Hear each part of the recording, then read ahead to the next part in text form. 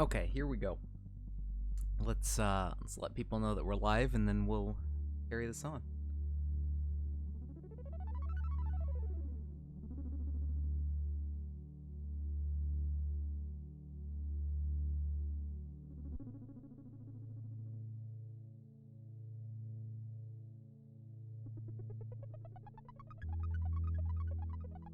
All the soothing sounds of Mario Paint BGM 3 carry us along.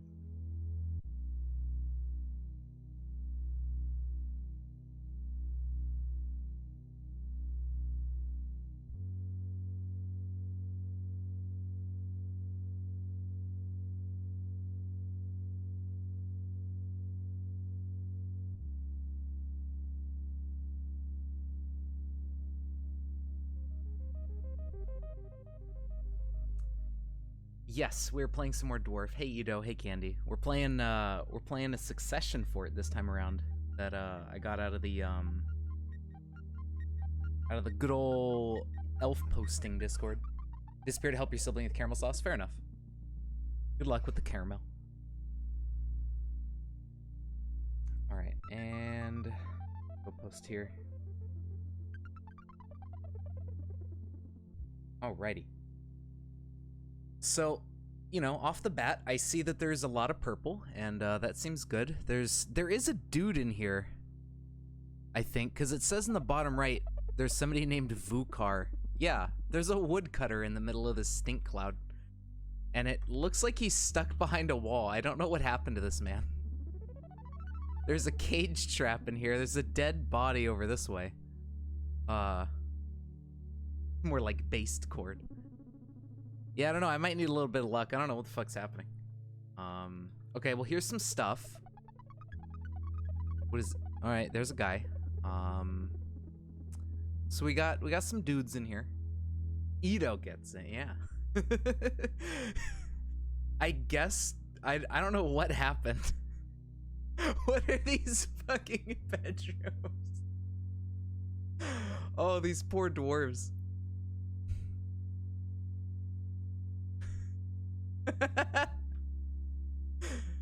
All right, so this is our wagon. We got a dude over here.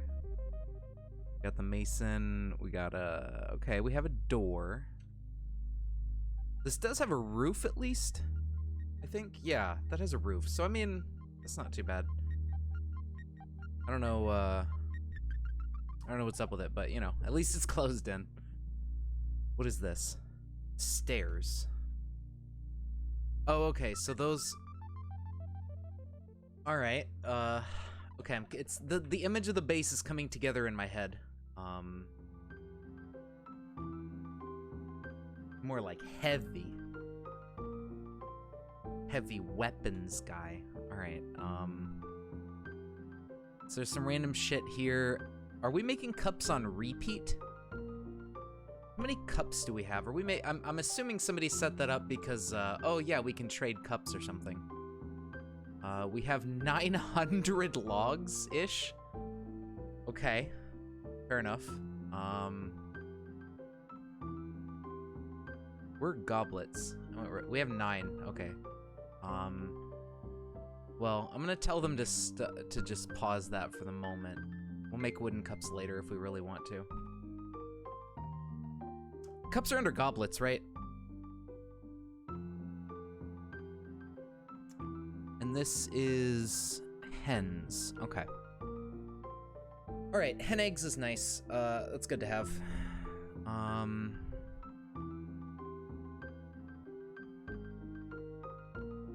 bad. I guess all the logs are still outside, it seems like. Goblets are stone. Oh, are cups their own stock?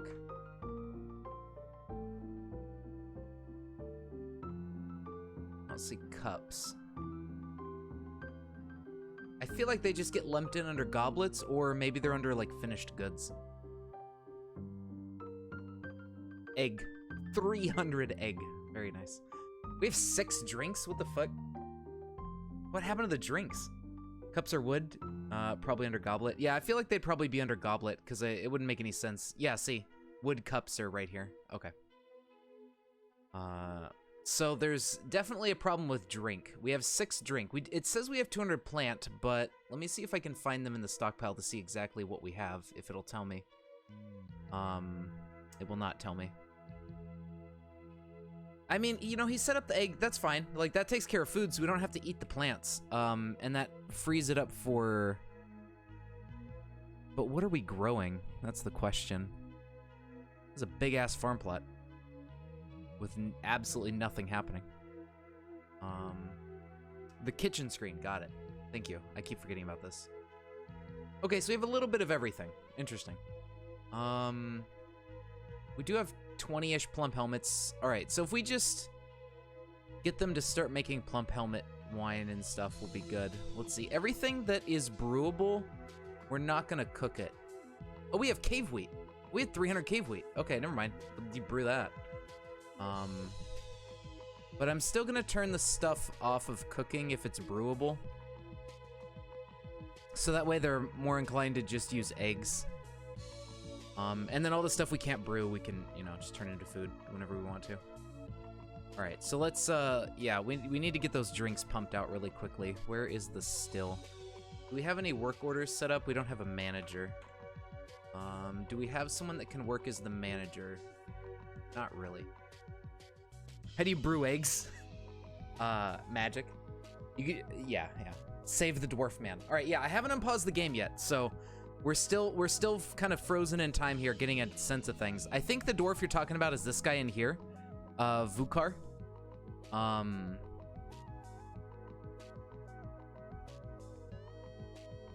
Oh, I'm not pressing Z. Like, why isn't that not working?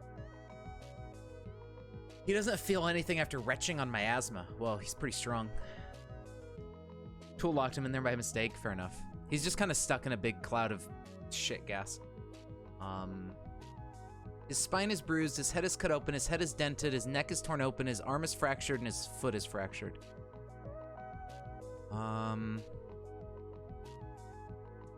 He likes reptile men. So I guess he's a scaly. Maybe that's why he got locked in there. There's also a dead body over here. As well as some stray horses. I don't know what happened to them. But some guy here died. Gas chamber, oh no. Yeah, it doesn't look like there's a hospital zone. I hit I. This is just an activity zone, there's nothing here. And this is a pen pasture, okay. I mean, I could just make this the hospital so we can go grab him and then just dump him in the hospital really quick. Oh, it looks like there's an activity zone over here. It's a meeting area. Let's not do that anymore. Let's, I don't know what's happening in here, but I'm gonna get rid of this because there's some dead bodies and shit. So I don't want to have people coming in here. We're going to remove this wall. Yeah, we want to go set this as a hospital. How loud is this music? I think it's okay. Doesn't seem like it's super loud. Turn down a little bit. So this giant area, actually, we're gonna trim it down a little bit too.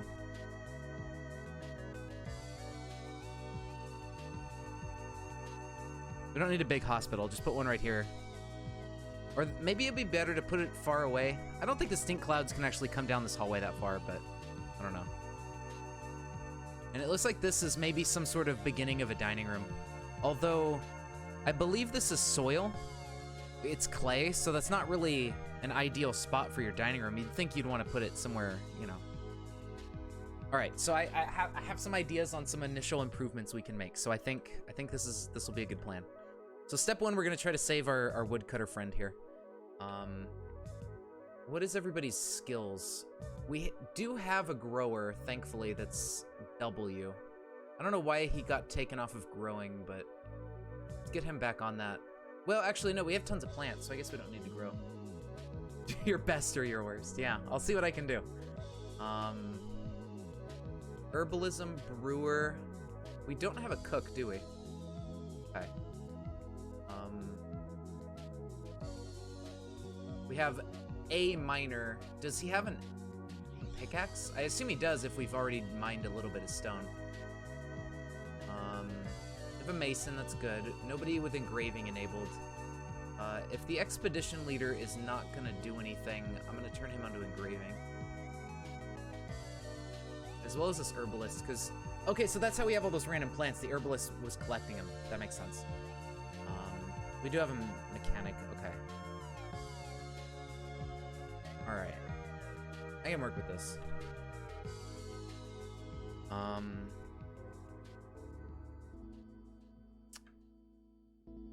Okay.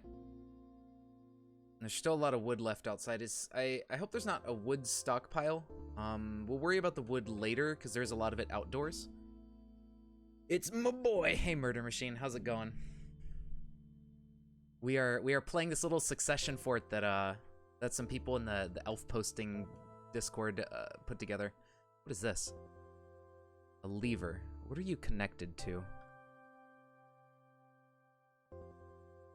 That's wall. That's wall. Oh, okay. Oh, that's right. Yeah, duh. You're in the server too. My brain just shuts down sometimes. Who the heck? What is this lever hooked up to? How do you figure out what a lever is connected to? I figured it would be details, but I can't press any button except add new task. It says it's... maybe it's just a lever connected to nothing that's just on. I'm not 100% sure what's up with that one. Alright. So, yeah, let's get this guy out. Let's see if... Nobody has any doctoring skills, but we'll take our expedition leader since he has nothing enabled right now, and he's a grower. For now, he can just take care of the doctoring. It's a DF hack thing? The button might not be displayed? Oh, okay. Understandable. Alright. Somebody come do this. I think it's flashing yellow because somebody's on their way. I think. Yeah, alright. What is this? Human spearmint. Wait, what? What the hell?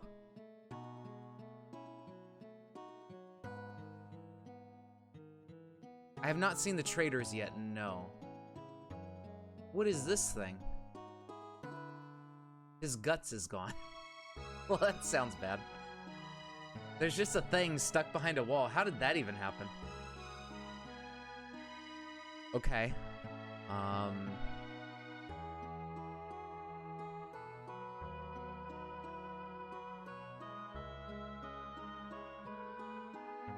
Expedition leader okay, so our expedition leader is the necromancer. Got it.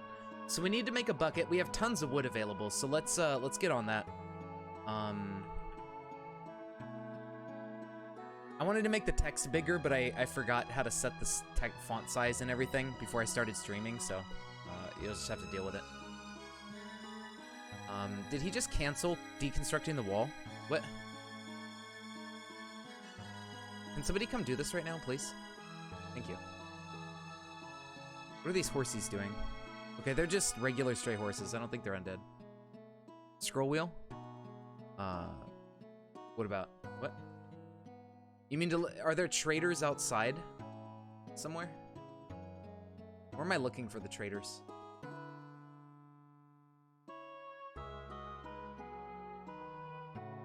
I see a lot of wood.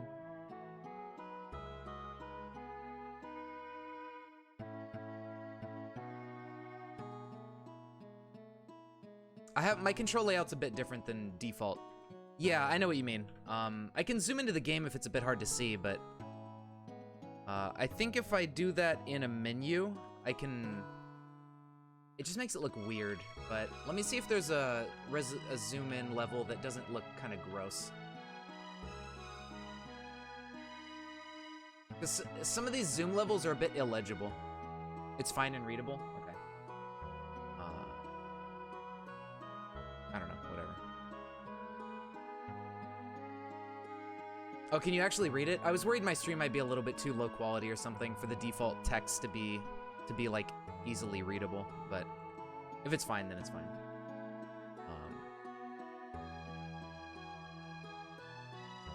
Okay, so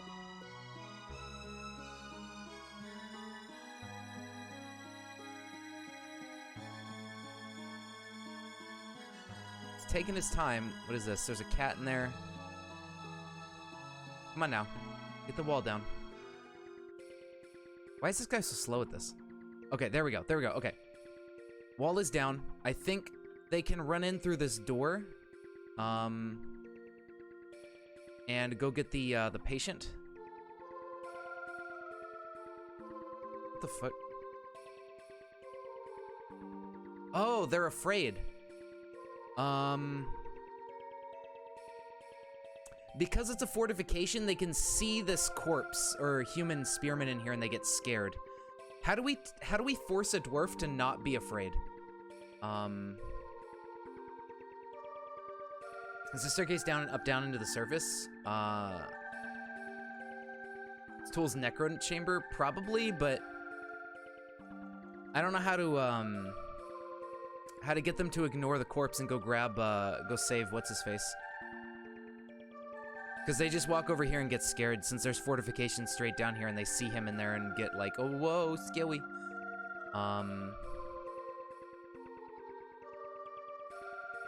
Is there any way you can make them not get interrupted by the human spearman corpse and still do their job?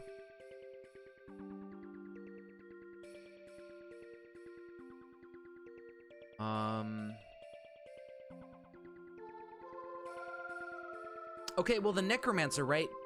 Is the necromancer still able to get interrupted by corpses? DF hack, you can force military stuff onto people? Maybe. Have a dwarf that has no fear. I don't know if we have one of those.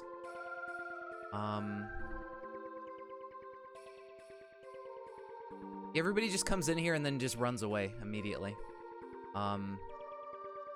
Make them immune to corpses, but not a legit way. Damn.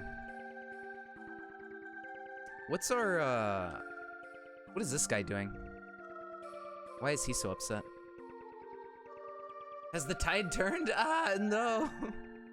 He's terrified. What the fuck? Alright, well, that guy's probably gonna go crazy. Alright, I think we just have to leave him behind. Unless we just use DF hack to cheat or whatever, but, I don't know what our expedition leader is doing. It says clean patient. Where is he? Okay, maybe he'll be immune to it because he's a necromancer. I don't think it's gonna bother him as much as everyone else. Oh, maybe. Oh, wait. No, he's still good. Dude, you're the one who made the zombie in the first place. Why are you afraid? Mine behind him? That's a good point. Yeah. I don't know. Alright. Let's see. Try the lever? I suppose.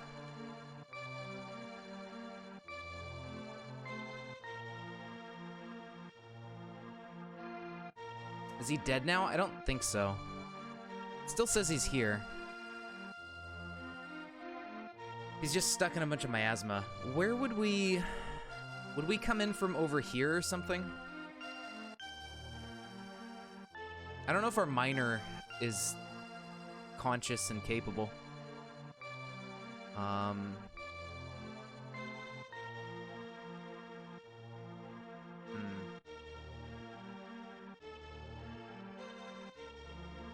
Why aren't you releasing him? Releasing who? What do you mean? Dig to behind him. Oh, you mean behind this guy? The corpse? He's literally being gassed. Well, I can't go get him, right? In order to get this guy out, he's incapacitated. Cook found dead. Yeah, those are the other people that have been in here, because there's multiple corpses. There's a corpse over here, and a corpse... There's some corpses in here, and I think this is Nil. Yeah, this is Nil's corpse that they found dead, so this guy was our cook. Dig behind the corpse and then channel down. Oh! Actually, I see what you mean. Yeah. But I'm gonna raise you one higher. I have an idea.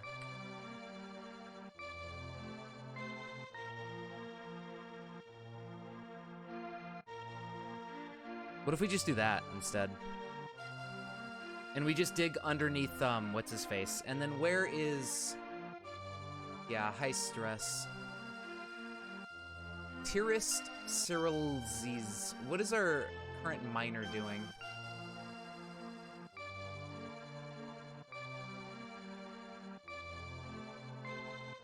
He has no job. Do we not have a pickaxe? Do you think we don't have a pickaxe? Is that the problem here?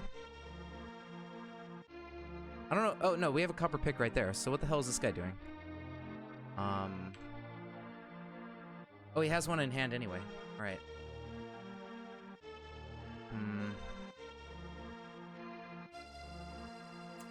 Lord Commander of Dwarf Mountain. What did he do?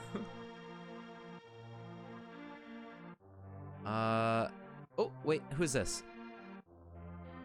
Cursed Hunter. I don't know what that means. Are those ghosts? I'm not sure. I don't know why our miner is doing nothing. I've had miners get broken like this in the past, and I don't know what happens, like why they do this. And he just won't do his mining work, even though he has a pickaxe and there's mining jobs that he can reach. Huh. Okay, what happens if I designate a mining job over here or something?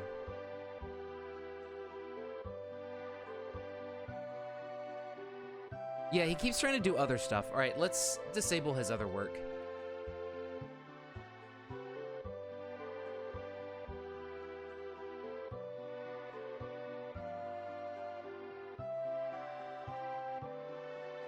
Throwing him in a squad and then taking him out, that's also a good idea.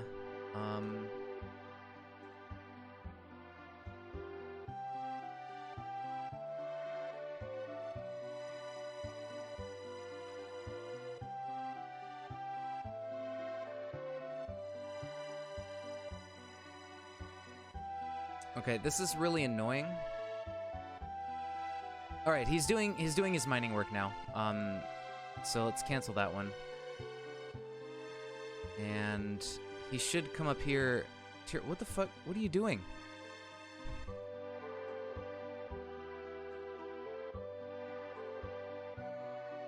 There we go. There we go.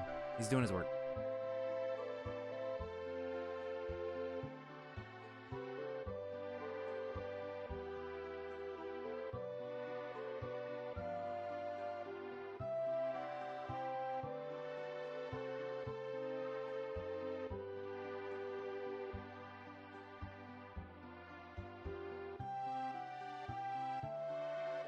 What?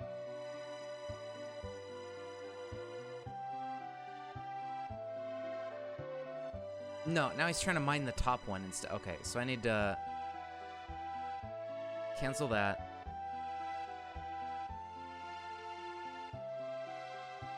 These guys are brain dead. Oh yeah, we need to make drinks.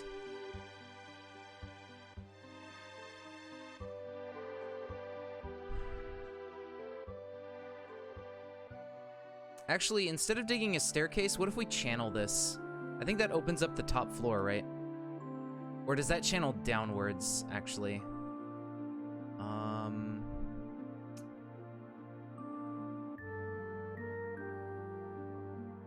I think we're just gonna have to build upstairs and then hope we can get at it from behind. Actually, okay, here we go. W, add new burrow.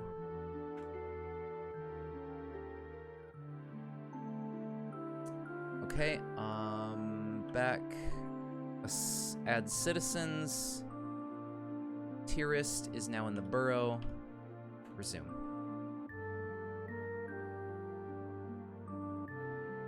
Okay, now he's coming to do this job.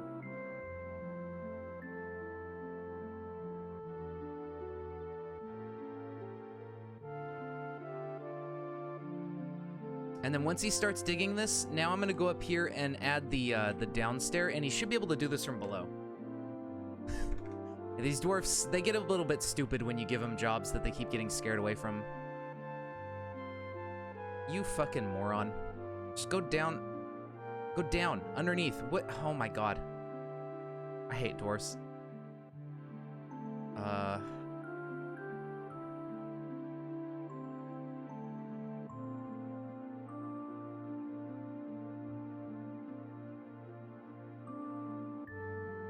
Okay, now he's underneath. I know they can dig this from underground. I've seen them do it before.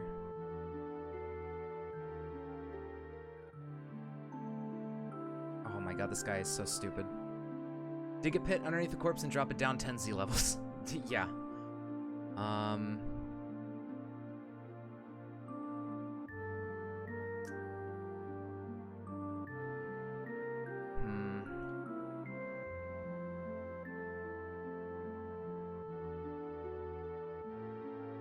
Okay, forbid passage. Now they can't, I think with that forbidden, there's a fortification in the way here, so they shouldn't even be able to path into this room. So that he should have to come in from the bottom to mine this now. I think. Okay, they still keep trying to path in here. Yeah, there we go. Alright, we have an access point to the woodcutter now. They should be able to run up there and yank him down the staircase real quick. Okay, maybe not. Shit. They're so close. They're so close. They keep seeing the corpse and immediately running away. What if I tell him to channel on this layer? Can he channel from below to just force the guy to fall in the pit? A 1Z layer drop like that down a channel shouldn't really hurt him or anything. I think. I don't know if he can do that. Make the staircase under the dude? That's what I did. The dude's right here. Vukar is on this tile where the staircase is. But they still, before they can move him away or something, they get distracted.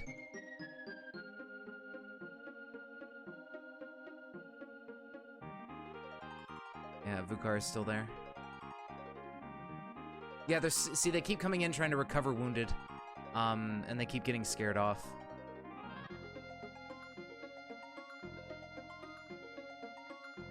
I think our miner has to go up to this floor to do that. How do we do this? Find a way, yeah, that's what I'm trying to think about. What can we do here?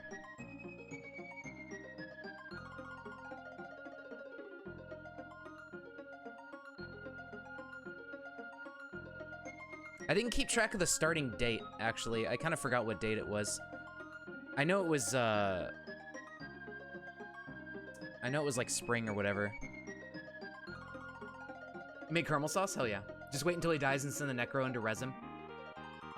Yeah, probably.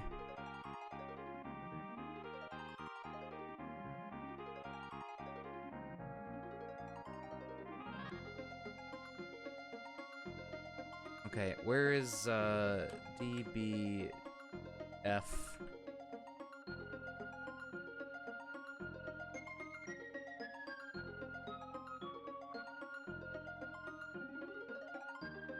I wonder if they can build this wall from the corner here and block off this line of sight.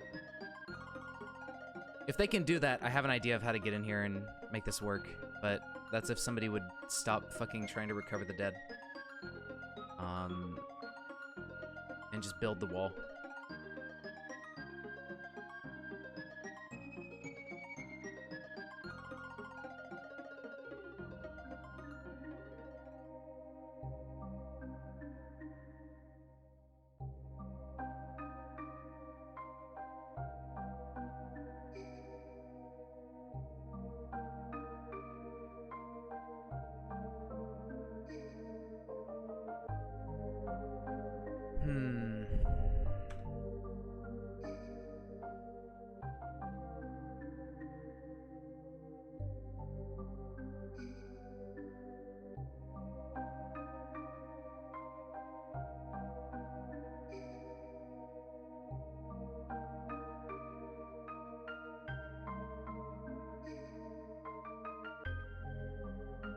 Okay, anyway, put a door before the fort, lock the door, and dig around the line of sight.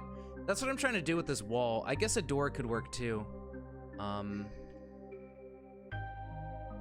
We don't have a door.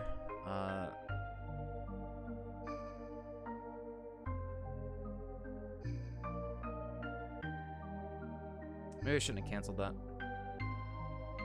Easy liquid container for the still. You can use anything you want in it, I think. Yeah, okay. Remove, just fucking cancel that.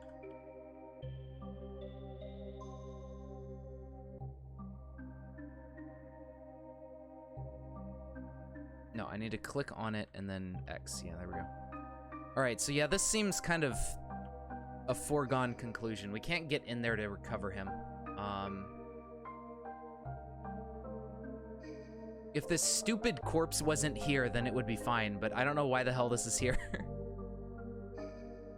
Or whatever the hell this thing is. I don't know. This is dumb. But it seems fine, because, like, Vukar, he's a woodcutter, and that's about it. So even if he dies and everything, like, it's not a big deal.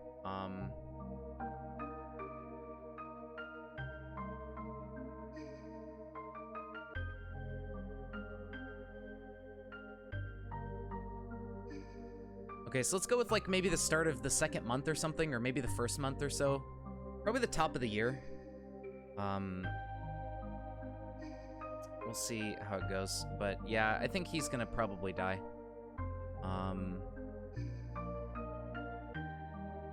So we started up a fort.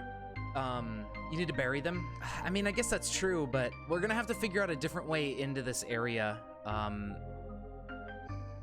Yeah, we can just engrave slabs. It's not a big deal.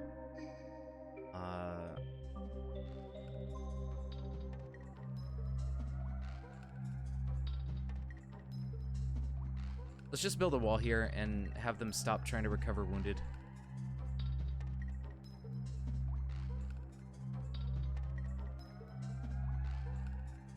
No. What? All right. Everybody needs the, to not recover wounded.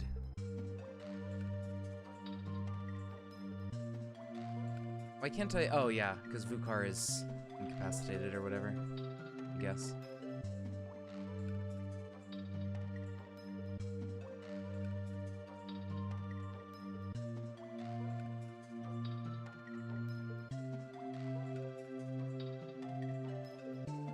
I don't know if I disabled their wall constructing ability, actually. I don't remember what all these were.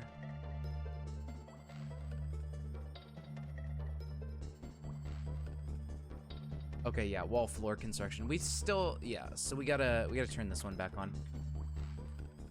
And then I'll turn the rest of them back on once we're done here. And we just block this off. What the fuck? Why is he still going in there?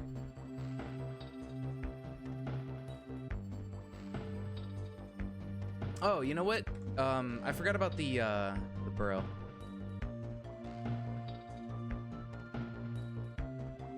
But that still doesn't explain why they keep coming in there trying to get the guy. All right, whatever. So that's blocked off. This is forbidden. There's no more path in there. Everything else is like forbidden items, so we should be fine.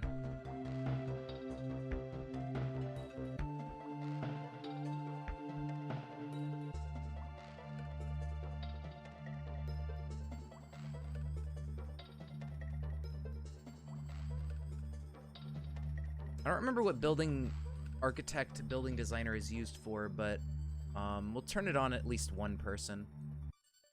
Probably this carpenter or something. Okay, so anyway, let's forget about him for the moment. Let's focus on making this a better base. Recover wounded is over near the doctoring skills. Oh, is it? Let's turn off this guy's doctoring skills then. Just to be sure. All right, so we have people with high stress and everything, because we kept getting them scared. So that's gonna be a problem. I may not be able to recover their stress because I've always had terrible, terrible luck with making dwarves happy. Like, I can never get their stress to not just constantly go up. So we'll see how that works.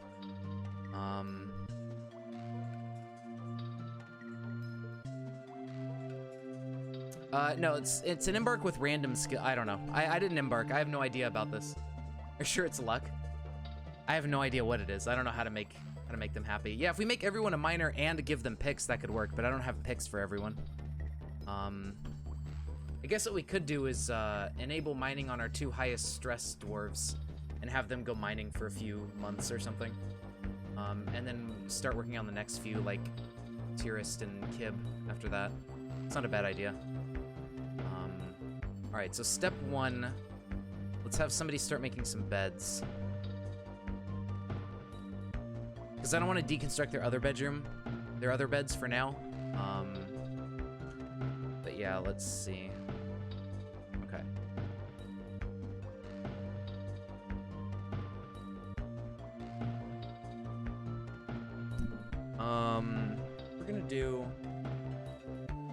We're gonna go for something simple and efficient, I think.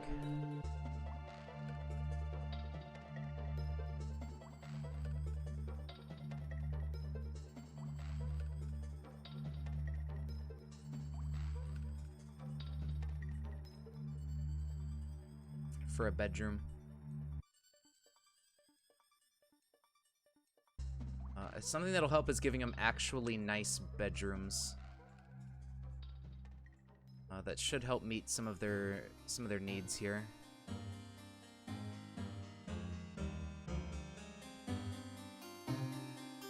Mind the sadness and existential anxiety away. Yeah, pretty much. Tool said that when he dies, station the Necrodwarf next to him and pray, or have a cage trap ready. Okay.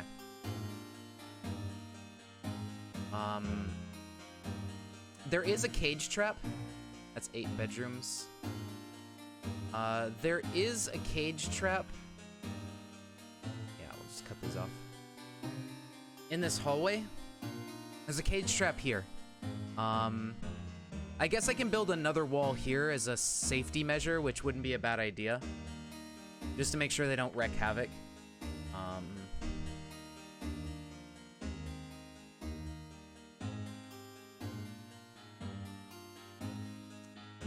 Yeah. Hey there, Gisterine. Incredibly new DF. All right. Well, you're gonna see some crazy shit that's going down. We have a necromancer in our fort. And there's a bunch of dead bodies, and there's a zombie in here, so it's all over the place. But yeah, so this should be fine. There's no way in or out of here. There is a cage trap, so if he comes back to life and runs into the cage trap, we're set. Yeah, okay. Oh, I forgot to add this part. So we have, I know we have at least 2 picks that I saw. So hopefully the guy who was the miner can put his pick away and give it to somebody else so they can go mining. I don't know if he will drop it.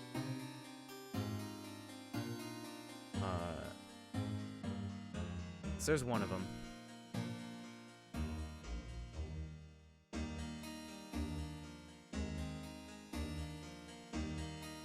Yeah, and he's got a red arrow, I think, as his stress is at like 10k. The other guy who had a pick was Tyrist, or whatever his name was. This guy. I need him to... Okay, he did drop his pick. Alright then. Let's hope the other guy will actually start mining too.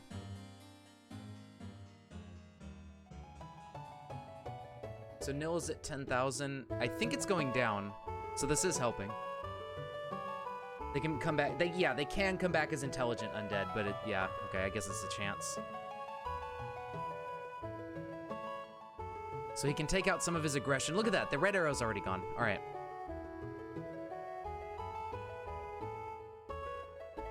I guess you could, yeah, you could kill him and try again, but you might screw up their body to the point where they're mangled and you probably can't revive them anymore. What is Moma's doing? He's constructing a bed. Wait, where? Where the hell are you constructing beds?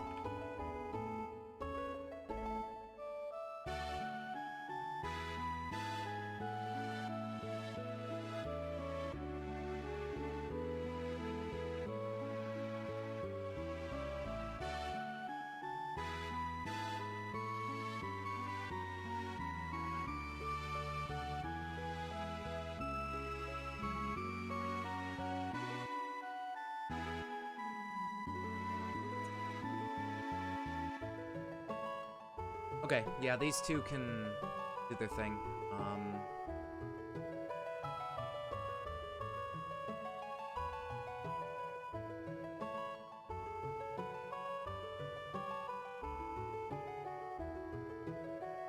The top level of underground? This one's an up-down, or do you mean... This one's also an up-down, but there's no hole in the ground up here. I don't know why it's an up-down, but I don't think there's a way in. Although I could be wrong. No, yeah, they can't get in here. They go around and come in through here.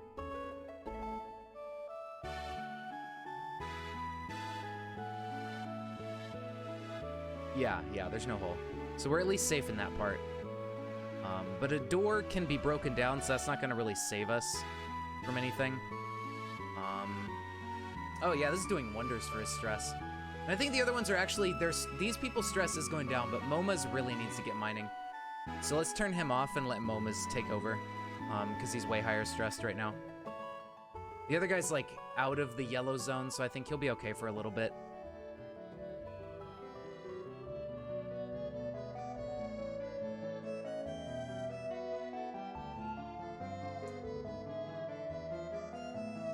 Oh, right, Moma's was building the beds, right, yeah, duh. That's what I meant by construct bed.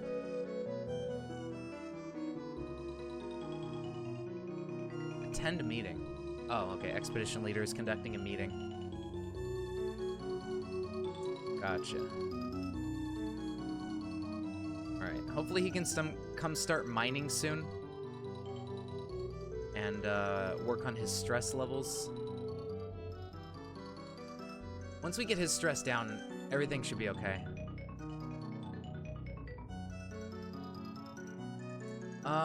Can you assign anyone as a manager even if they don't have relevant skills? Because I might make our expedition leader the manager. Oh, he's doing everything else, never mind. Let's replace him with, like, I don't know, the mason.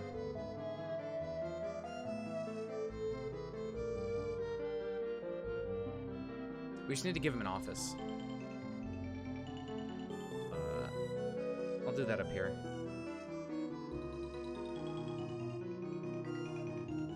Let's give him a shitty little office right there.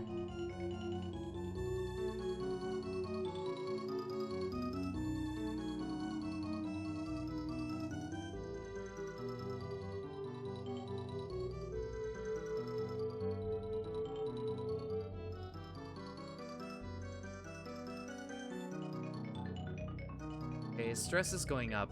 I think we want to make him stop carpentering right now and focus on mining.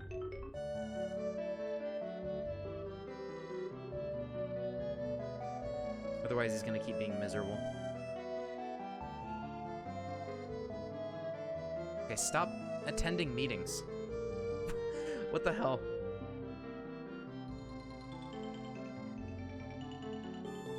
Nobody's even conducting a meeting. What?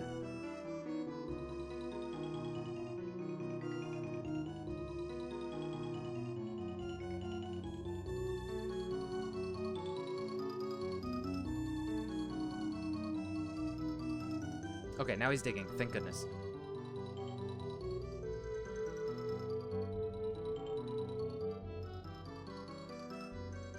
Alright, get down there and start mining those rocks. Good job. And if he does enough, he should be able to feel a lot better.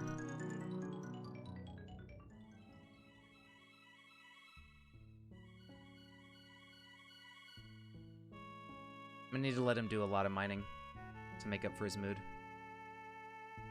He's pretty far into the yellow. Thanks for the follow, Jistrine.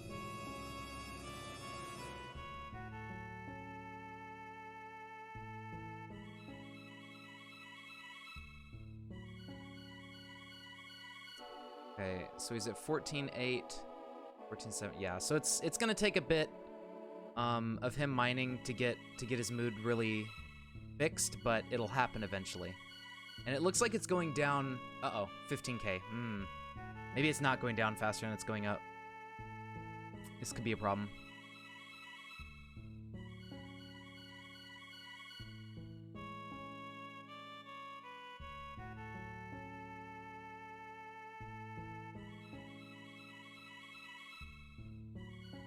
I have 333 now. Wow. Dude, we did it. We hit that round number. All right, hold on. I'm getting a phone call really quick. Let me mute out for a second.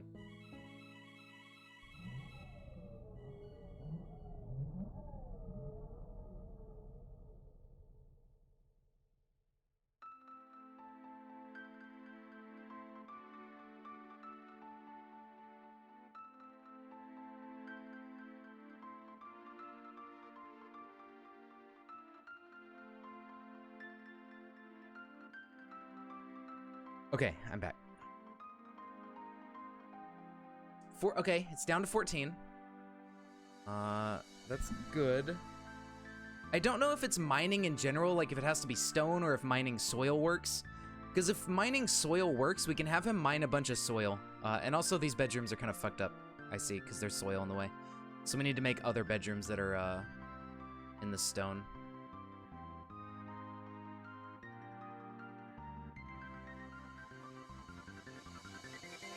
Long way from 420. We'll get there one day. And then what's after 420? I guess there's not really a meme number until you hit like 4,200 or something, or like 69 or something like that. Yeah, 42069. There you go. That's a good one.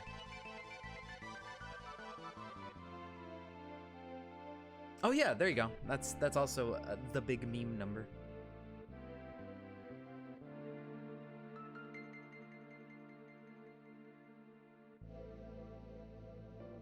$666. Yeah, there you go. That's another one.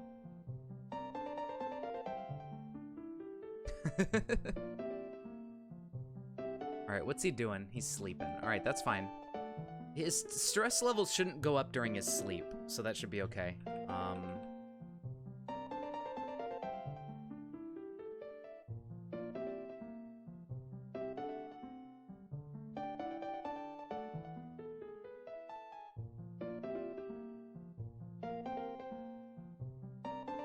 Oh, we already had a bunch of chairs. Okay, I didn't realize that. Let's make an office over here for our manager so we can finally set up work orders.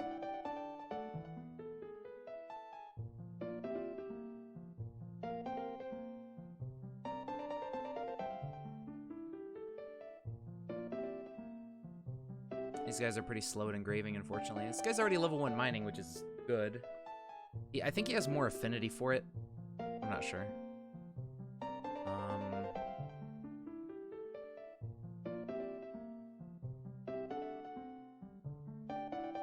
I'm assuming this is going to be a dining room.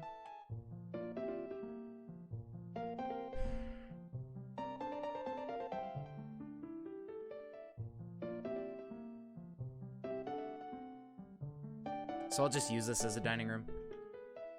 Might as well. It's a nice big open area. We just need tables.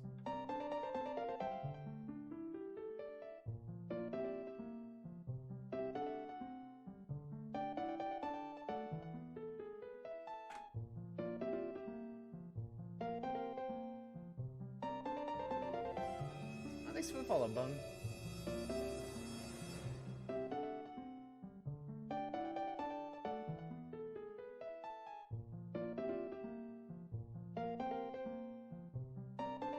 Yeah, less than 10. That's fine.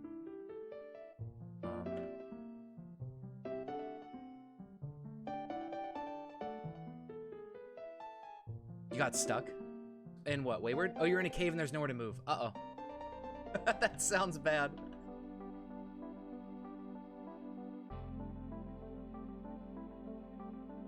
Did you bring any torch or anything with you so you could see like what's in the cave and all that? Momas, what are you doing? You should come mine. I don't know what he's up to. Could be helping build the floors instead of mining. Made it out nice. Bruh. Need to mine a rock to leave the tile. There you go. That'll happen sometimes. You always gotta be careful.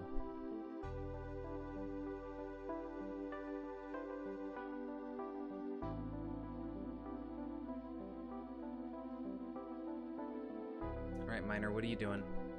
Yeah, constructing building. Okay, that's fine. I mean, no, well, it's not fine. His stress is going back up. Alright, there we go. He's mining again.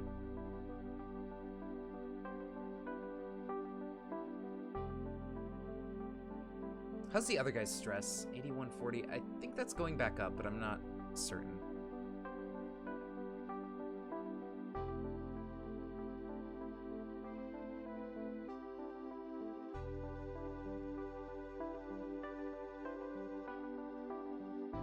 Who else has no job? The woodcutter and Bukar the cursed hunter.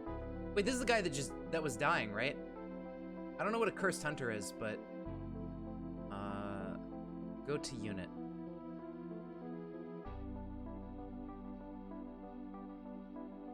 Okay, he's just bruised and fractured now. I think he's okay. I've never seen cursed hunters before, so I don't know what that means. But he has no stress. I guess he got revived. I don't know. How did he survive? Beats me. But he's still here. So, I mean, we might be able to let him out. I don't know, though, because he hasn't moved from this spot. He's still just standing here. So I don't know what's up with him. Cursed is an intelligence undead. Okay, cool. Yeah, he is an intelligent undead now. So we successfully have an undead dwarf from that whole experience. Perfect. Okay, awesome. So now we at least have a necromancer and one undead dude to go with him. So, hey, there you go. He's undead, so we can just leave him in there for a while. He'll be fine. Just standing there doing nothing. Or his legs broke. I don't think so, from what it looked like. Unit. He has a fractured foot and a fractured arm and a bruised spine, but that's it. I don't know, can you heal undead? You can let him haul the corpses? Oh, perfect, yeah, that's good. That's a good point. It says he's romantically involved with Eton, but I think Eton died. Or maybe they're outside of the fort. He might be like a migrant or something.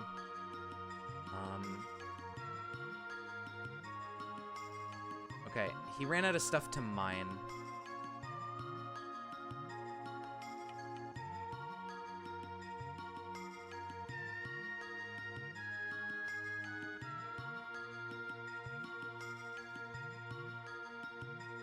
Let's give him an area to just take out his aggression on.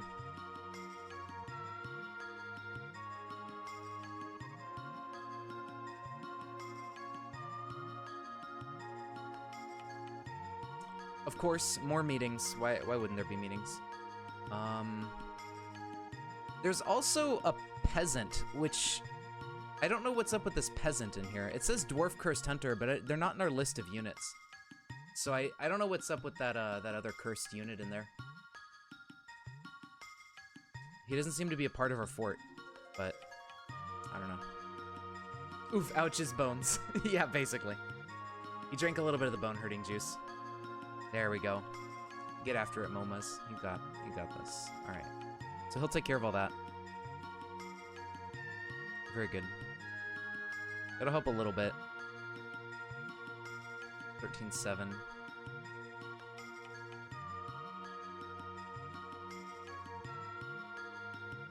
And we don't have anybody high level at mining. If he levels up, if he has more affinity for this than these other guys, I feel like he might be leveling faster, but he might be able to become the miner for the fort since it seems like he's handling it pretty well. And by the time he's feeling good again, he's probably going to be level 4 or 5 mining anyways. So that'll be nice to have somebody decent at mining and start working on that. His stress keeps popping back up, but hopefully as he gets faster at mining, he can combat his stress levels even better. I should also try mining out sand or clay or something to see if mining softer materials really fast can be like an even better source of lowering stress levels. Because it may just be mining a block in general gives them happiness. So even if it's not stone, I think, you know, and then if you mine sand and everything, they mine it super fast even if they're bad at mining. So yeah, we can do something like that.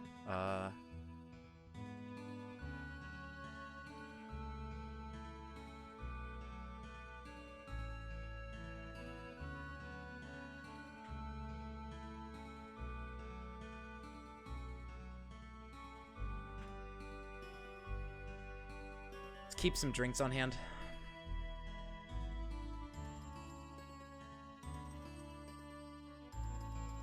Just to be sure we don't thirst to death. Oh, food storage item. Uh-oh, we're out of barrels, are we? Well, good thing we have a shit ton of wood.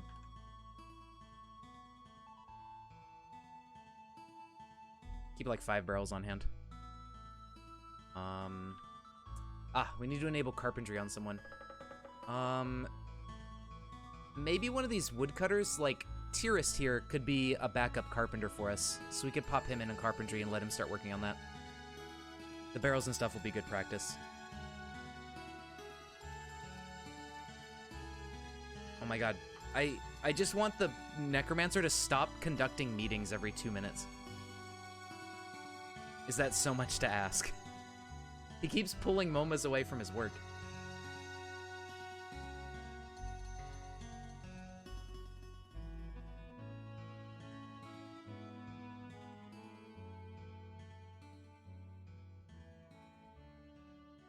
Okay, 13-6. It's getting there. Got important business to discuss. I guess so. I mean...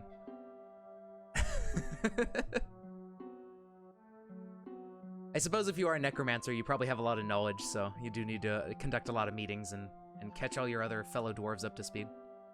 13,559. Mind a couple walls. 13,538. Yeah, it's not very... It's not a huge decrease, but the faster he can mine, I think the faster his stress will go down. Man with a mission, yeah. Michael Scott energy. Oh no.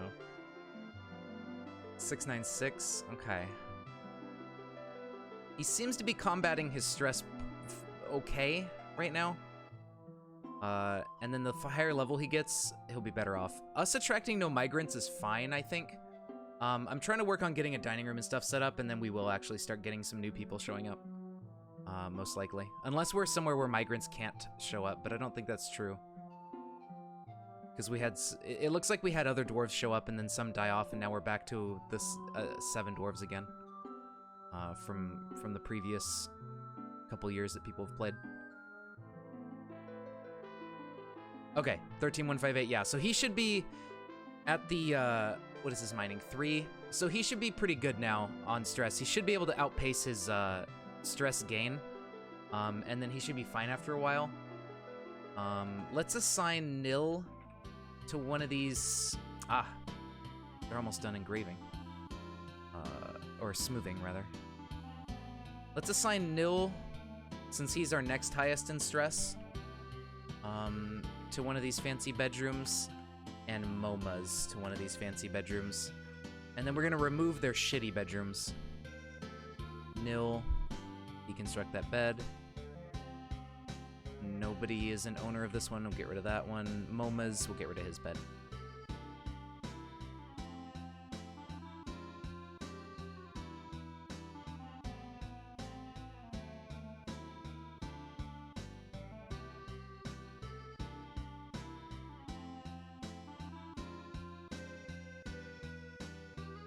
How's this guy doing on carpentry? It's gonna take him a while to get up there, but he'll get there eventually. We need to bring the wood in somewhat closer. Unfortunately, a lot of our wood is stuck outside. I have an idea. We can start using an area right here. And this will also give him a bunch of blocks to mine that may help his mood stabilize even faster. We'll make a big kind of wood stockpile. I was gonna do an infinite stockpile, but I don't want to try to set that up right now. I want to just get the wood closer for the moment. And that'll give some people stuff to do. I don't know what these people keep storing in a stockpile. I'm not sure what items they're picking up. Oh, sometimes they get beds and stuff. Now, what I don't know, I didn't scan the surface. I don't know if if somebody has set up a zone for our herbalist to keep gathering plants. I don't think so. I don't see any zones. Yeah, okay. So our herbalist shouldn't be caught up, like, doing repeat work and getting distracted for the moment.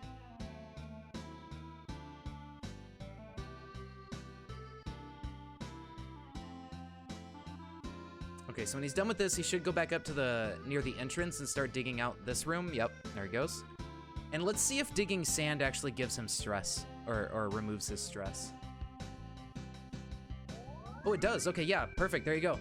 So here's an even better life hack for your dwarves. Have them, just set them to mine soil, because even if they're level 0, they can mine soil really, really quick. And it seems like it gives them just as much stress benefit as mining stone. So, if you have soil to spare, that can be an easy way to just liquefy their stress.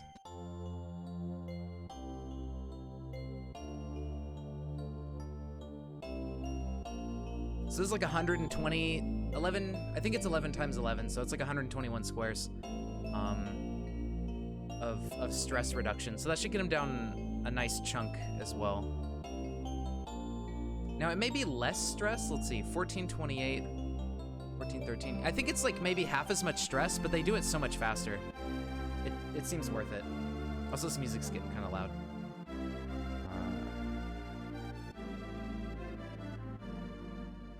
There we go. Turn that down just a little bit.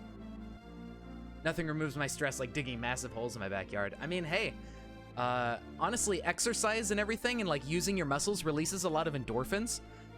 So if you were to just like exhaust yourself by digging a ton and just get really, really like exhausted and everything, it would probably help you feel better. If you were feeling kind of miserable or something. I guess technically that, you know, that could work. Because like if you just do, you know, exercise, like if you jog or if you lift weights or something, that also like has proven benefits to your mood. So, you know, it's a valid thing. Dismantle wagon, yeah, I was just thinking that, like, there's no reason to have this wagon anymore. And I'm about to set up our dining room in this little, a temporary dining room in here. And we can just turn this into their meeting hall.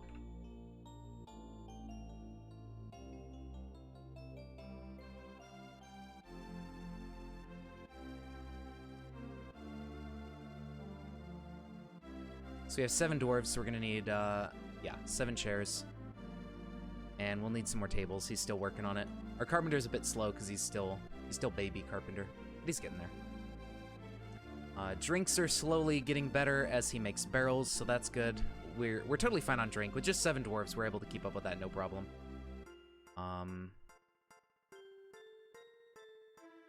Now, let's see. Make this a bedroom. Expedition leader, looks like he doesn't have a room at all, and neither does Vukar. But Vukar is still trapped behind the wall, so we need to go get him. Liberate our friend.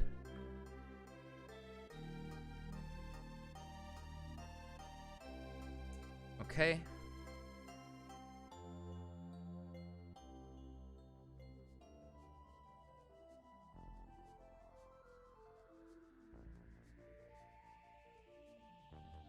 I think there's other... Okay, mangled bodies cannot revive. I know that for a fact. So these mangled corpses and stuff in here are safe. These can't do anything. This guy is also mangled, so he can't revive either. In the nearest future, we're looking to expand downwards. Yeah, exactly. And that's kind of what I'm trying to do. Is we're gonna need some space underground in the stone, so we can actually have bedrooms that aren't half soil that we can engrave and smooth and all that fancy stuff, as well as a big grand dining room and all that. So Degel, Nil. Yeah, Nil and Momas have a bedroom. So does Degel. So Tirist needs a bedroom. Kib, and then Zulban is our last bedroom we need to set up. So these will be just kind of temporary ones that are a little bit nicer than what we have on the surface, and then this layer has a bunch of soil in it, so we should probably go down to about, maybe, here's 0 and then -1 or something, so we should probably go down to about here to try to avoid as much soil as we can. It'll probably stop once we get that low.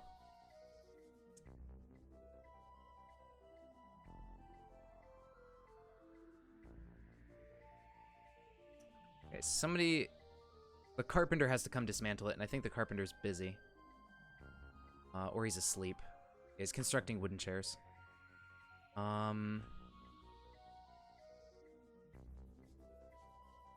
Let's make a tiny stockpile for the moment to get some wood in. To make the carpenter's job a lot quicker.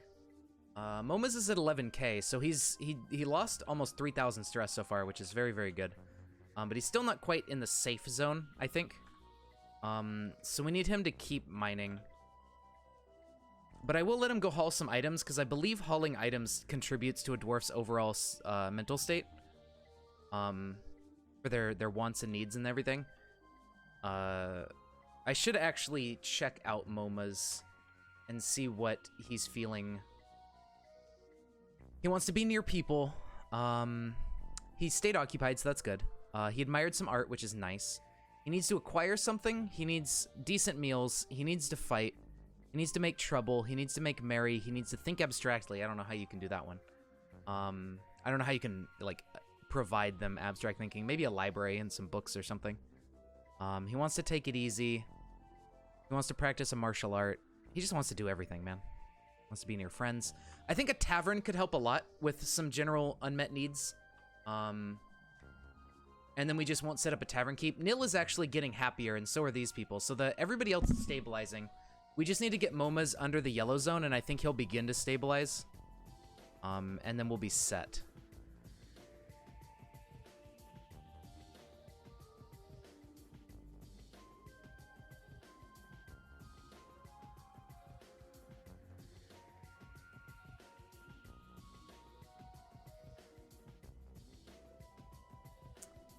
Alright, so Moma's, it's down to 10-9, so he might, by picking up these logs and stuff, that may contribute to part of it. We'll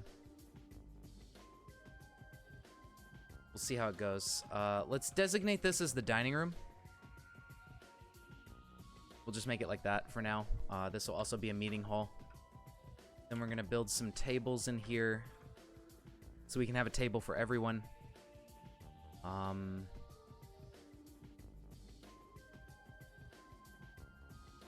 Drinks are doing okay. Yeah, he's able to come over here and just grab the wood real quick, so it makes his work a lot easier. The horses...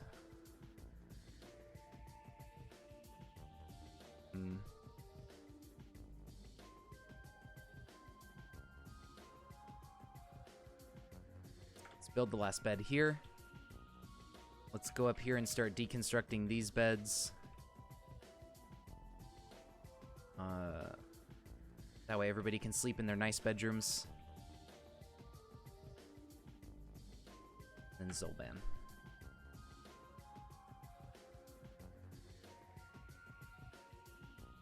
Okay, yeah, let's let Vukar out. I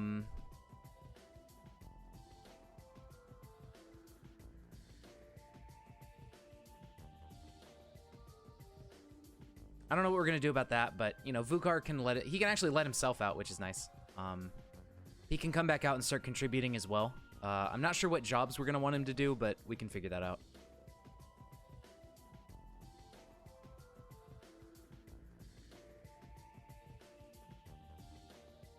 He's a bit slow, but he'll get it. Yeah, whatever, this peasant that's stuck in here doesn't seem hostile. It just says Dwarf Cursed Hunter, but they're strangely stuck as like an outsider to our base. Might be able to rescue and put in hospital because he doesn't feel. Oh, that's a good point. He may not get distracted by this guy because he wasn't getting distracted in here. So yeah, he could also be our rescuer and hospital dude. That's a good point. Yeah, let's make him. Let's enable that for Vukar. Hospital duties. What? I can't turn those on. What the hell? Oh, you know what? When they die, you may not be able to adjust their skills anymore. Because he's completely unresponsive to enabling or disabling labors. Yeah, so he might be stuck as just a woodcutter, which is kind of annoying, but you know, whatever. He does have like he does have all these jobs enabled over here. Like water hauling, furniture refuse, burial enabled. So if we turn burial off for everybody except Vukar, since it's stuck on, and we turn off whatever else, like Vukar can handle at least that much. Yeah, okay, so when you kill a dwarf, that's something to keep in mind since we have a necromancer. Whenever a dwarf dies, their skills are locked at that point. And if you revive them, you can't teach them new things. So I guess their higher brain functionality just kind of shuts down and they become a zombie. Incapable of learning. He may not get experience either for his woodcutting at this point. Yeah, big boost to probably his combat stats and stuff. Somehow. Like, probably his basic attributes, because it looks like his skill levels didn't change, but I think it's his, like, his strength and agility and stamina and stuff like that get boosts from being undead. Alright, there we go.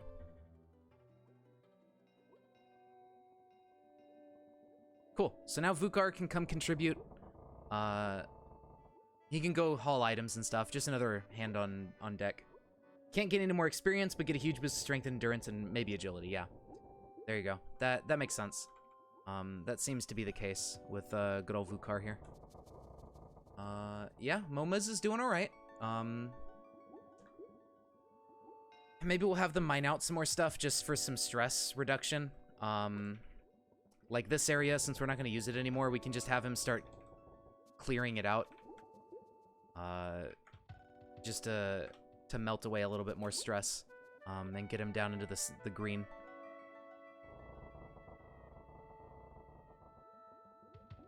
I don't know what he's doing right now. Storing item. Okay, so he's helping haul wood and stuff, probably. Which is fine. There he goes. Our ghost boy. We need our carpenter's just been busy constructing stuff. Once our carpenter's done, he can come disassemble the wagon. And get that out of the way.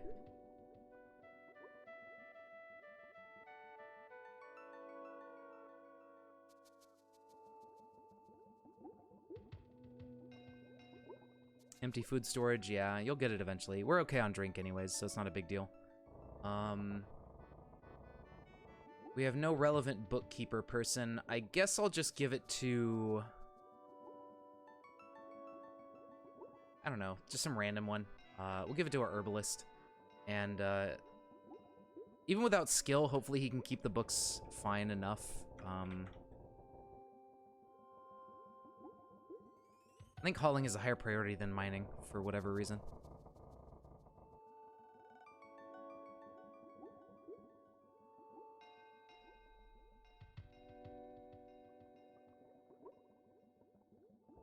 But we'll give our bookkeeper an office soonish. Uh-oh, rain. That's not good. What are you? Is that Moma's? What's he doing? Wait, what? What meeting? Where are you going?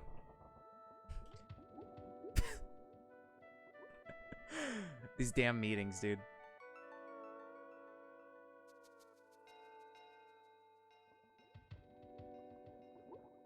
Yeah, but why only Moma's? Why is it all just Moma's and no other dwarf? Like, why can't he have a meeting with somebody who isn't stressed? You know? I should probably not let them be out in the rain.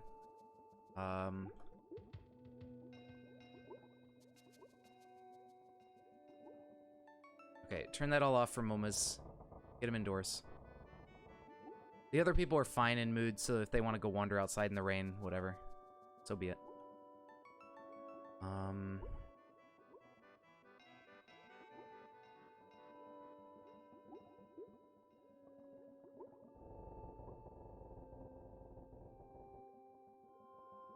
Okay, he's just chilling at the table. 10-5, not bad. He's almost under red. Or whatever color it is.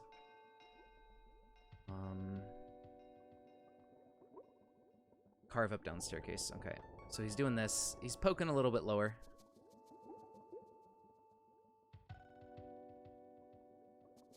All right, he cleared this out so we can build a workshop or an office for our bookkeeper.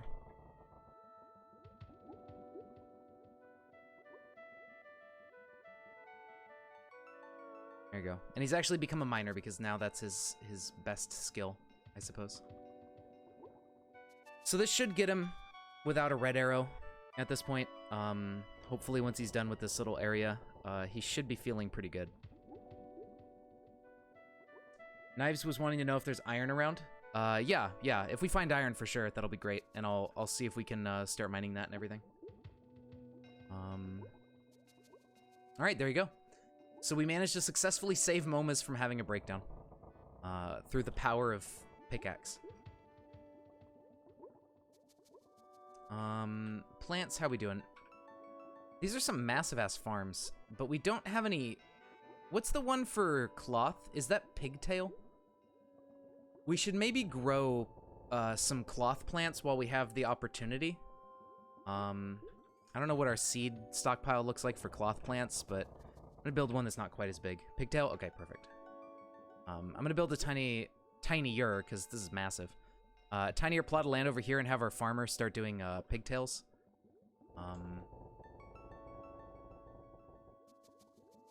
Then I'm also going to enable engraving on some other people.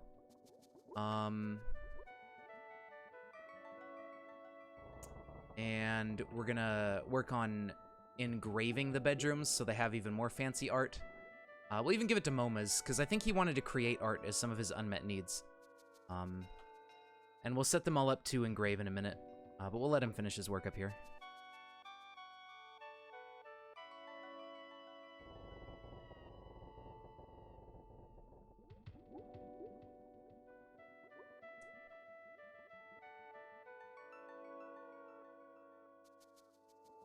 Okay, they built his office.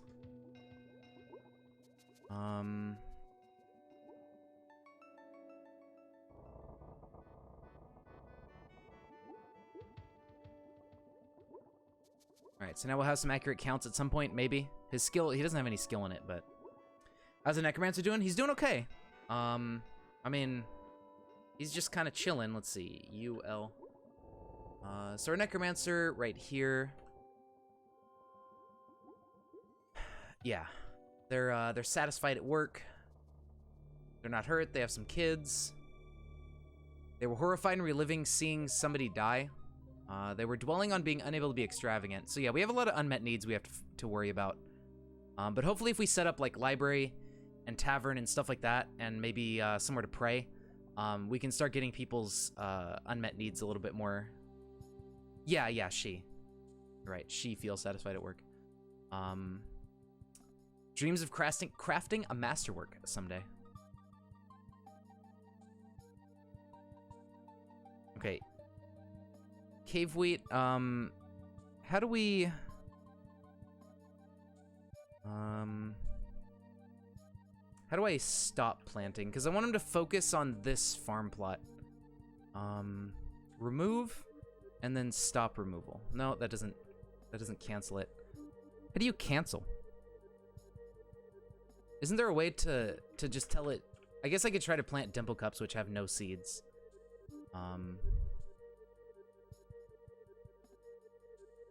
Yeah, there we go.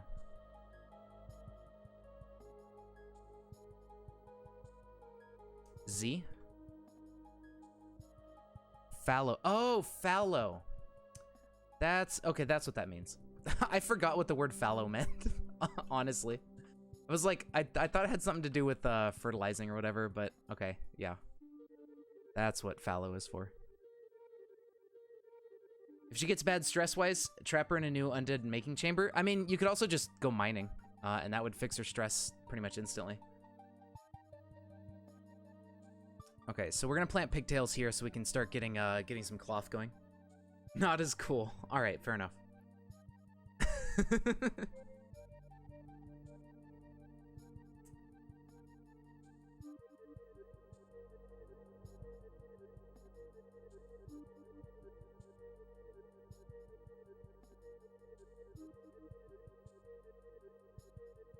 Engraved stone. Let's get these all engraved. So people have some even fancier bedrooms. Let's make wooden cabinets.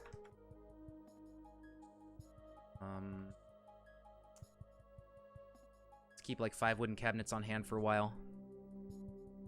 Fallow is letting the soil rest. Right, yeah. Okay. I didn't know what the word meant, honestly. That's why I didn't realize that that was the option for it. Thank you. Now I know.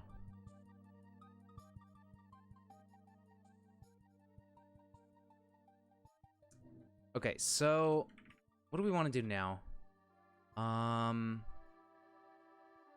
Things are looking pretty good. We want to get them all cabinets in their bedrooms.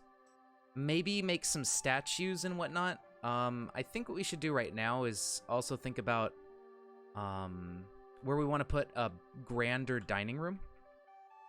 What are we on? -7. Okay, so there's soil here. So probably about 115 or so, there won't be any more soil. How's our map looking? Where are we on the map? Okay, so down and to the right is where we got the most room.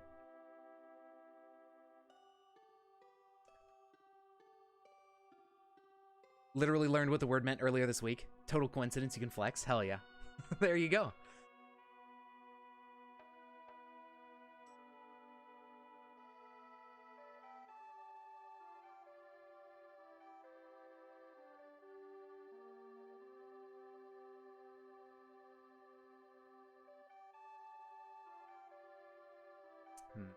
That's growing too big too quickly to make it kind of smoothed out.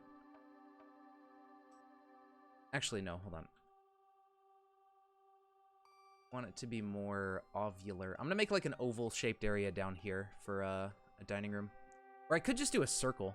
Actually, I think I have dig shape. Hold on. Do I have dig shape? Oh, no, I didn't install it. This is a new... Right. Dig shape. Yeah, okay, never mind.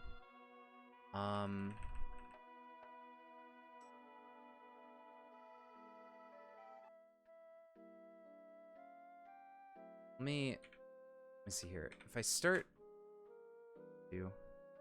21 by 21...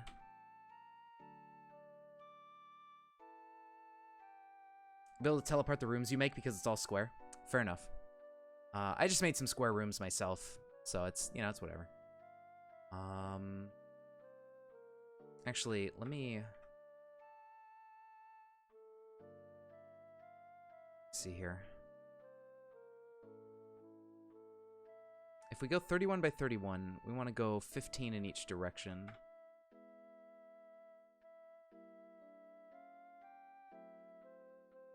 $15 and 15. There's 31. So if we have a room like this, but then we trim the corners to make it a circle.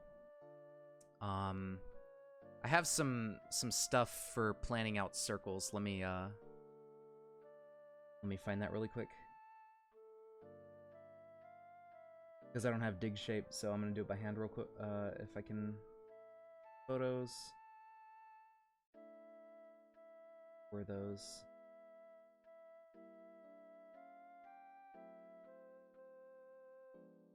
I need to organize my hard drives. I have so many random files scattered everywhere.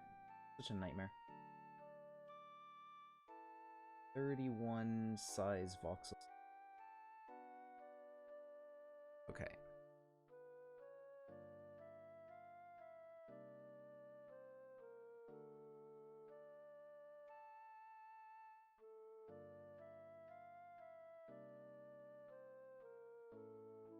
I gotta pop this open in Paint to see it like pixel perfect size.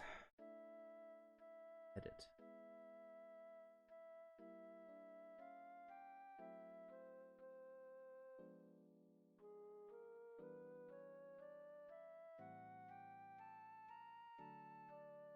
All right, I see. So we come back here and we go remove designation. 1, 2, 3.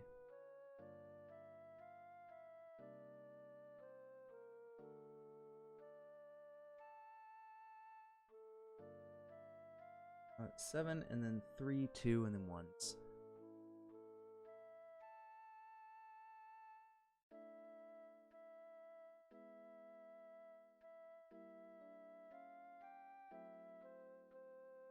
I think I fucked up a little bit. Maybe not.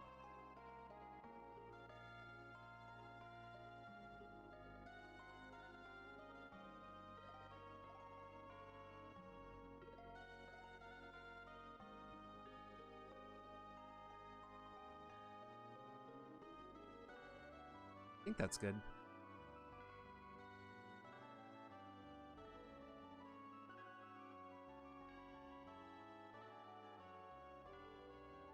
Maybe. 3. That 3? Yeah, that's 3, and then 2. And then 4, yeah, okay. So we should do this, and then we make ourselves a circular dining room.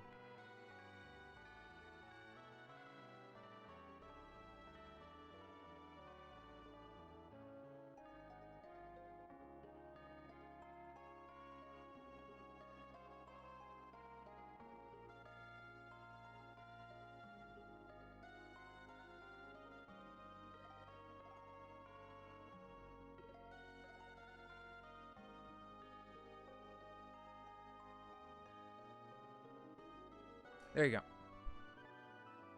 Alright, we'll just make this. That'll be the dining room. And then we can have like a little stockpile room back here for food and drink, and put the kitchens on the left side.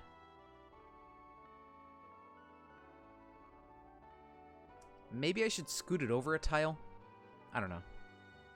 I think that's fine. Although one staircase may be a little bit, especially if the fort starts growing, we might want a bigger staircase than just a single tile to facilitate traffic.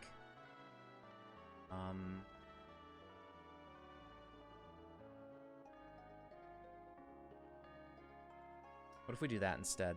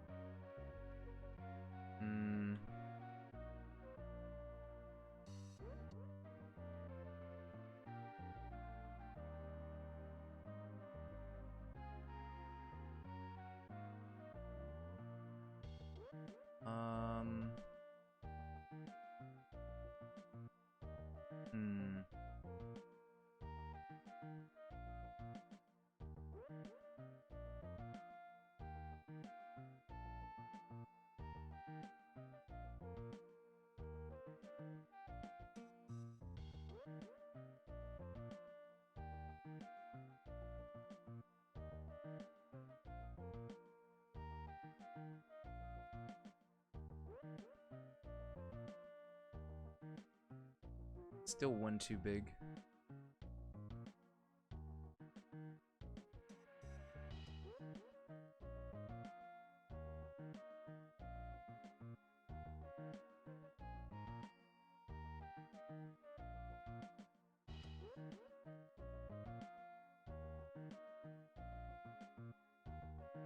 Hope I didn't break it too much.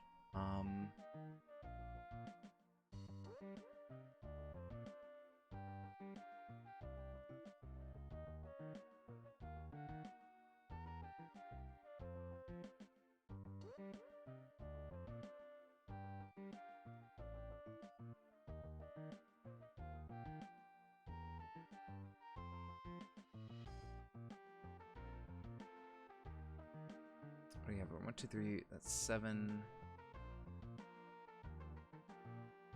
Yeah, let's see where I've screwed up here.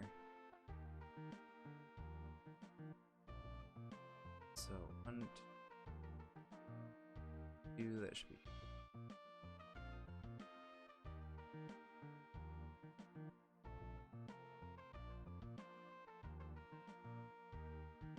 Seven, 2.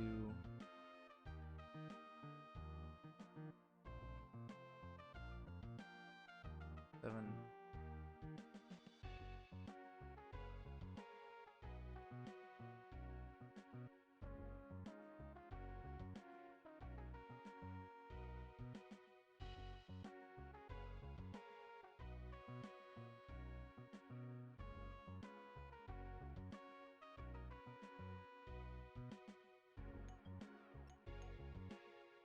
Okay, so there's our dining room.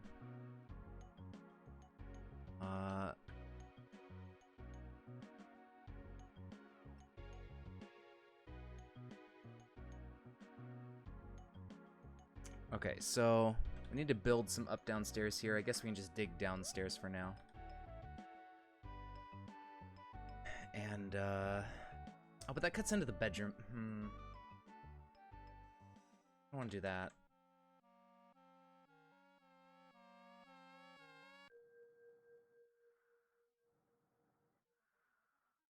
I'm not sure exactly how I want to expand the staircase. I mean, I didn't want to make these bedrooms permanent, but I suppose they're kind of in the way, aren't they? What date? I think 266, about the first or second month of 266. So we're like halfway there, I believe, or a little bit over halfway through our year. That's why I said we're gonna play something else afterwards, because my turn in the succession for it isn't gonna quite last the whole stream. So let's see how it goes. All right, so there's our stockpile stuff. We know exactly how much of things we have now.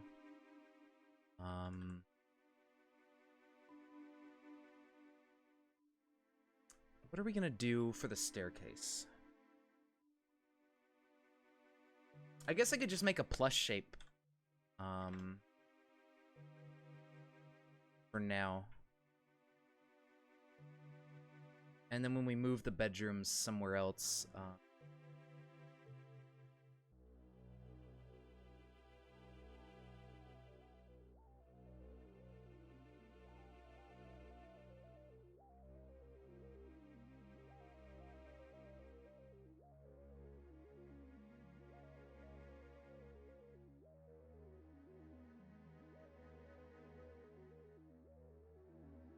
we can just expand the staircase if we need to, but a plus shape is probably fine for traffic. Like more than enough. What's our miner doing? Detailing a floor. All right. Intruders? Wait, what?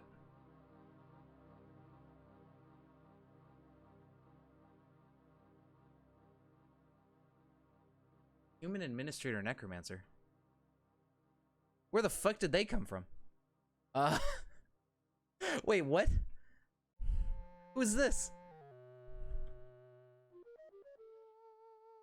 Nani?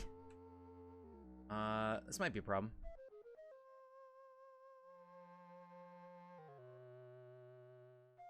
Is that the intruder it's talking about?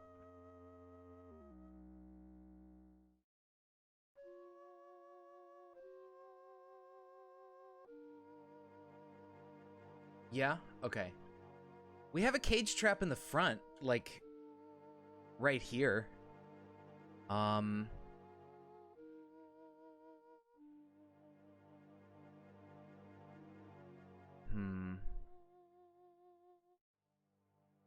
I don't know where the doors are. Try and make the Necro walk on it? Yeah, that's what I'm gonna try to do.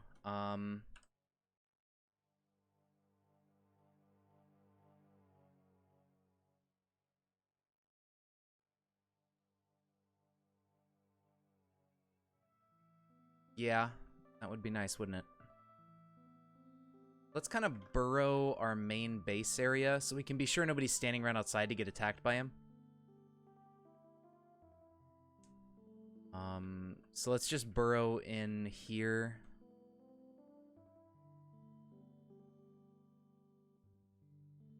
Burrow those. Burrow the dining room. Just so we have a burrow that encompasses the base itself, and then burrow their bedrooms.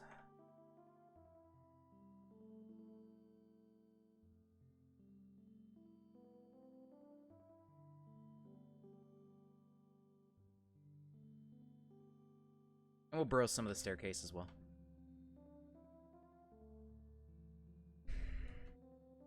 Okay, this way when we set an alert, we can have people get back into the base. And then squads. Get him out of a squad as well as these people.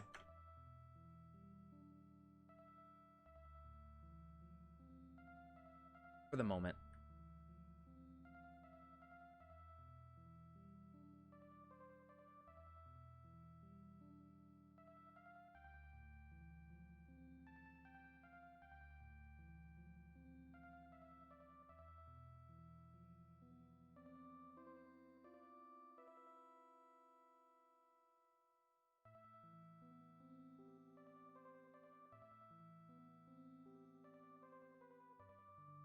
Now, where is this necromancer? What does this be? A badger. Uh-oh. Where'd he go? Wait. Where did he go? Did he already step on the trap? I don't think so. Where the heck did he go?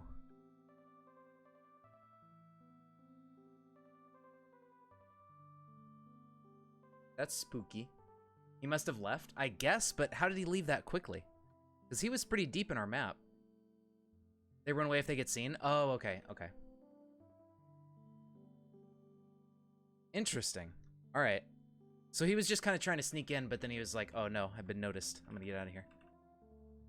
Fortress time, yeah, Nandar. We're checking out this succession game. Oh, you know what? There's ghosts. We need to make some slabs. I don't know how many ghosts there are. I'm gonna make about 5 slabs just to be sure. We should have a mason. We do not have a mason. It's gonna be our mason. Maybe Tyrist. I wish I could make Vukar be the mason, but can't do that. The herbalist could maybe be a mason since herbalism isn't super useful all the time. You could do that for us. Outpost liaison. Hey, we don't have a trading depot, do we? Yeah. That's fine. I mean, we have plenty of supplies, so there's nothing we need to trade for at the moment. And we're even growing pigtail. And they hopefully are done growing before the season changes. So I think we'll be okay on that.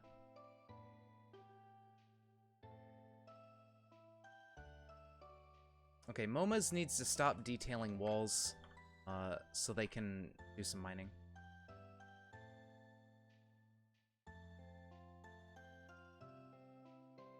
Maybe we'll ask for some leather.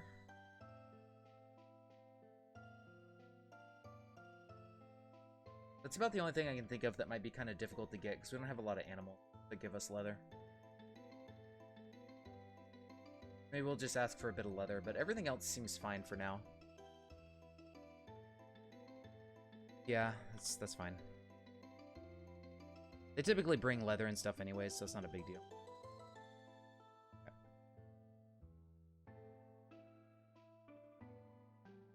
So let's start widening our staircase.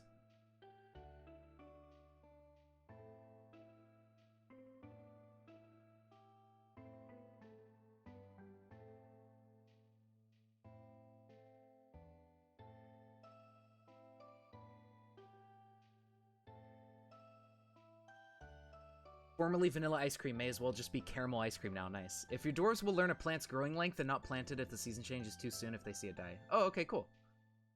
That's good.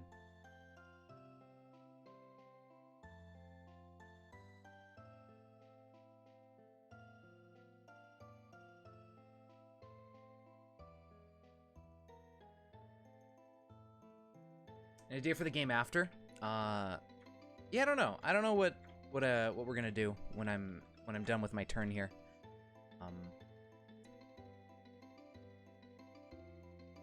Okay, dig up downstairs. Let's do that for now, and then we'll have this nice plush-shaped staircase throughout most of the base, and then we'll have to move these offices and build it up here or something. This shit pile of stockpile is kind of unfortunate, but figured out eventually.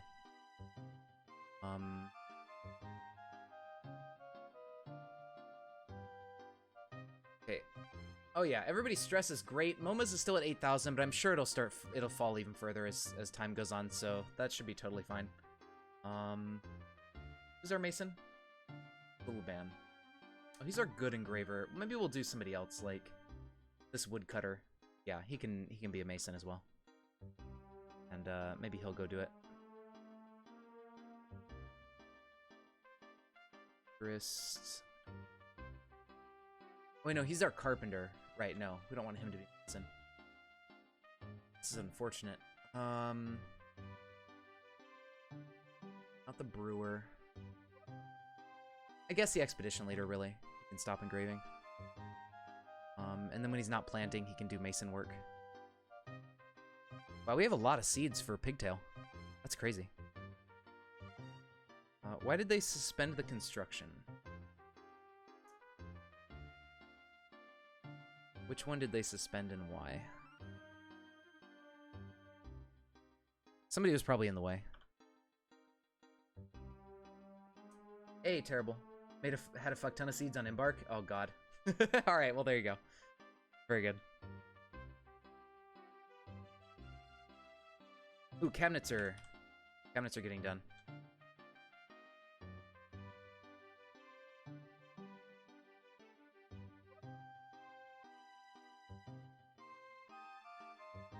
Start giving people their cabinets.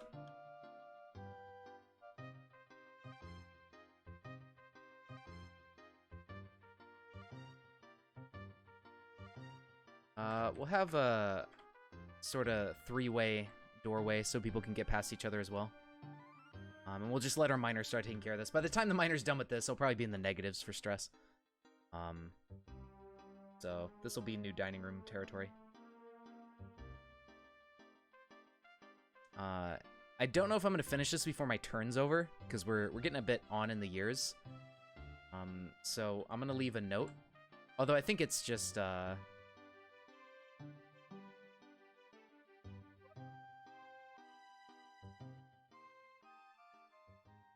Murder Machine, who's next anyway.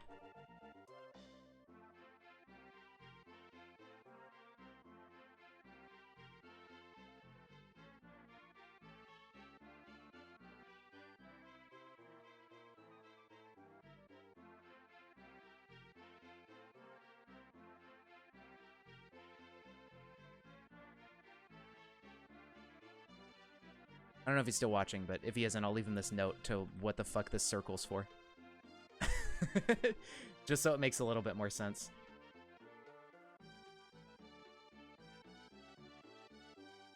Why'd you make the farm so massive? So how you don't have to worry about size for farms. Basically, it depends on your grower's skill. And a maximum, like, there's a certain amount of farms, like, even with a 3x3 farm and a grower with sufficient skill, you can supply about 100 dwarves off a 3x3 of just one type of food, or more. I think at maximum legendary +5, you can supply about 120 some odd dwarves with just one 3x3 farm plot. So the big farms are, you know, it's fine. But if you notice, our grower is level W. What would you need more for? Zombies don't even eat, right? So technically, if... Yeah, 3x3 is good for a long time. More food! Aw, Booster's tower music, very good. But yeah, this will make sure that our miner gets plenty of experience, and hopefully he'll get decent level after this. And can get even faster.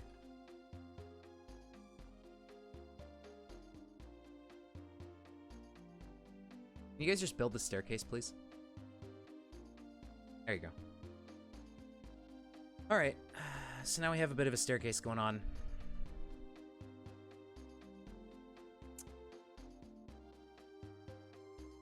Wait, what do you mean pop 6? Who died?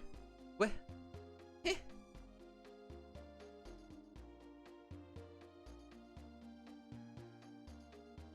What the fuck happened? Who was... What?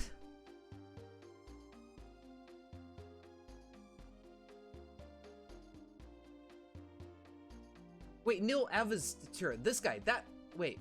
Yeah, Nil was alive. Nil was the guy who had this bedroom right here. What happened to Nil? I never even saw a report about it. Did he get, maybe he got killed by a ghost.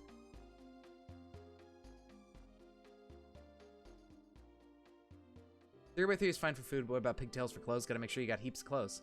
There you go. Ming corpse.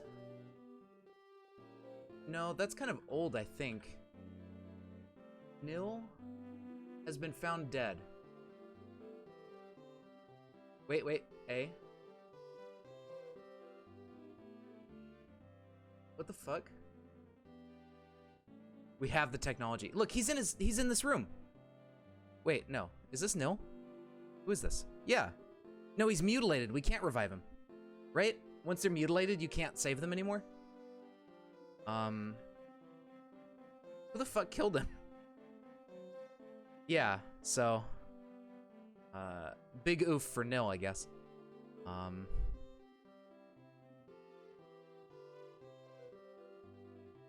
Kib. I'm gonna put Kib in this room.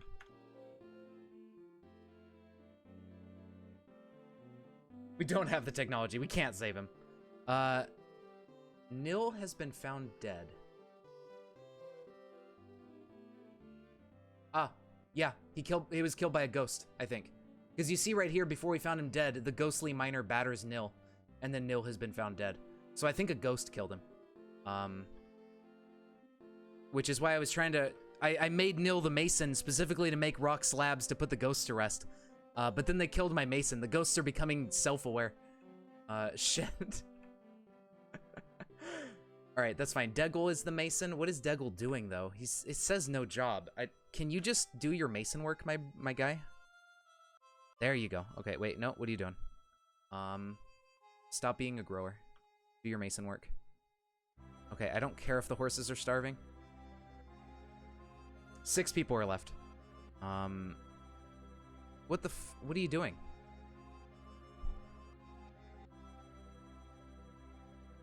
Okay, how do I get him to not gather plants? Because I really need these slabs ASAP so nobody else dies. Let's turn off all of his hauling and stuff, so he can just make us mason things. 7 counting the intelligent undead. Tool did tool things. How did you manage to get so many dwarves killed? I only got 1 killed, and that was because I didn't manage to... I thought we had a mason, but we didn't, so... I didn't manage to get somebody put to rest before a ghost killed someone. We need to bury this body.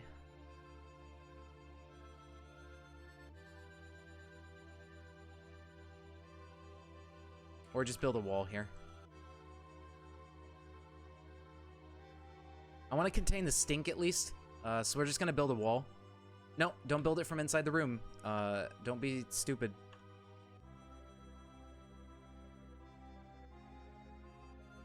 You fucking dwarves are so just idiotic. I don't even understand how you can be this dumb. I'm gonna steal myself in the bedroom. Yay. How many people died in the gas chamber? You said you would put text-to-speech? Oh, I totally forgot about text-to-speech on like donations and stuff. That's what I was gonna do text-to-speech for. Or like sub-messages and things.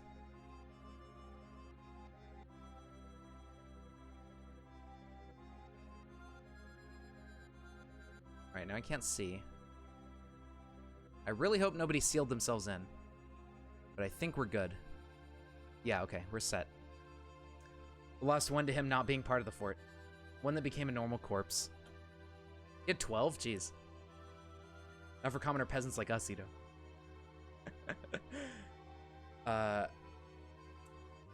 Yeah, I guess I could also have text-to-speech on highlight message too, but I still haven't set it up or anything.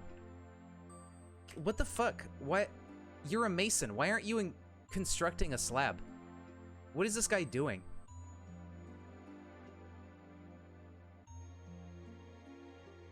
Maybe he's broken. Waste your 20,000 points somehow.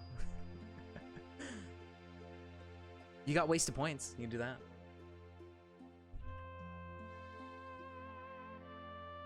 Okay, we successfully made an slab. Engraved slab. Oh no, there's so many people. All right, so hold on. This one's entombed, so he's fine. This guy's a ghost. Okay, so we need to do Sotto first because he is a ghost. Do this now.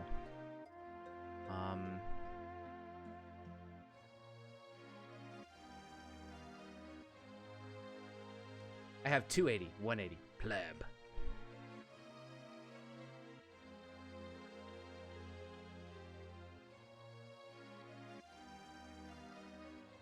Stop running away from your mason job, dude. Just do the work. Oh my lord. All right, let's build our engraved slab somewhere. I don't want to do it over there because I have to walk by that guy. We'll put the engraved slabs here. Yeah, memorial slab. So that'll put at least the active ghost to rest. The insane necromancer committed dead by cop. Highlighted messages be highlighted on the screen. I don't know how to do that. I don't know if there's like a way to do that in all right, there we go. Ghost has been put to rest. If there's a way to do that with the thing. I've never done that or messed around with it, so I don't know yet. I'll have to figure that out.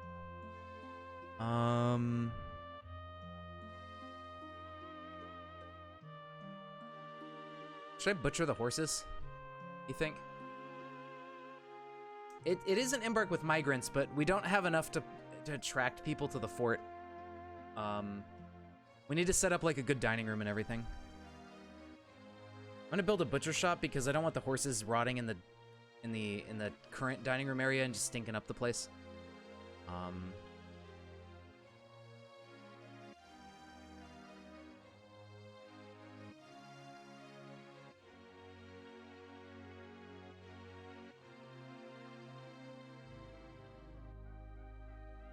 The OGs kind of all die.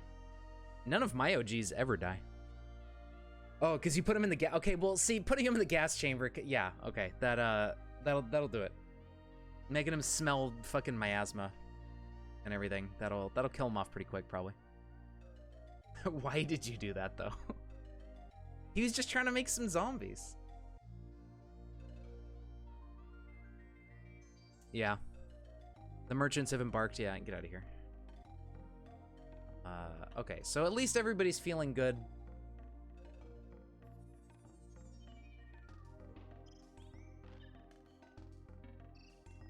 Yeah, I mean, with a necro, you know, you kind of want to kill your dwarves off and try to make them into intelligent undead. It sucks that it's only a chance, though.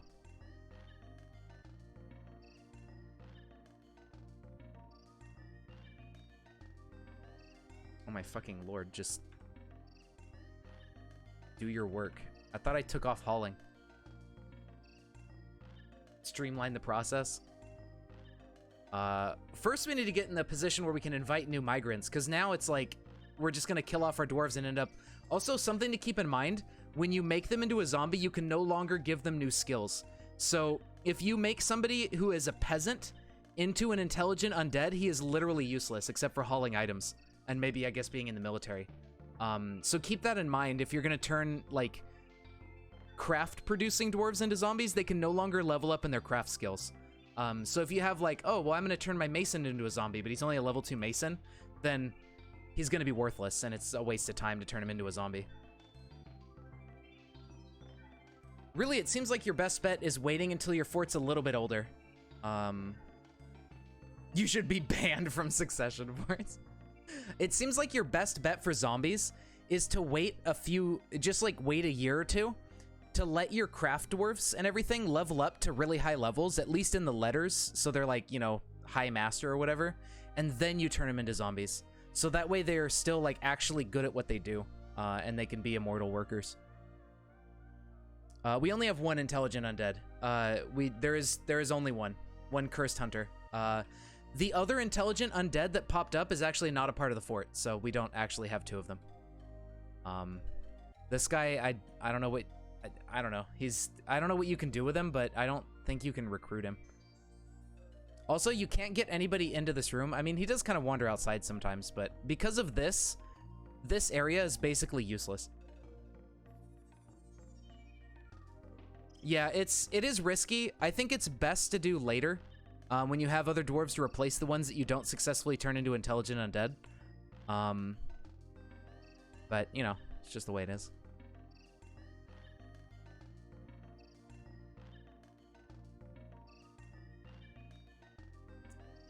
I wish we had somebody with appraisal. On Embark, you should have gave someone at least like level 1 appraisal. I usually do that just to make sure we can see what our worth is, because our worth might need to be a lot higher for new migrants. I guess it's not a big deal, but I was just curious what our worth is at. Oh, he died. Okay, yeah, okay, never mind. Understandable. Try again on your next turn. Yeah.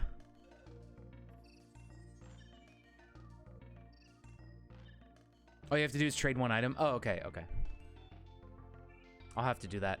I don't think the traders are going to show back up before my turn's over, but I'll build us a trade depot real quick.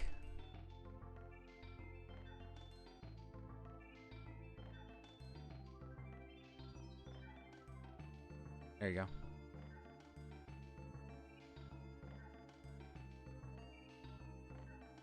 Yeah, I mean, it's taken forever, but at the very least, he's getting plenty of skill from this.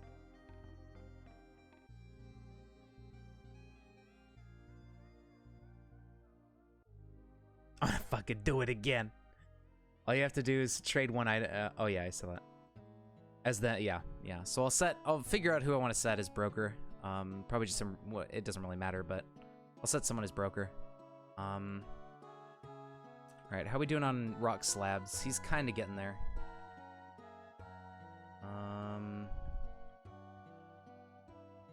Meng, Nil, Erith. Let's do those guys.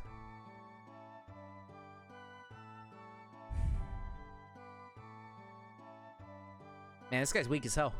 He's hauling super slow. We need to start making all these dwarves haul rocks constantly so they can all become chads. Where's this water coming from?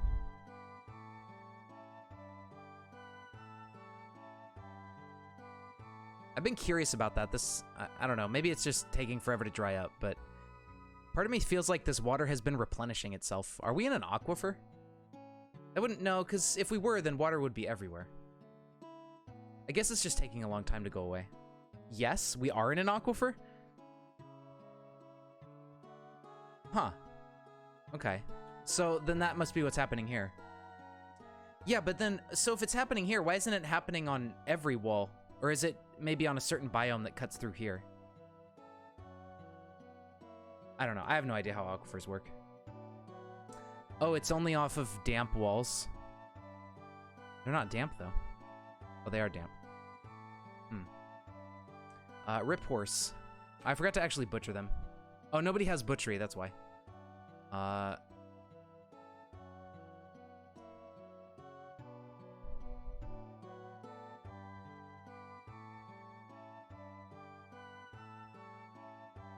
Alright, let's see if they'll put the corpse of the horse outside.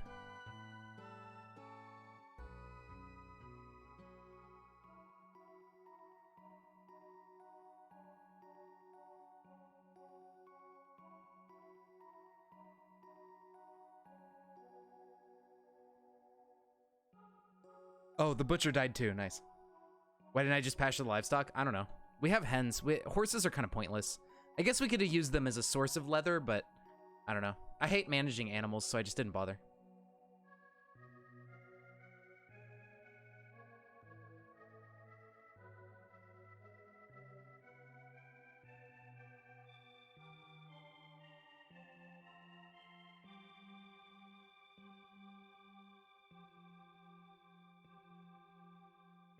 No, a horse died, not a dwarf. Don't worry.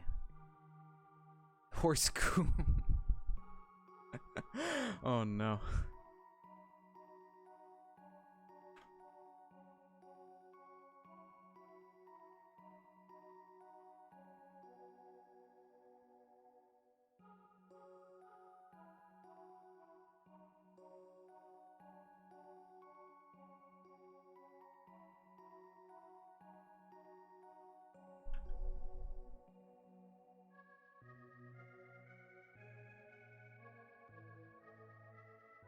Okay, engrave one to nil. Engrave one... Oh, he's entombed, right? So we don't need to engrave a slab. And then that guy. And that should be it. No horse coom. Sadness. Alright. Some more people have been put to rest. Very good. We'll put the last couple to rest. Poo bandit. Yeah, dude, I'm gonna steal your poo. It's all mine. So is it at the top of the year that you guys have been doing it? Like, as soon as it's just 26611? Because I didn't actually look at the date when I started playing. But I'm assuming you guys are going off just the top of the year to make it easier. Or when did... I don't know. Do you know what date the file was at when you put it up for download? I should have paid attention. I know it was already 265 when I started. It didn't change year. It was like spring or whatever, so... it's at least going to be 266 at some point. Okay, okay. So I'll just stop at about 266, 1 or 2. I think it was about month 2 when I noticed I was playing, like the beginning of month 2.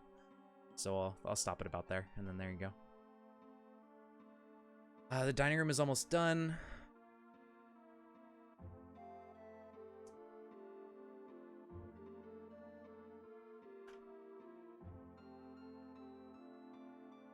All right, there's our last couple memorial slabs, and that should be it. That should be good. We shouldn't have to deal with any more ghosts. All right, all right.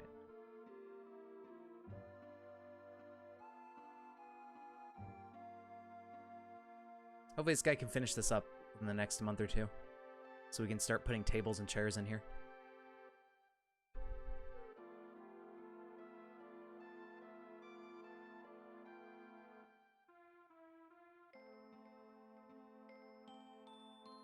He's level 9.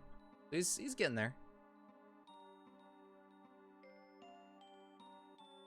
At least the good part is the higher their level, the faster they can train it.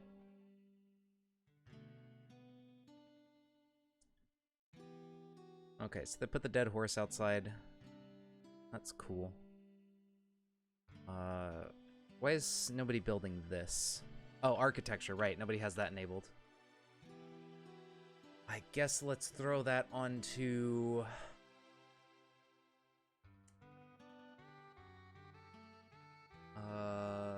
can't put it on Vukar. Put it on Tirist.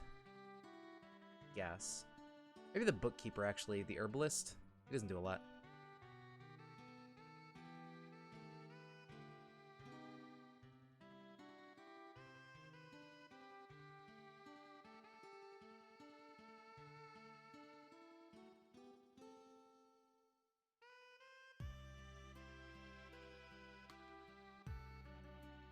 And then if we get a big, fancy, shiny dining room, that should help us attract, like, all the migrants we want, you know?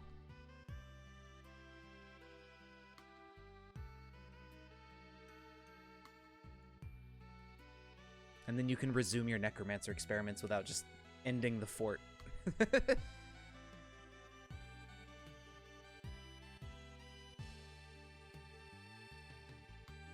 All right, so it looks like you should be able to get this done by, like, October.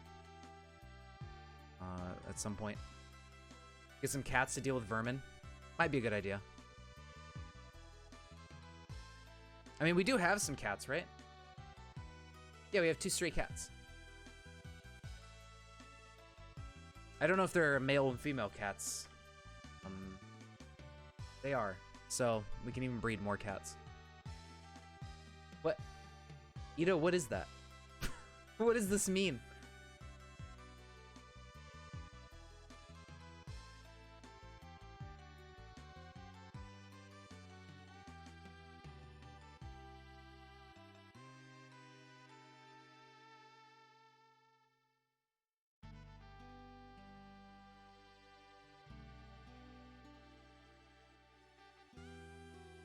The only thing I hate is that there's going to be all this stone here. I guess I could use DF hack to just move the stone.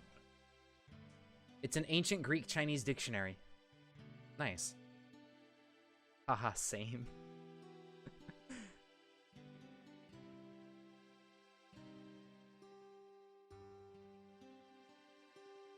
Okay, cool. Now we got our trade depot. So if the next time the people show up, we can actually trade with them. We don't have any goods, I think, but we could start... There's a lot of wood. You could start pumping out something if you want. Did the cats die? No, we have 2 cats. I don't know if you had more, but we at least have 2 still.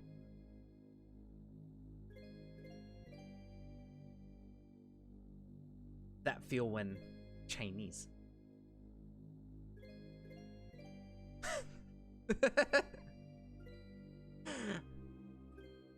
I have no idea what that means. LOL.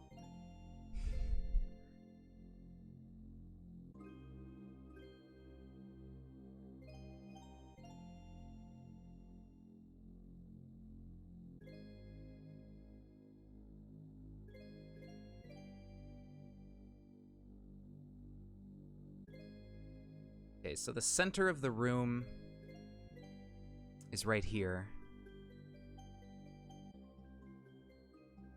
I'm gonna go around the center like that.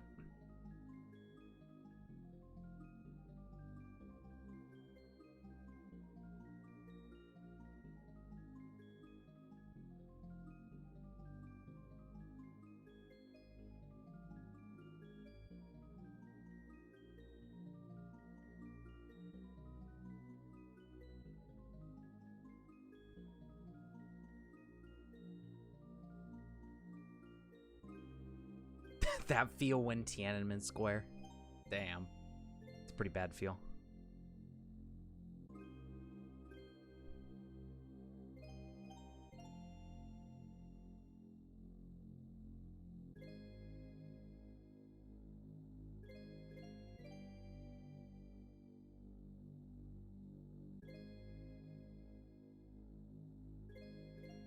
I'm gonna wait until he's done mining, because the squares will get in the way.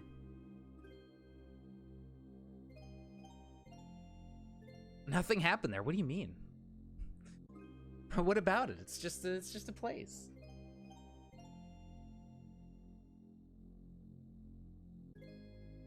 Jeez.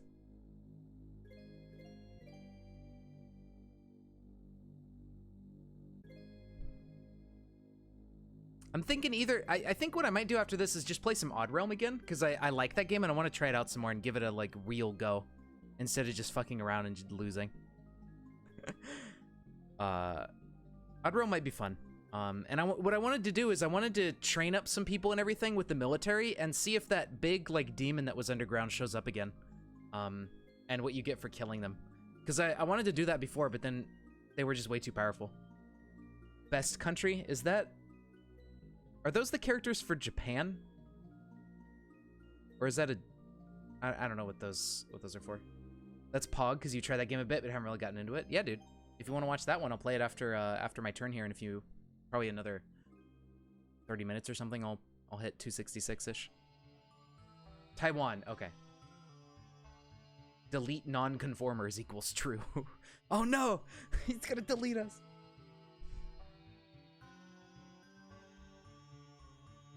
But yeah, Odd Realm's pretty fun. I'm really looking forward to when they get some more stuff done with Odd Realm. Add some more races in, get some more game functionality in for different sites and stuff. Maybe being able to wage wars and raid other areas and all that kind of stuff. It'll be really cool.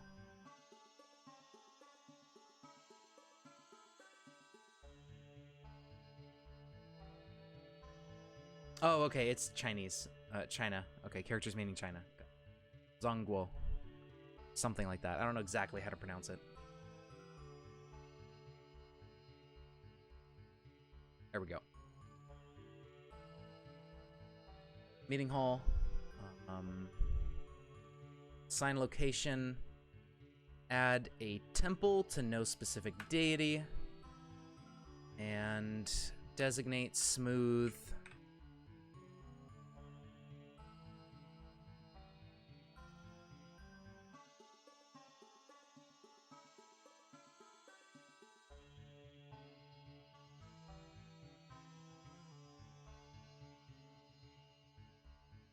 If else.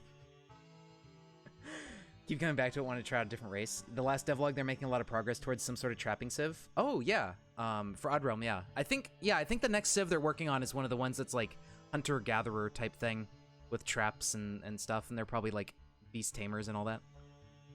The Arden, there you go. Something along those lines. All right, everybody needs to get in here. All hands on deck. All right, I no longer need the label anymore. It is now apparent what this room is.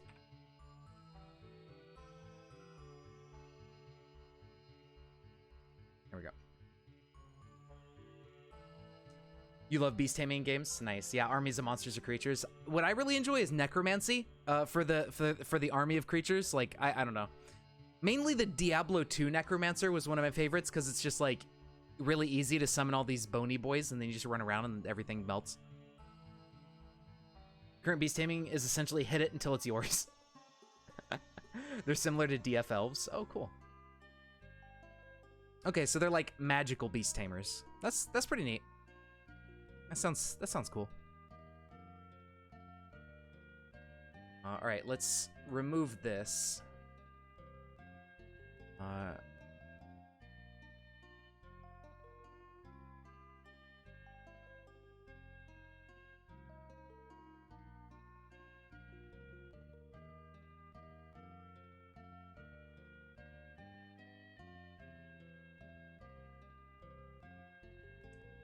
Really trying to find a good Necro game. You played D2 with Hexa a while back and had fun with Necro, and recently played Pathfinder and made some Summoner type guys. Oh, nice. That sounds cool. What am I supposed to do when I spawn within vision of range of a giant spider? Punch it to death. I don't know. If you're talking about are you still playing Wayward, Candy? You can actually run, because in Wayward, like, they aren't faster than you, and sometimes they'll get bored and like wander off. Especially if you can break line of sight or something around trees and things. So just run. As long as you have room to run away, you'll be fine. Haven't been able to find a good Necromancer or Summoner RPG to scratch that itch. Understandable, yeah. That's actually something I've been thinking about, and what I might do when I get really serious about making a game. I think I want to make like a game based around maybe based around the idea of like starting out as this character in this fantasy setting or whatever, and you're really weak and all that, but then you go through the whole journey and process of becoming a lich, and you become like the gameplay and everything is focused around you commanding an undead army and shit, and like evolving into this, like, you know, powerful lich that does whatever. Yeah. No, not in Python, of course. I'd probably just use Unity, because Unity can make some is pretty good for performance. D&D Necromancer, yeah, maybe. I definitely want to read up on D&D's Necromancer and Lich stuff to get some more ideas for the setting and everything. It's been a while since I've really dug into D&D. But yeah, I think that would be really cool. And if the game is focused around that, I can spend a lot of time, you know, hammering out the mechanics of it and making it something fun. Check out Ravenloft. All right, let me pull that up on the side so I can remember it, because I'll probably forget. Ravenloft is a D&D adventure module. All right, perfect. Yeah, that looks cool. Wow, in 1983. Holy shit. It's an alternate space-time pocket dimension. The demi-plane of dread. Oh, that's neat. All right, yeah, I'll look into that one. That sounds cool. Oh, you, not a roguelike. Played some Necro and Pathfinder, Kingmaker, and it was fun to mess around with those spells. Nice. It's been a while since I've really messed around or played D&D or anything. Mainly because, like, all the friends I used to play it with back in, like, high school and stuff, you know, we graduated, drifted apart. It's been, like, 10 years or something since high school, so it's like, you know, haven't seen them in a while. It's not. What do you mean it's not? What are you talking about, Ito?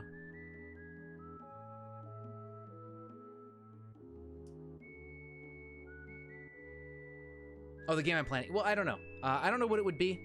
I'm not sure what type of game would facilitate being a lich and everything the best. Like what mechanics would serve the setting and everything. Is this Dame Dane? No, this is Bahamut Lagoon. It's Desert Dafira. From the SNES video game. Heard of Wayward a bit. Is it a good game? Wayward's pretty fun, yeah. If you like, Pathfinder's actually a PC game just using the Pathfinder rule set. A Kingmaker is. Okay, cool. Nice. So Wayward is like, it's a little roguelike survival game where you just wash up on an island and you have to make food and water and survive. And I think it's pretty fun. It has sort of Terraria equipment tiers type of stuff going on where, like, you can make levels of armor and they have like more and more defense values and they have more resistances to certain types of damage and stuff like that. And I'm sure there's way more as you go deeper into the game. I've only scratched the surface of it and barely like started. Wayward. Way-like. Yeah, Wayward. There you go. It's a pretty fun little game. I like it. I like survival crafting type games and stuff like that. It has multis too. What, Kingmaker? What is this guy doing? Why is Vukar yellow? Meditate on victory. Okay. Whatever you want to do, Vukar. Looks like a top-down Terraria. Kinda. The art style, I suppose, can be a little bit reminiscent of it, too. But yeah, it's pretty fun. It is a roguelike. It's not like an action game or something. So it's... but you can actually set the game to run in, like, real time. But that just seems really difficult, because while the game is running and you're just standing there thinking about what to do, it's just stuff is happening, and I think you might get thirstier and hungrier as you waste time, too, but I don't know. Yeah, it's more like CDDA, and other roguelikes in how you play it. I guess the art style might be similar to Terraria, because some other people mentioned it. And the way that your armor progression kind of works, I guess, is maybe reminiscent of that. I don't know. Yeah, but the gameplay is totally different.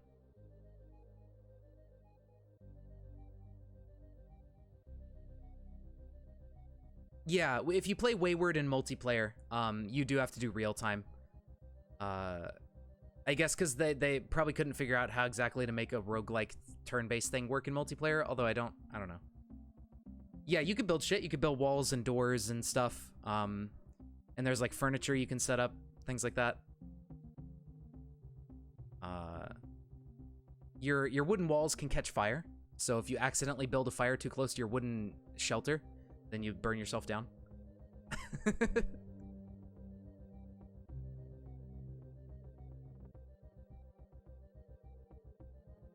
Yeah, I was playing it just the other day. Yeah, it's cheap too. Turn-based stuff always rubs you the wrong way unless it's specifically supposed to be board game-like. That's fair enough. Turn-based isn't for everyone, of course, and that's why, you know, not everyone likes roguelikes. But if you can get used to it, it's pretty fun. And of course, you could play it in real-time mode instead. 30 shekels. I don't know what you mean.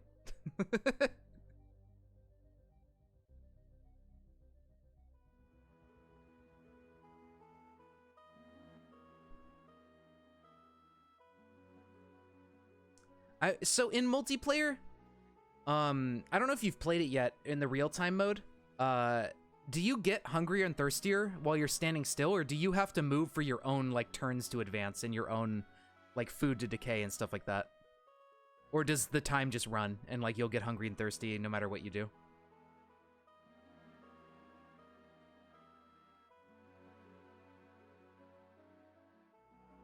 Yeah, there you go. Ito lives in Israel. All right, well, the dining room is coming along. They're like halfway there. You haven't tried real time? Yeah, I haven't either. I don't know what it's like.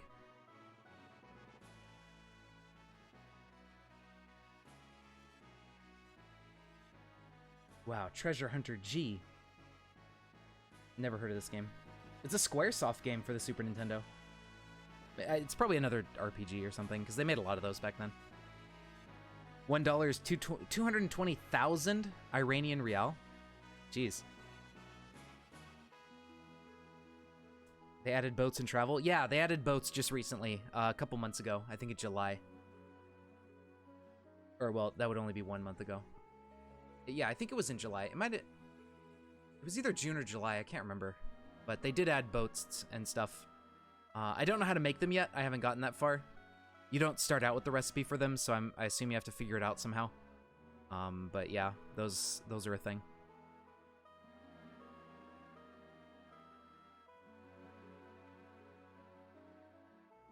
I think somebody was asking about the best container for water earlier, or the best container or something in Wayward earlier. I think clay jugs are your best bet because, like, Corona makes time feel really slow, kinda. Because, like, if you're near clay, you can get a lot of clay out of it and just pump out jugs constantly. Don't feel so bad about the $1 to 3.74 Polish. I don't know how to pronounce that, but yeah. Yeah, Iran's money seems kind of rough. That sucks. But they've been going through a lot of unstable stuff lately, right? Like with a bunch of things happening. CAD is not too bad to USD. That's Canadian, right? CAD?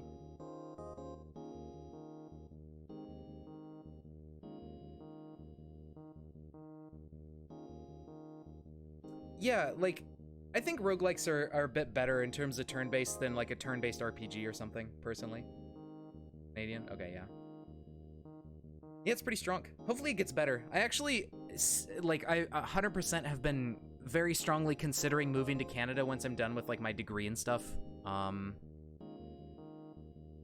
Canada seems like a nice place. Hey, Wargun. Welcome back. No thanks to your province. Oof.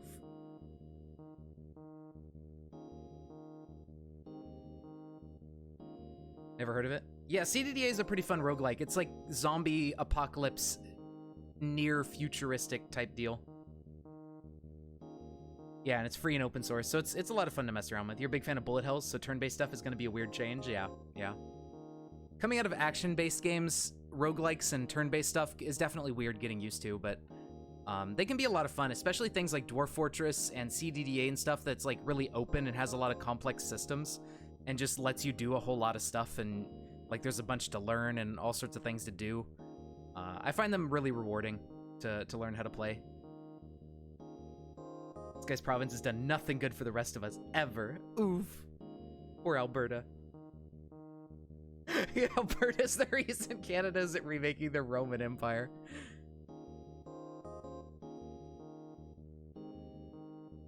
Oh, man.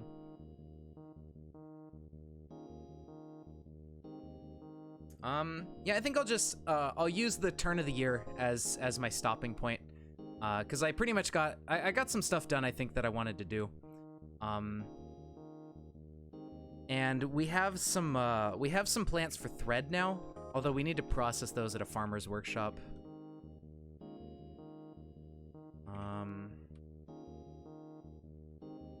I think it's the farmer's workshop.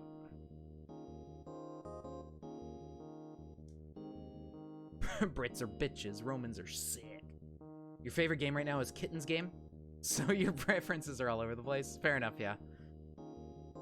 It's not like you plan your moves and then let them play out, but each move takes X amount of time and the game pauses whenever you don't make any move. Yeah. Roguelikes aren't really turn-based in the traditional sense that people think of when they think turn-based. It's more like the game waits for you to decide what you want to do, and then it advances as fast as you do things. So if you know exactly what you're doing and where to move and stuff to do, the game actually churns along at a decent pace, like, once you learn how to play it. And that's what I like about roguelikes, is once you learn how to play, you can actually, you know, input your stuff a lot quicker, and then the game just moves along at a much clippier pace. I don't know if that's the right word to use, but, you know, at a faster clip, I think is a more proper term for that. Sea people are based. Dude, fucking Atlantis, hell yeah. Sea people causing the collapse of all civilization was based. The OG and Prim. Clippier pace is great. Yeah, there you go. Not Atlantis? Oh, okay. My bad. The Sea Peoples. Well, what are wait, the Sea Peoples. What are the Sea Peoples? British Empire abolished slavery, so it's obviously less pain. It's kind of fucked up, dude. No one really knows. Wow, they're so mysterious. Okay, so we're at 266. I'd have to enable farming. All right, I'm gonna turn his farming on. I'm gonna fallow everything.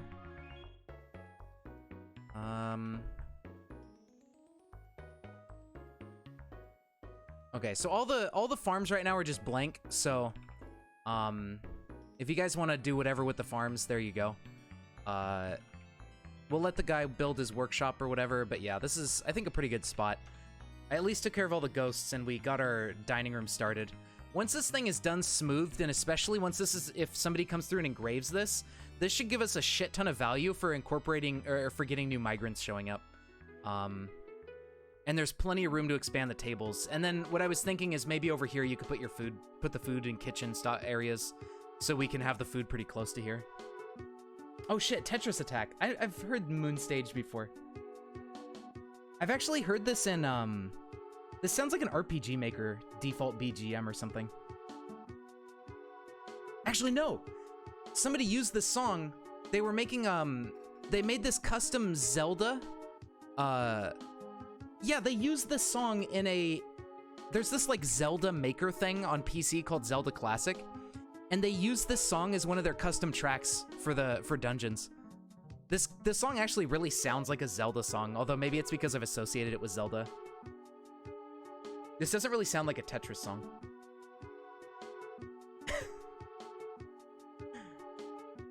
They caused the Bronze Empire collapse. Philistines were thought to have been sea people. Jesus. Is this like a really big conspiracy that people have been talking about before? And it's just like, whoa, the sea people did it. It's all them.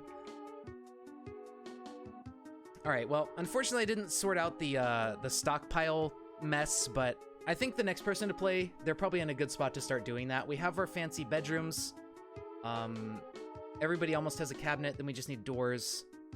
And then, you know, we got cups. We got this. We just need maybe some other stuff like taverns and things. It's a real thing. The sea people are real. All right, well, you know, shit, dude. All right, so I mean, we're in a good spot. As long as we can attract some new migrants with our wealth, I think we'll be able to, the fort will start picking back up and we'll gain some steam. Yeah, I think this is a pretty good spot to save it in. It's been about a year, because it's 266. So I'll go ahead and save it here. And then the next person to take over can keep the fort going from there. But yeah, we'll play some Odd Realm. I think that'll be fun, and it's still like a Dwarf Fortressy kind of game. But I will take a break for just a minute, because I need to go get some water. My throat is really dry. It's debated whether or not they were the sole cause. They were basically 1000 BC Vikings. Interesting. All right, so yeah, that moon stage from Tetris Attack definitely sounds more Zelda than Tetrisy. Yeah, let me launch up Odd Realm, or was it called?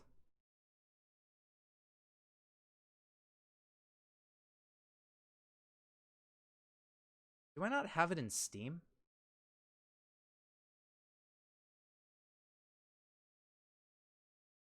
You know what? It might have been, I might have a direct download from it, not actually a Steam key. I don't remember where it went. Let me find this first. Where the heck is it?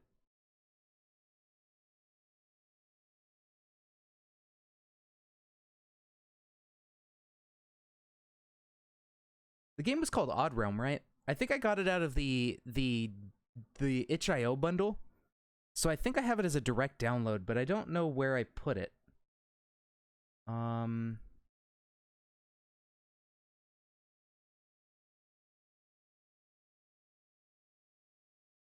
Okay, hold on. I gotta find this really quick, and then we can play the video game. Where did it go? Let me close off this capture for the moment. Odd Realm. Alright, so let's quit out of Dwarf Fort. Okay, so that's all saved. I'll just package it up and put it back in the Succession channel once I'm done with the stream. So yeah, let me find where the heck this went on my computer. Because I don't think I installed it. I think it just came as like a zipped folder that you unzip and then boom, you can play the game. So I just have to figure out where the heck I left that folder. I guess I'll turn the music back on while I'm doing this. But it's somewhere in here, right? It's got to be on my computer somewhere. I don't remember deleting it. There it is. Okay, never mind. I found it.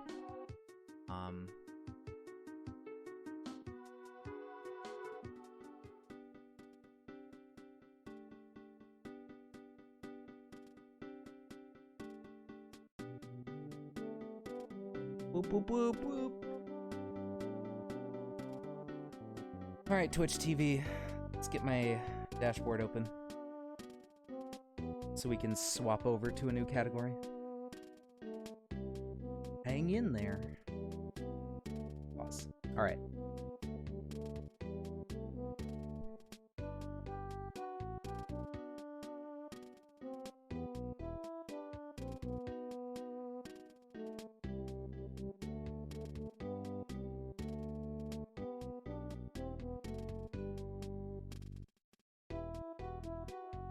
Odd Realm, perfect, done. Okay, so that should have updated the title and the category. Let me see. Get Odd Realm on screen. There we go. Okay, perfect. Yeah, so I'll leave you with the... Oh, Jesus. Okay, we turned off the music. All right, yeah.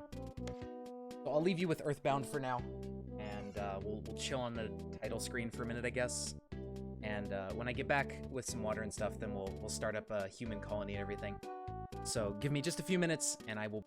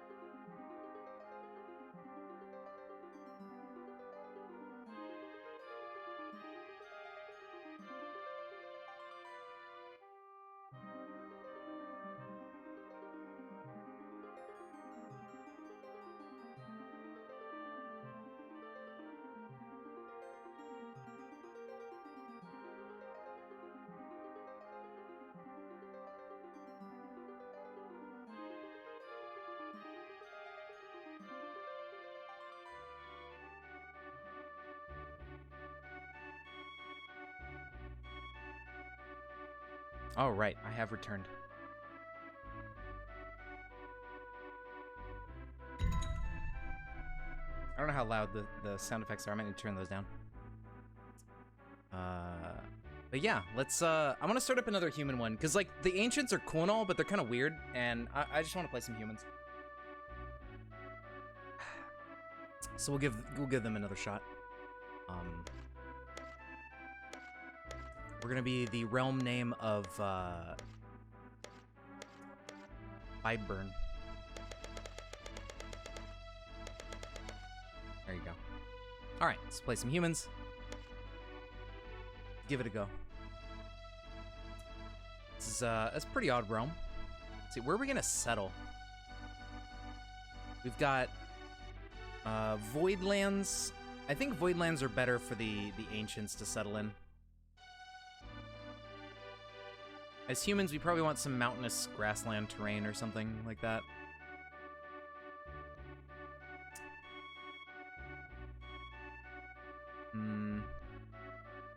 What do you guys think? Where should we settle?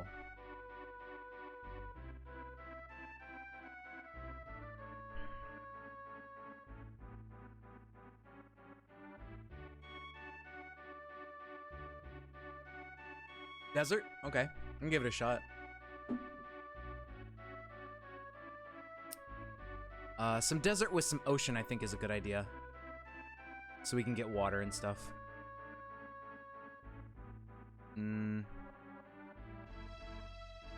That's a little bit too... enough land.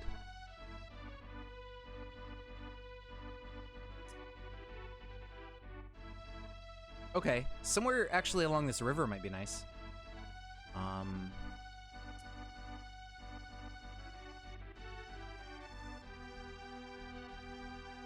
Maybe this one?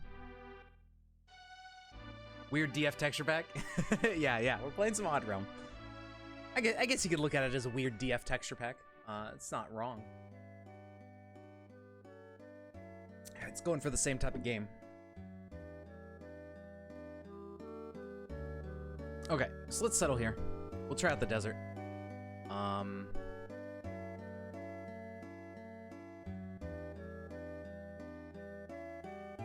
Should we custom? I think Pioneers is fine. I think I'll just do Pioneers.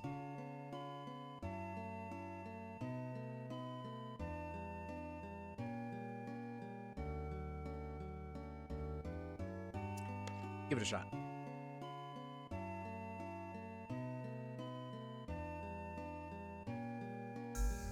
All right, here we go. So we have some water. There's actually trees along the water, which is good. And we can start digging underground or something and just live down there somewhere. I don't know if we can farm in the desert. I'm not sure how that affects our plants, but we can give it a shot. All right, we're up here.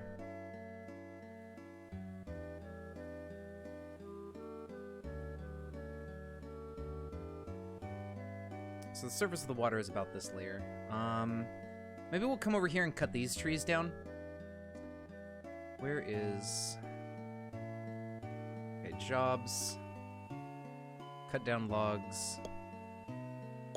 Let's do that. And then we will set up, where's a farm zone? Zone? What is it? There's a way to set up like a farming area. Plant. No?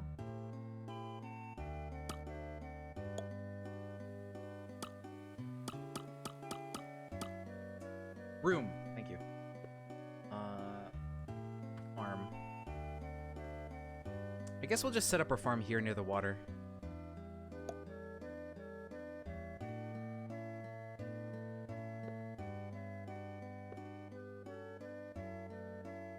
Melons seem like a good idea.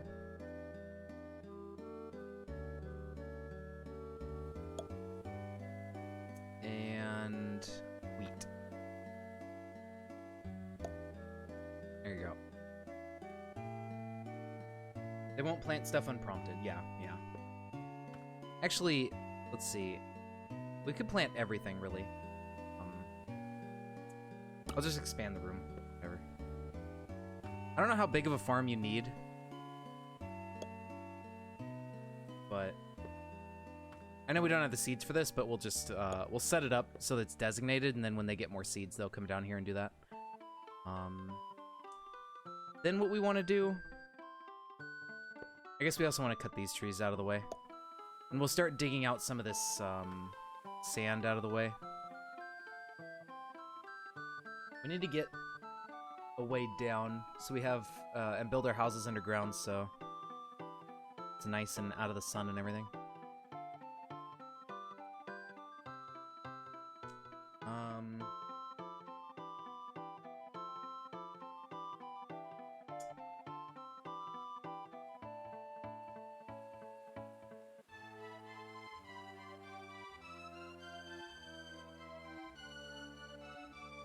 Let's see. How do we want to do this? We could mine down here.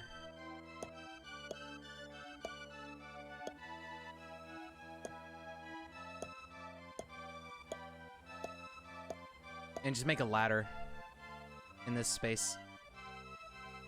And then down here somewhere we could start building our bedrooms, wherever.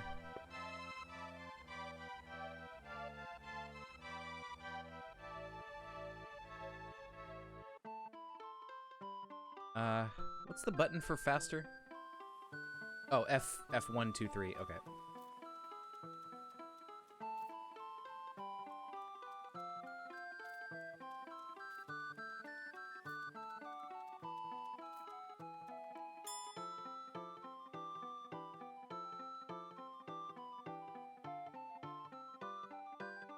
how far down do we want to go for bedrooms? We also want to start building... Where's the ladder?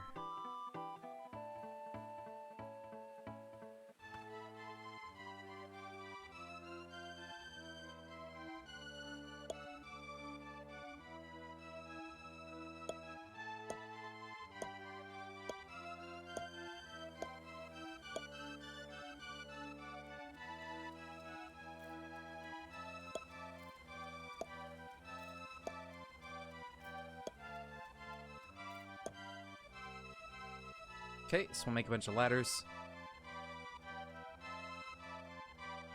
I saw some sparkles somewhere. 33, 32. I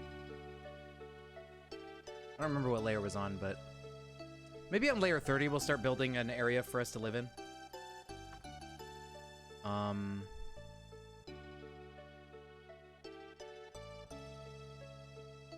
That seems good. Oh wait, no, we're on 31. So here is layer 30.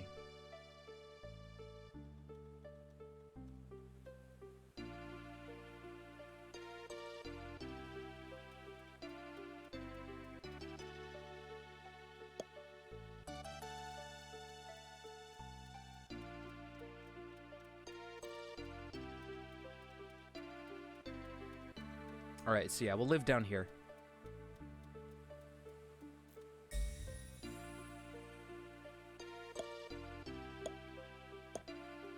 I'll make this little room.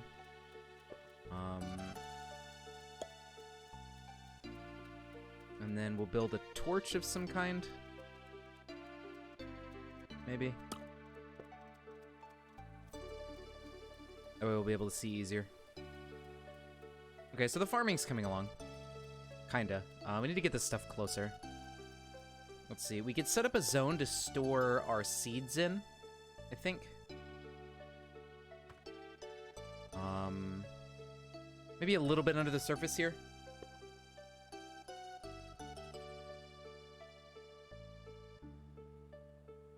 So surface is at 43, 42, 41. Maybe at 41. So it's not too far away.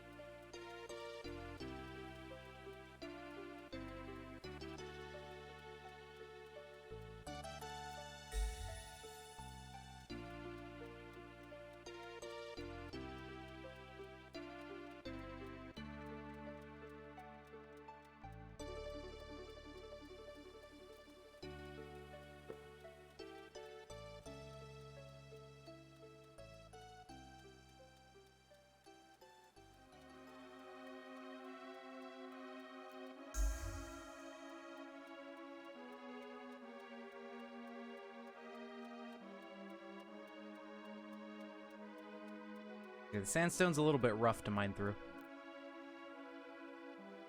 But they'll be okay.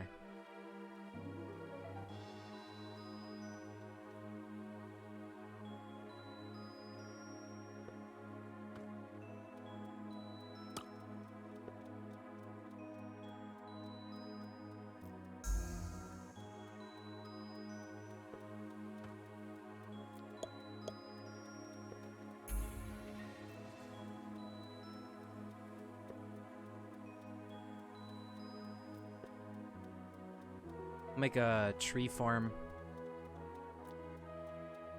right here.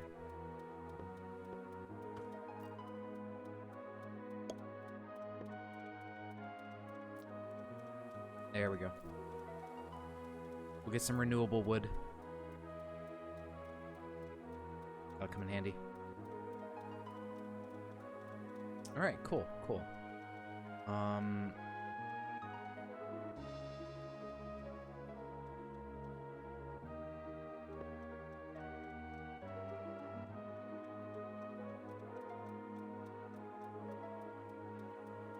I think our miners might be asleep.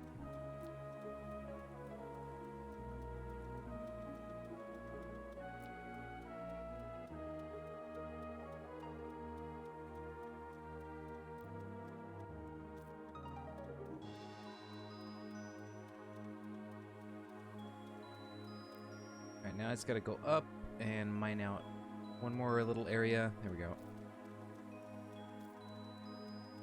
And then this is where we're gonna put our seeds. So they're not out in the open anywhere. I guess I could also construct a building or something out here to put the seeds in, but I kind of like putting them underground.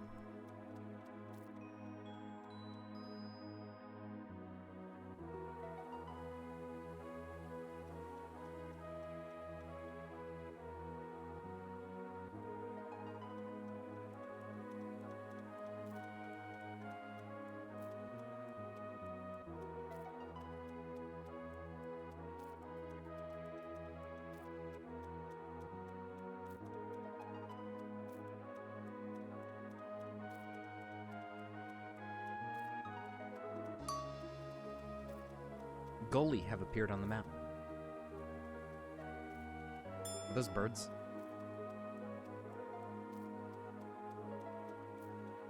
We could set up a fishing spot for food, maybe. All right, let's get a zone for the seeds. Actually, custom sand clods.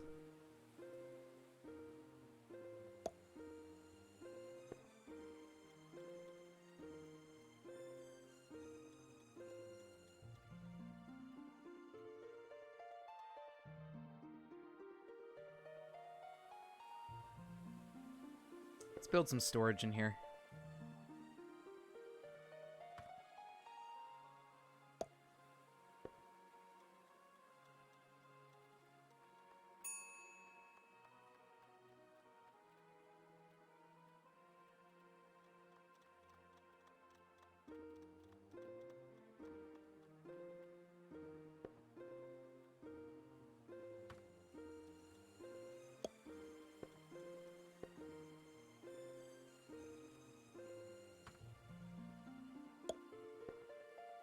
I think we can put seeds in wooden crates.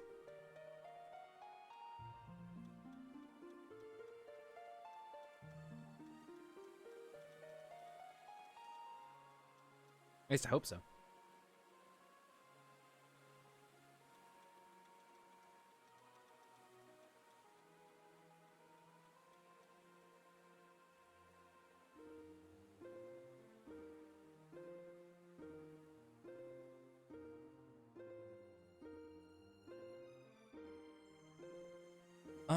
Okay, so we're probably gonna live down here at the bottom, right here at 30.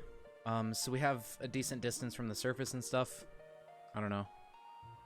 I'm not sure if temperature and everything matters. I don't know if it's if temperature is these like red squares that I see on stuff with the yellow text next to it.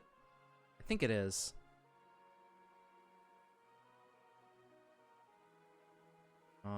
So even down here, it still says 70 temperature.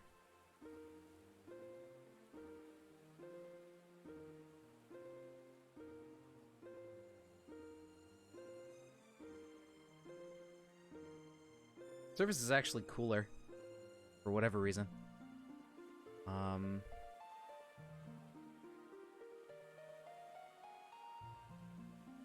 There's still direct sunlight? Maybe. But why would it be hotter down here than on the surface? Maybe underground in this game just is warm, for whatever reason.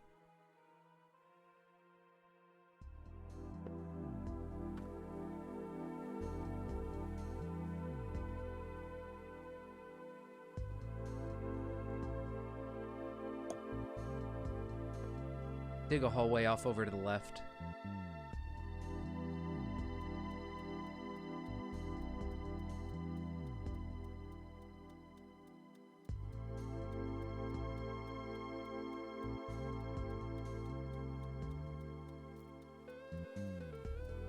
Actually, you know what I should do? I believe it's a workshop. We can probably make them slightly better pickaxes. Let's see, what is he using? Oops, no, don't do that.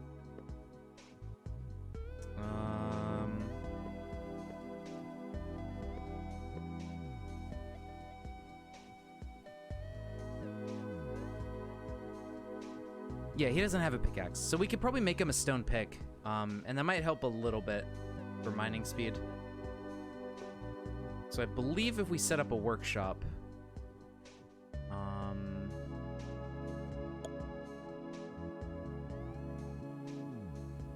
carpenter's table, seat, cabinet. Actually, we could probably just look at production. Workshop. Yeah, okay, workshop, stone pickaxe. And it gives him +1 mining. So it's, I guess, better than nothing, really. So, carpenter table, seat, cabinet. That's what we're trying to build.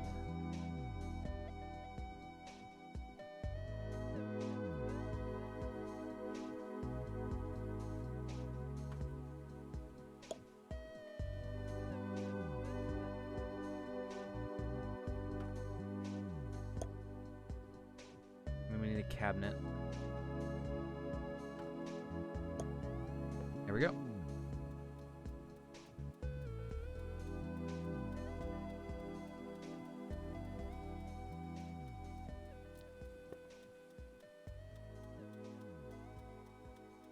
then we'll get him a wooden, or a stone pickaxe.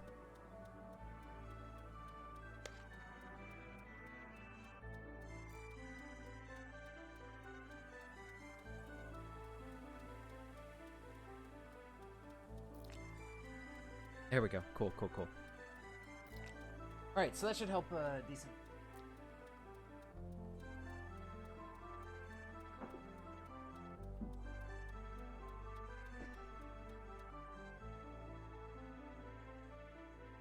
I don't know if he made it.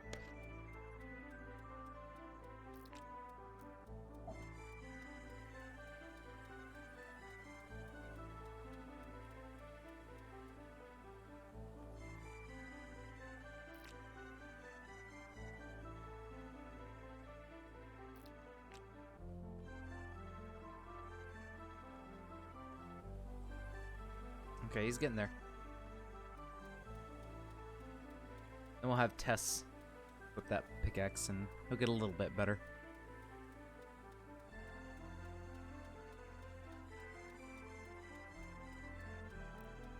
Okay, ordinary pick.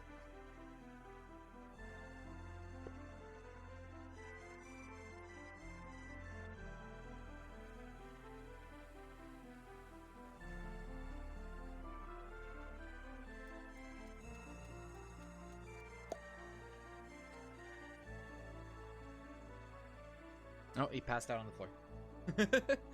I don't remember how to get him to pick it up. Maybe he'll just do it.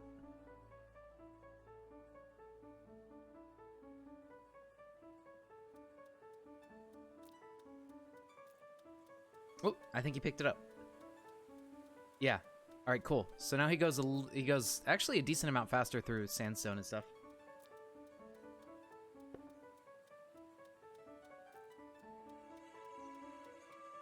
Ridgestone is a bit harder, but sandstone he seems to be able to mine through no problem.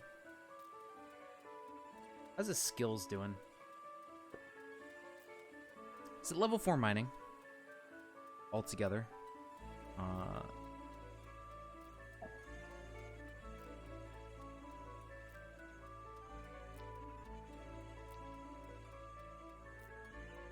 The pickaxe was definitely a good idea.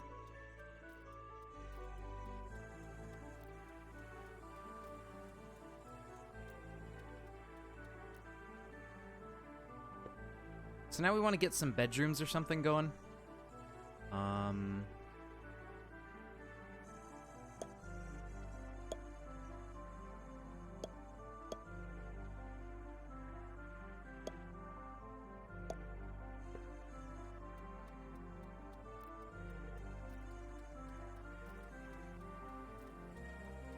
Odd Realm Pog, yeah.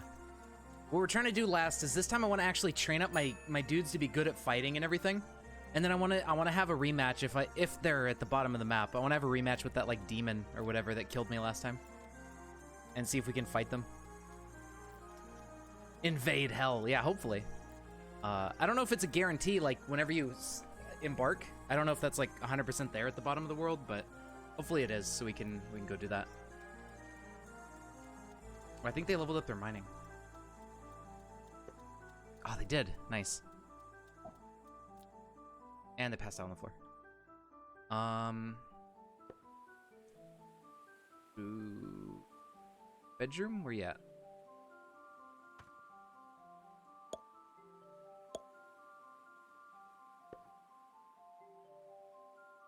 Build some stone doors.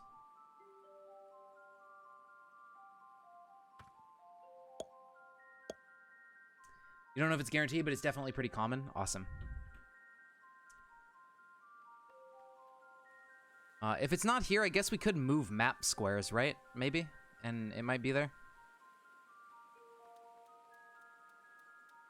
Alright, so now we got some bedrooms.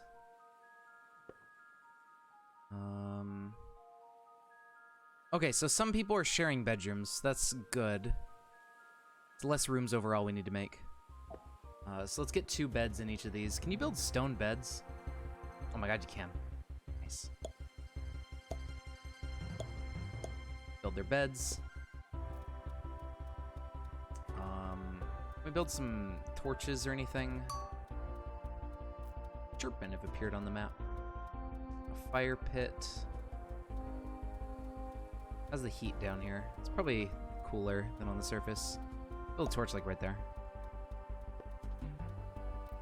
74. It's still pretty warm in here. 76 back in this bedroom. It's actually getting hotter. It's up to 80. What the hell? What? How are these people so... How is it so warm down here? This makes 0 sense. And then on the surface, what is it? Like 68? That's strange. Heat is supposed to go up, not down. I don't know. It's a bit silly.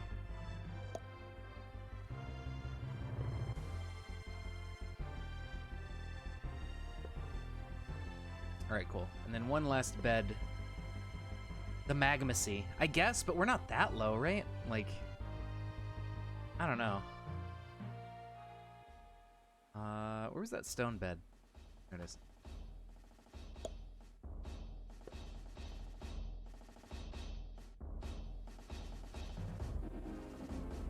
Alright, so here's what I'm thinking. I don't think so, no. We're in Australia. Oh, okay, right. It's upside down, yeah. Understandable.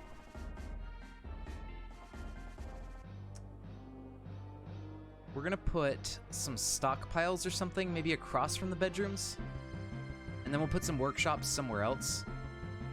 Or maybe I should put stockpiles over here.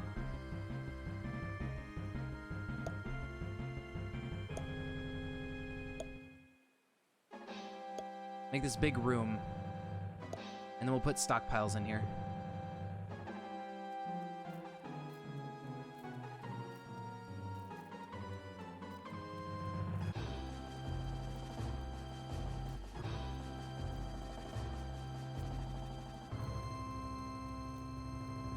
There's some iron there. So I think we might be able to find some iron out over this way, or hopefully somewhere else on the layer. And we'll get iron armor and stuff going. I don't know if there's a place for them to train.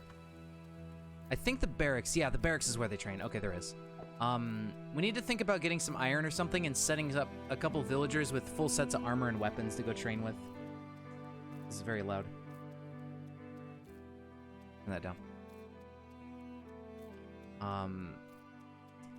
So that way, you know, they can start raising their level and everything and getting good at combat.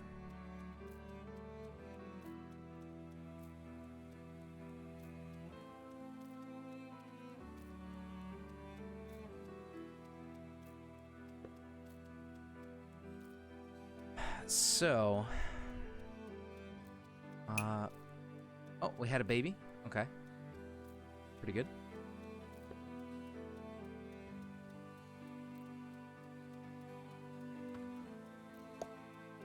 Put a door on his bedroom.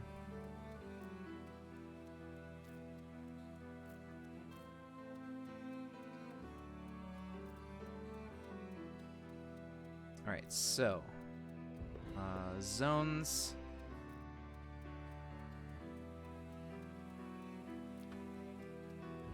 Let's see, resources. Yeah, we'll just have a generic resource stockpile along maybe this side of the room.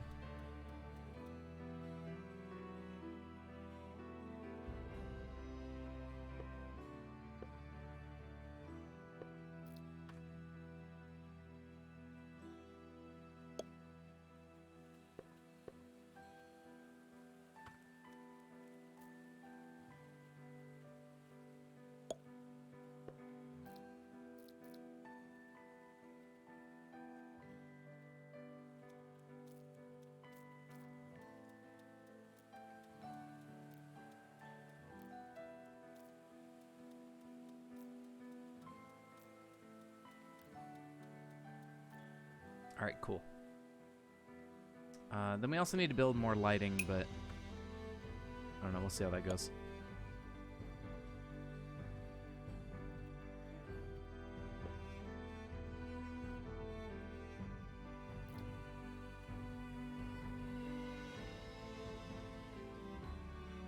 There we go. That'll get everything in one spot. That'll be good.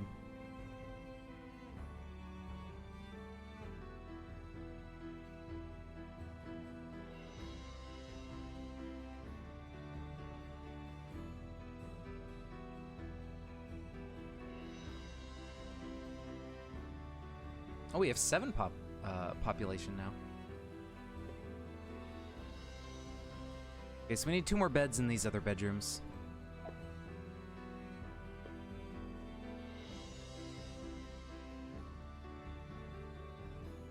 Oh, we need plant fibers for beds. Where do we get that from? Can we get it from harvesting this stuff?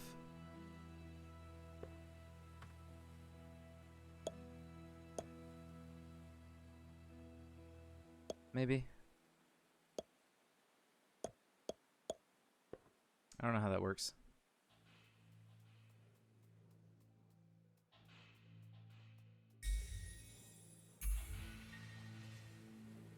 We have seeds.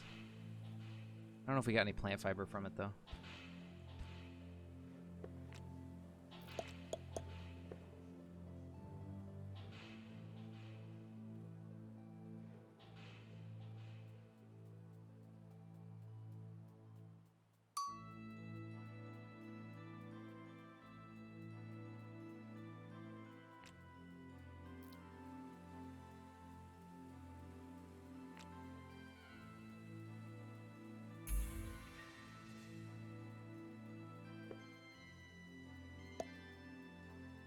There's like seeds on my farm. Or plants on my farm. That's seeds. It's like some sandalo or whatever here. I don't know if they can harvest that through where the tree is planted.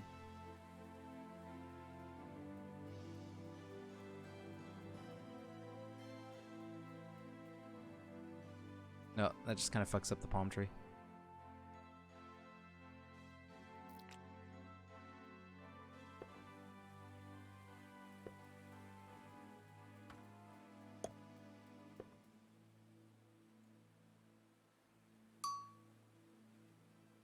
Rat have appeared. Oh boy.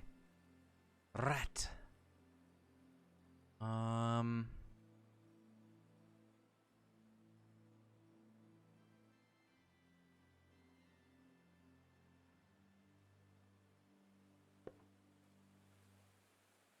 see. We need a lot more wood. Let's start cutting down more trees while we're not really doing much.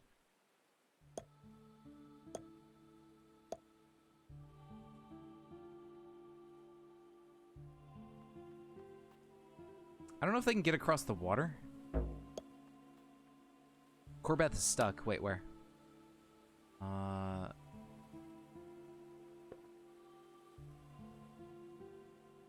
Where's Corbeth? What do you mean you're stuck? You can climb. Yeah, you're not stuck.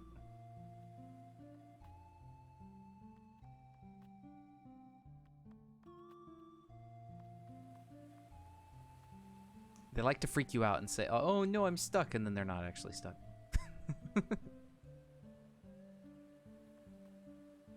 They lie. So if we get all our raw resources in here,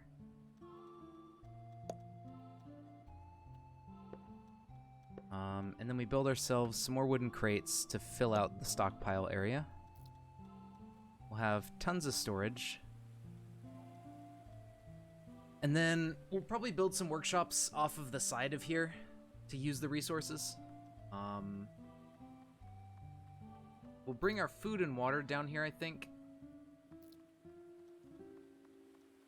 So we'll set up a zone for raw food. Let's see. Cooked food. Beverages, okay. Yeah, it's its own thing. Let's look at custom. We'll get all food and beverages. And those will go over here.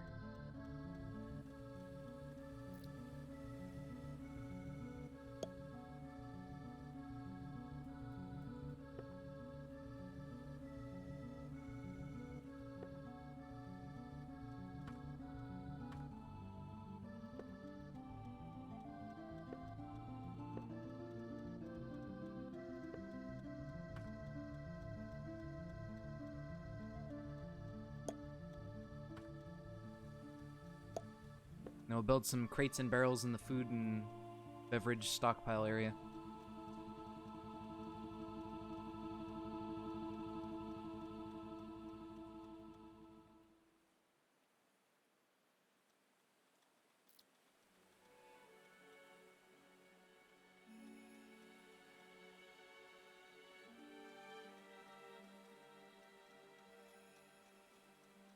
Well, if you're thirsty, drink some water.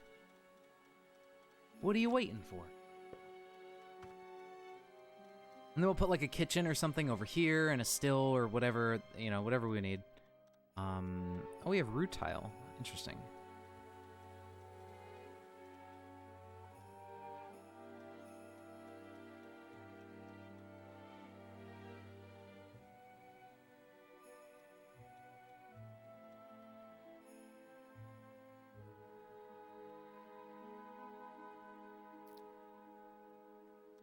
Make a well house and a place to make clean water.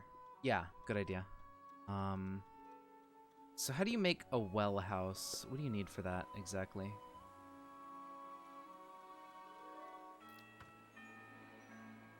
Just a well and some barrels. And for a well... What is an ice box? That's cool. Where's the well? We just build that wherever?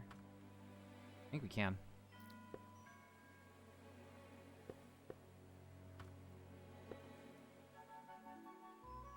So well house, maybe distillery, and then is there a kitchen in this game? Yeah, there is. There's a kitchen. Okay.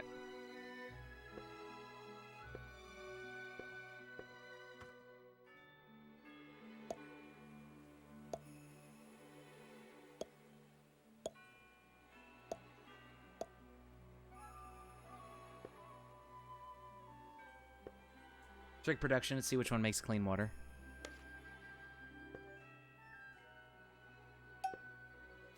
Well house makes well water. Distillery makes gooseberry wine. Kitchen doesn't say clean water.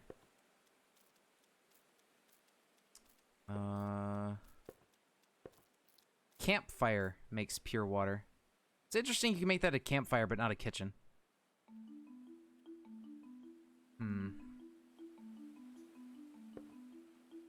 Yeah, it's a bit weird.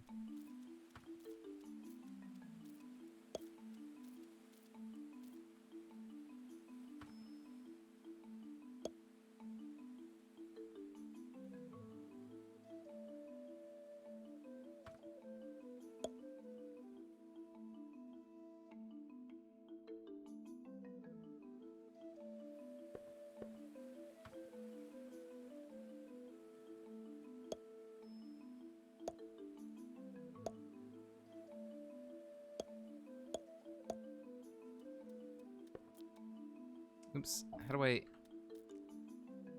Right click, there we go.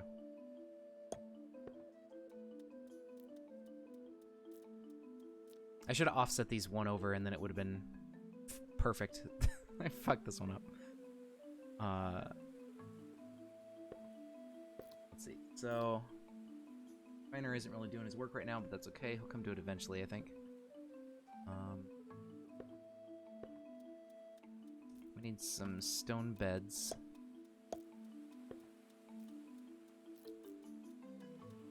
Because I think, yeah, these bedrooms got 3 people in them.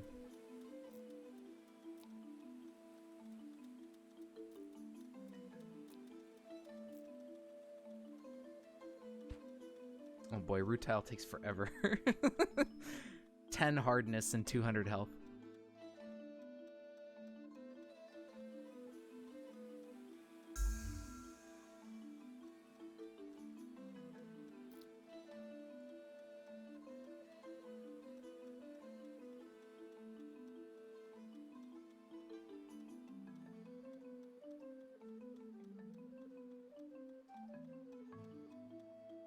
Okay.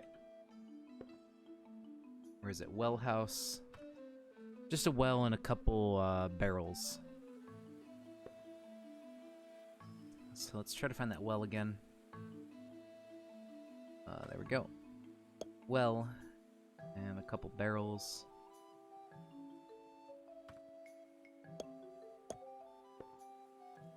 There we go.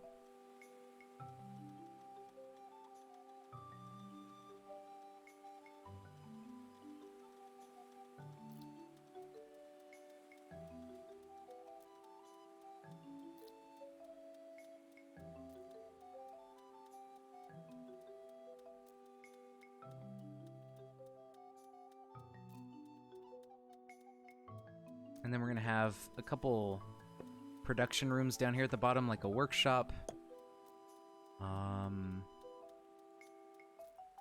A foundry and a smithy.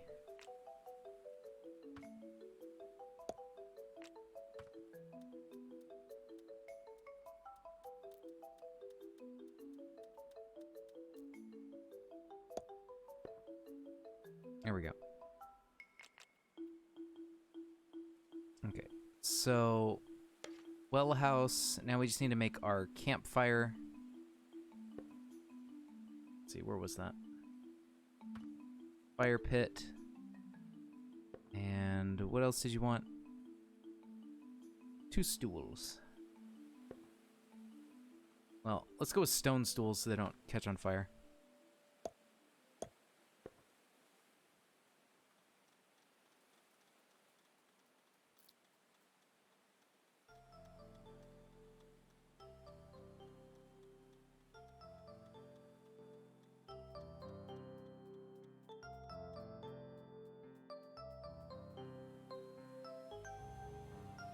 Okay.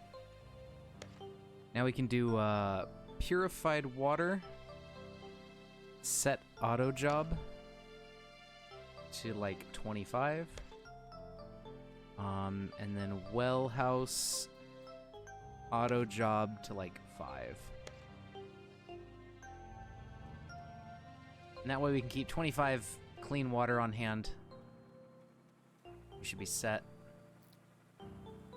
Not sure what skill they need to do that stuff, but we should have the skill for it.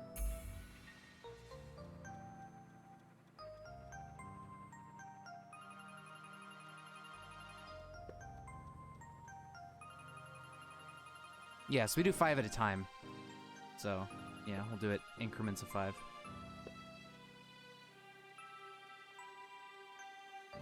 Cool. Wait, what's all this then? Alright. The bandits. Trees are growing. Bandits may be a problem. We don't really have any equipment.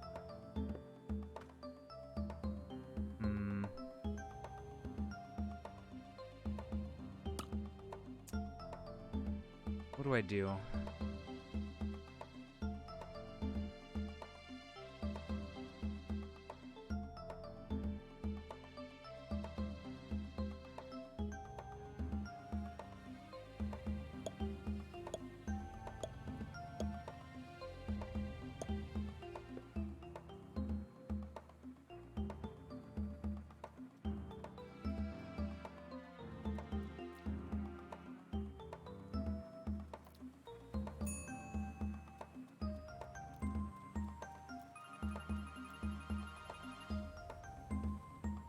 25.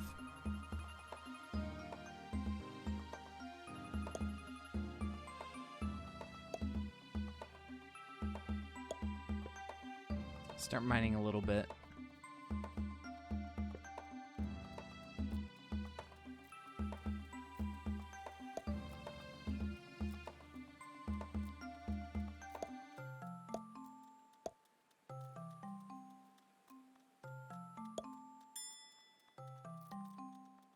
I actually see the sparkles around here. Yeah.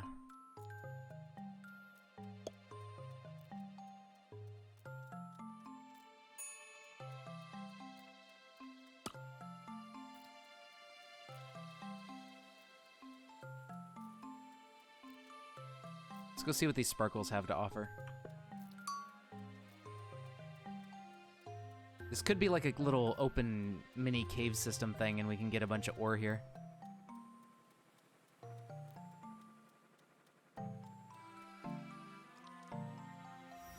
Perfect. The wet pit, and we get a bunch of iron, so that's pretty good. Iron, I think, is a good sort of material to start with here.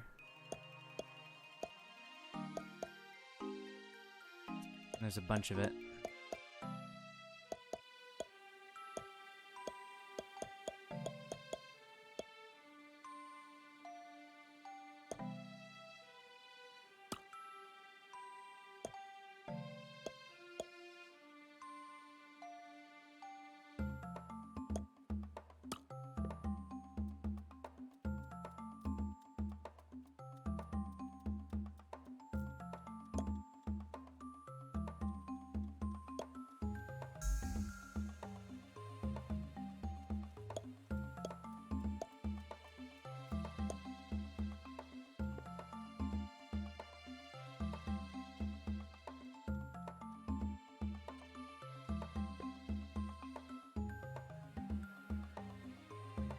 Very cool.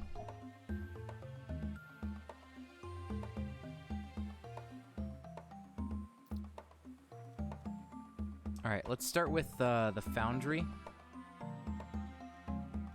So we can make ingots. We need a furnace, a cabinet, and a stool. Let's see. Furnace is gonna be... Yeah, we're playing humans. Trying to get... There we go. Stone furnace. Stone cabinet.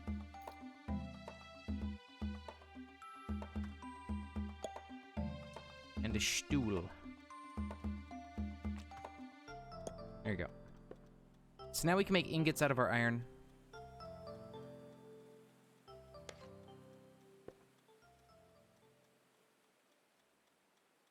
Can we make coal out of wood or something? I feel like we're gonna run out of coal at some point.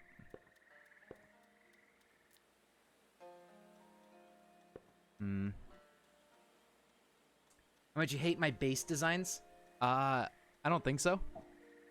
What do you hate about my base designs? Is it because there's squares everywhere? The asymmetry? Sometimes I'll go for symmetry, especially in like bedroom layouts and stuff, but then I just don't really think about it after a point. I was gonna make this symmetrical, but I accidentally did these one tile off to the right, and I was like, fuck, now it's ruined. So these were gonna line up, but then I fucked up and I did it wrong. I could fix it especially if I start building walls, but I'd have to scoot all these rooms over. So I'm gonna fix that later. But I will fix it eventually. I think let's start with an iron pickaxe so he can get the rest of the iron faster. So let's get auto job. Let's just do auto job to 3.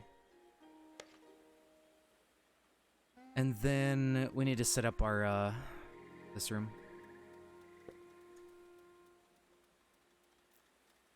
The copper steel. Anvil table and stool. Eventually, TM, yeah. The amount of DF fortresses you've just completely restarted because you were off by 1 block in planning. You're really wrong about the Arden? Oh, what are the Arden then? If you were off...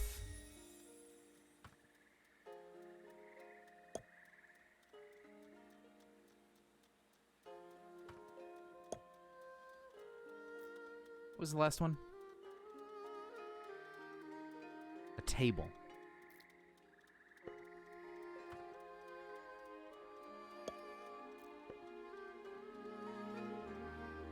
Oh, they capture animals to drain their life essence. They're like vampires. That's cool. That sounds fun.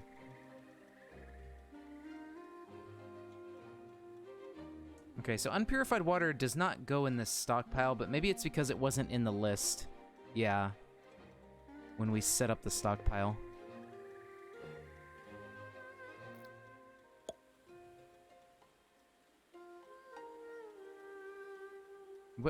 What are they doing?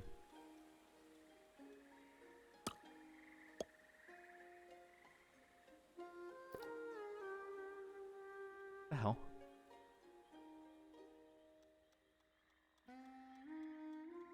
Where are you guys leaving this water here?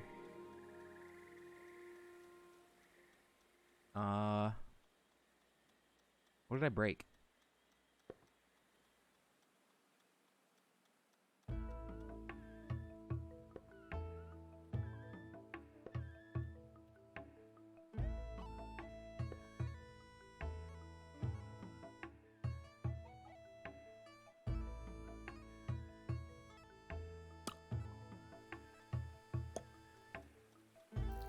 There we go. Wait. What? Oh, can you... Wait. All? Oh. Well, that's unfortunate. What a dumb system.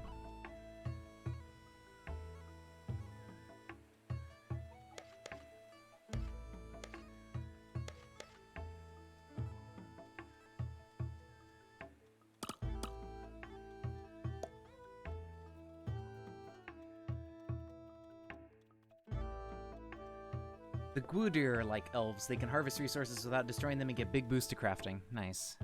Rotten food. Well, that's not good.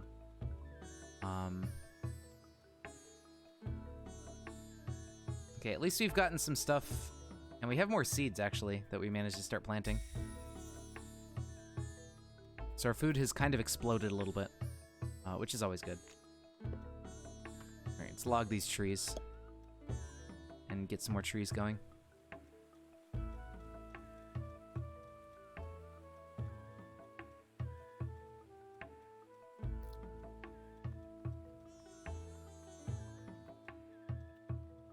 It doesn't seem like they auto-cut down trees. Although, did I actually make this a farm? Yeah, I did. Okay, so yeah, trees don't go in farms. When the trees grow, it just removes the farm. So you can't really auto-harvest trees, I think. Unless it's a different type of area. Okay. Imagine playing a dirty elf. Yeah.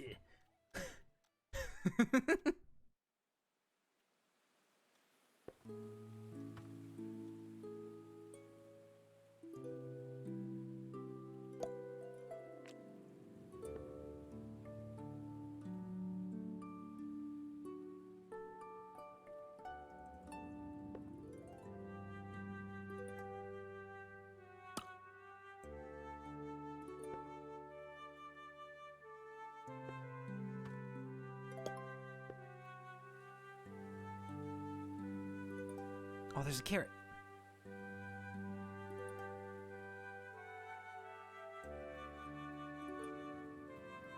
I don't know what to do with rotten food.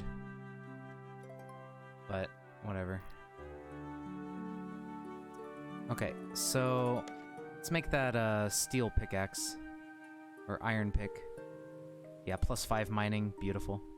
Let's get one of those. And we'll toss it onto our character. Where... there's a list of settlers. There it is.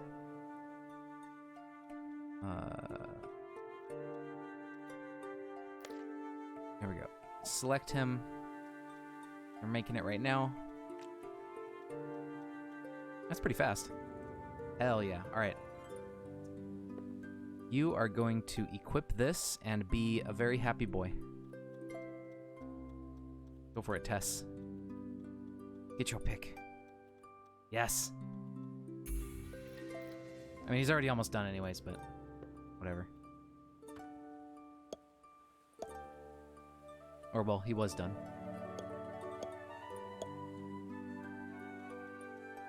Oh, now look at how fast he is. Even better.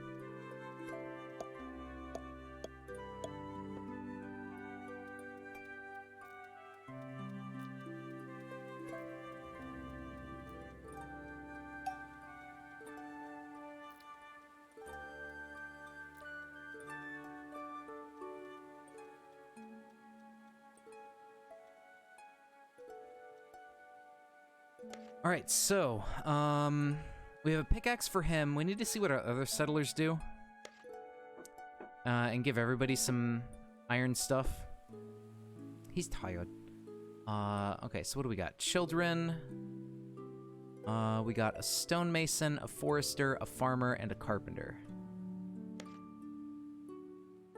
So what does this do? We have a forester, so we do need an iron hatchet for him. I think our stonemason is going to use an iron hammer. We could actually give him 2 of them, because they can dual wield. Or actually, we can give him 1 and just give him a shield, so they're better in combat. They have more defense. I think that's a better idea. And then a sickle for our farmer. Let's see. Forester, farmer, carpenter, and I think carpenter and stonemason we want to give a hammer. I think it helps both of them. I'm not 100% certain, but yeah, we'll give each of them a hammer.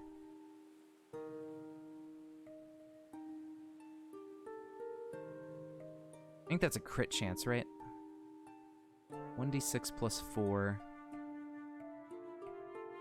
Yeah, these are actually more reliable damage, because that's anywhere from 4 to 10, and these are like 12 to 16. These are actually better weapons too. The iron hammer and the hatchet and stuff. 5 to 11. Oh yeah, because right, you can't roll a 0. My bad. But still, like, these are just more damage, and they're more reliable because there's even less variance on the hatchet and stuff. The sickle has the least variance, but also the least maximum damage. And the pickaxe is just like kind of all over the place between like 13 to 20. But yeah, that'll be pretty good. And then we'll outfit everybody with a set of armor. What even constitutes rolling a 0? You forget to roll. Oopsies. I didn't roll the dice. My bad, guys. What do we got? 63 iron ore. Oh, yeah, we should be able to outfit everyone. Let's set the auto job here to like 12.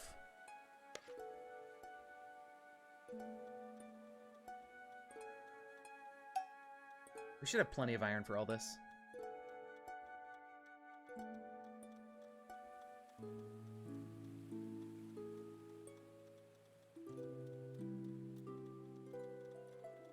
Ah, look and go. We're doing it. Two-handed iron sword can now be made. Oh.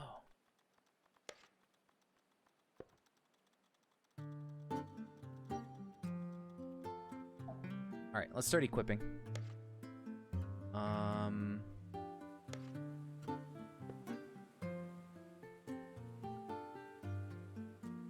Yeah, the iron hammer is what you want to give these guys. So he takes an iron hammer. And then this guy takes an iron hammer.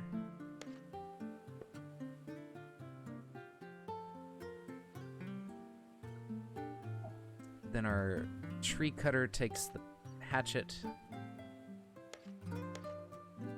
I could probably set up a outfit, actually, instead of doing it this way. Okay, hold on. Don't do that. Don't,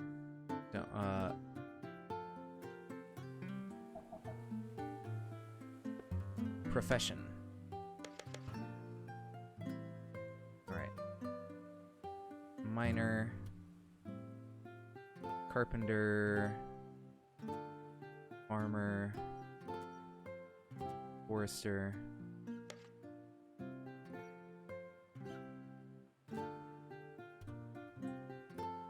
Where was the blacksmith? Stonemason. No, I didn't see stonemason.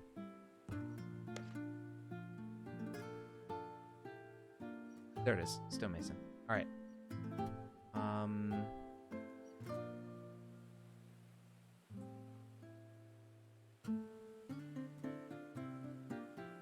Now how do we edit the uniform?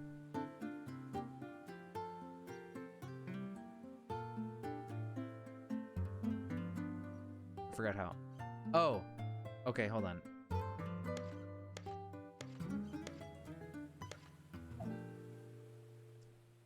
Okay. So, right, we make the gear set and then we assign it. All right, there we go. All right, okay. Iron pick.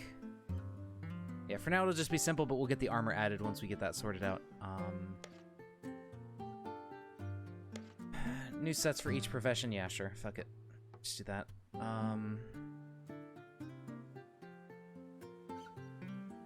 So, carpenter. Farmer. We don't have the sickle yet. Forester hatchet. Stonemason hammer. We don't have thaumaturges. We don't have summoners. We don't have arcanists, I think. All right.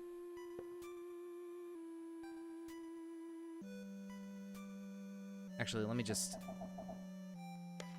There you go. Thaumaturge, yeah, get rid of that. Summoner, Arcanist. Mage. I don't know if we can have mages as human. I don't remember. You guys be a mage?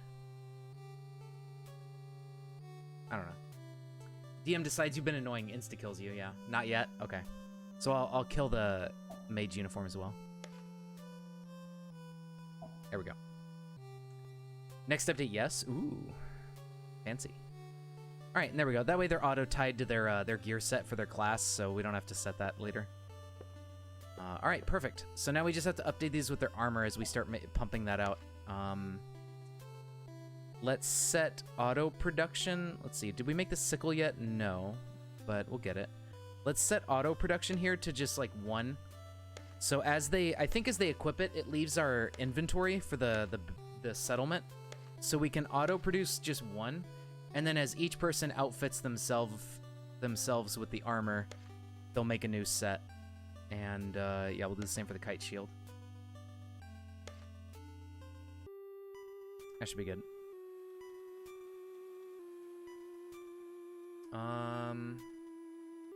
Zone. So I want resources, but I don't. Ingots aren't in here. Ingots are refined materials. I wish you could use these tabs and it wouldn't forget what you've checkmarked. I hope that that's on their list of things to change with the game, because that's super annoying.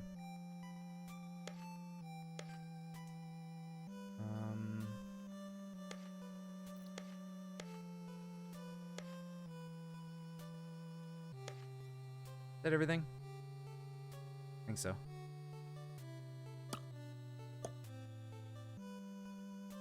The warrior classes might actually get bonuses for using actual weapons instead of tools. Probably, yeah. So if we set somebody as a warrior class, that would make sense. Oh, plant fiber. I forgot to checkmark that. Uh-oh.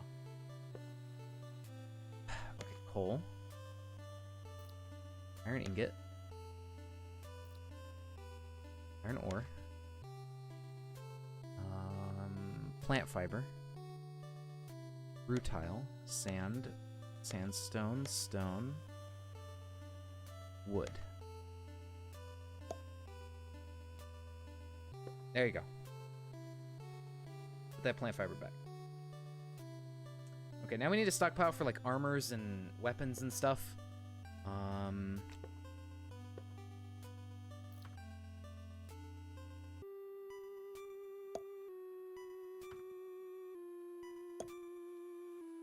Gear and tools.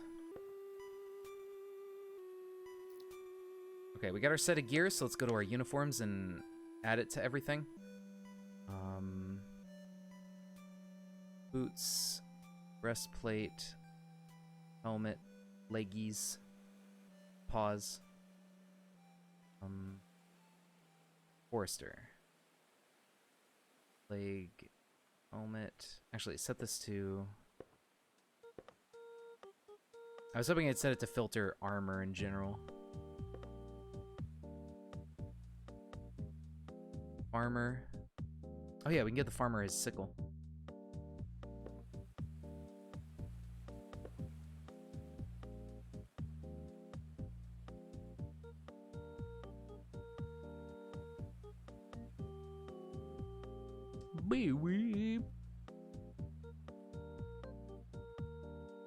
They can have 2 of a weapon and get double the bonuses. Yes, but I want to give them a shield since I want them to be better in combat. Right, right. I know they could dual wield, but I was thinking of maybe giving them shields this time around so they can have more defense. Farmer, carpenter, got all that. Miner got it. Now stonemason's the last one. I don't know if shields are worth it. It feels like it's probably a good idea. Keep them alive better.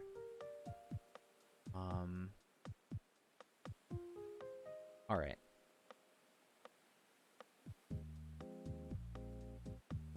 So there we go. Everybody's gear is set up. Profession uniforms are good to go. Now, when they use profession uniforms, does that automatically tell them, hey, you have this profession, go use that uniform? Yes, it does. Okay. And will he replace his pants? I hope so. Okay, well, it got reserved out, but yeah, he should replace his pants. And everything. Yeah, Ember did. Okay, cool, cool, cool, cool. Perfect. Kids are just kind of wandering around, being kids. I wonder if I can have kids train their melee while they're being children. Can you do that? Can I give them a weapon, too? If I could have my kids just train 24/7, that would be amazing. Let's see. Where am I going to make them train?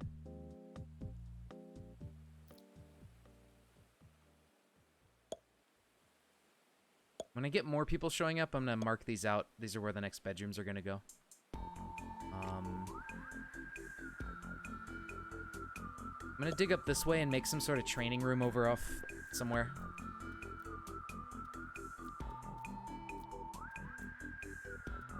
Oh, that... Oh. Shit. I forgot about that. That's kind of annoying. Whatever. Let's just get more iron. I guess this will be the training room. Or maybe... No, I could put it up here off to the side. I like that better.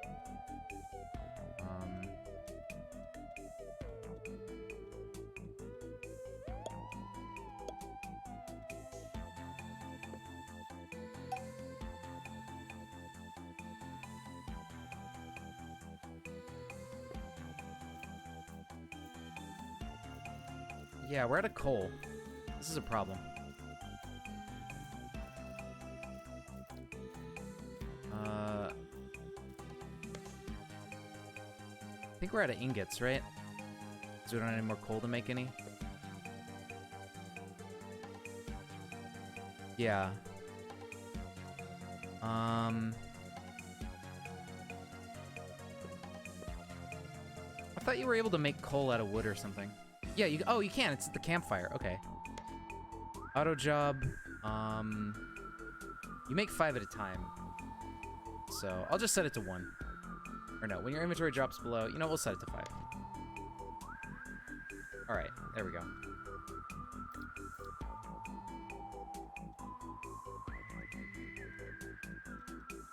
We got a dust storm happening. Hey, Worgon, how's it going?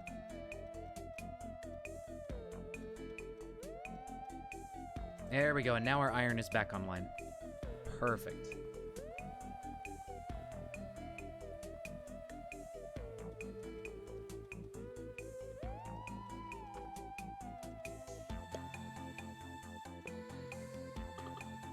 Ho there. Oh, a trader. Nice.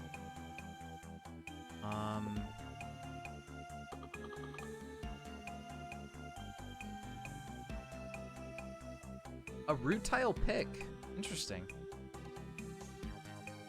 Working on a comedy epilepsy. You accidentally had 100% day of a day's worth of sugar again. Uh-oh. Well, as long as you didn't get any more sugar than that, you're set, right? That's 100%, so... I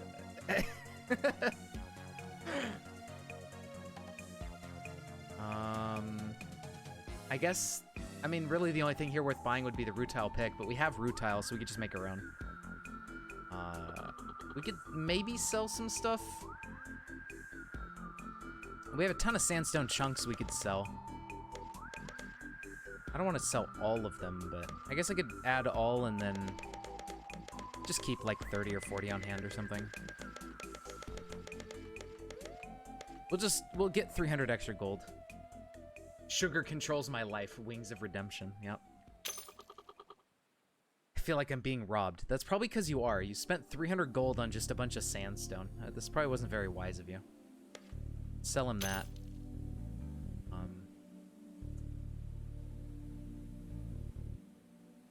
Alright. And then... what we want. See you later. Thanks, bro.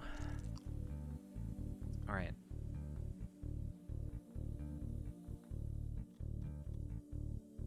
So now we need to set up a barracks right here. Can have up to 8 people in this room, perfect. We need to get training dummy, weapon, and armor rack.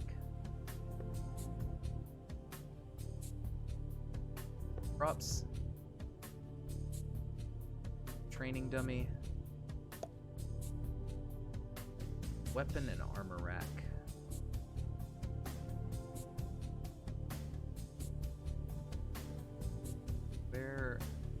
Where's that?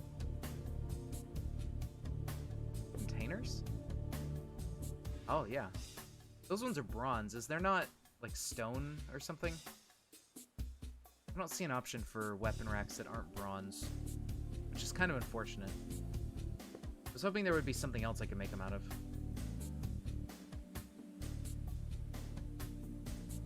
Yeah. But why is it only bronze? Okay, so we gotta go find, what is it that makes bronze? Is it just copper and tin?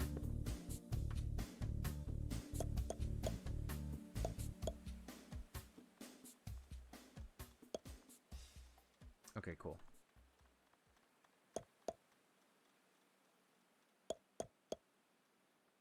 I don't know if they can get across the water. They may not be able to.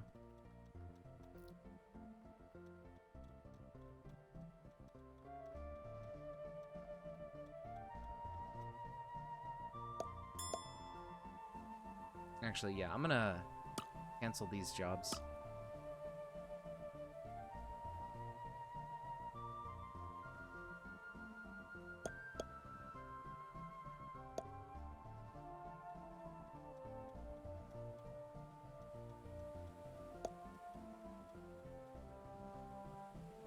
Here you go, buddy. Go get all that copper and tin. And hopefully our teammates here can see, hey, there's stuff to haul. Let's bring it inside.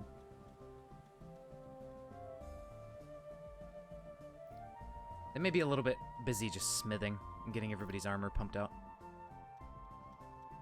Which is okay. Not terrible. Now, what are you doing? Just standing around over there. Oh, hey. Gullies. I guess they're seagulls. There they go.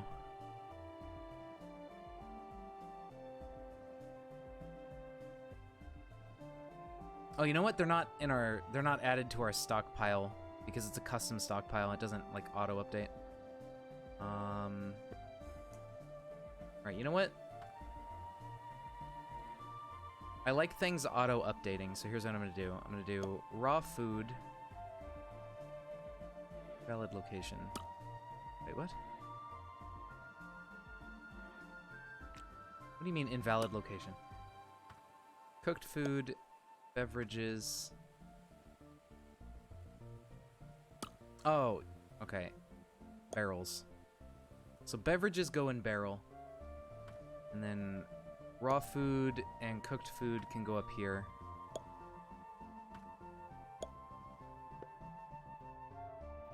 There you go. Wheat flour. What is wheat flour? Is that not one of these things? Is it a refined material? Oh my god, it is. Wheat flour and iron ingots go in the same stockpile. Nice.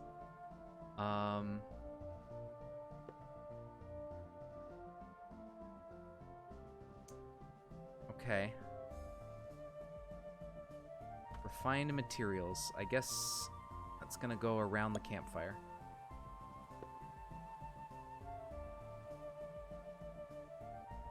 Or at the torch. I hope these don't catch fire.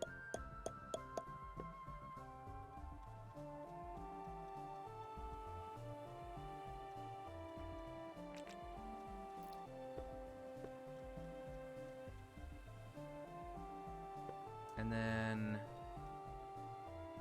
Or is it just resources? Here.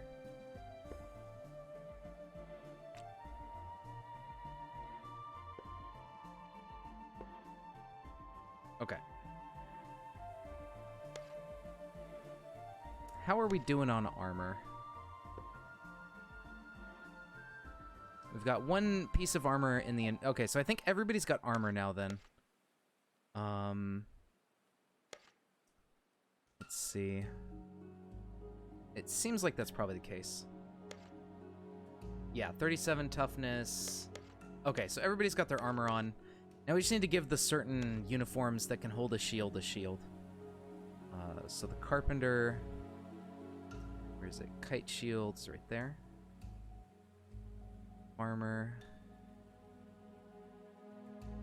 Forester. Yeah, it gives them a nice defense buff. And it's even kind of damage. So it's not like they're losing all of their extra damage they could have. They get a little bit out of it. I think that's worth it to get some extra defense. Okay, there we go. So now we'll just give everybody a kite shield and then they're set. And then... It's bronze, right? Yeah.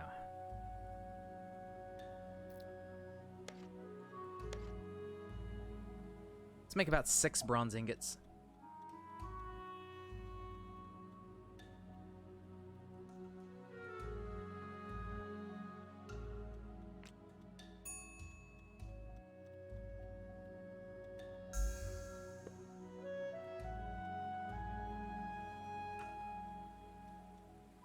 Weapon rack and armor rack.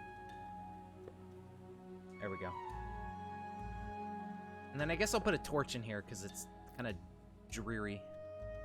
We need some more coal though. You hate maximum hate Lightworks? The video editing software? Is that what you're talking about?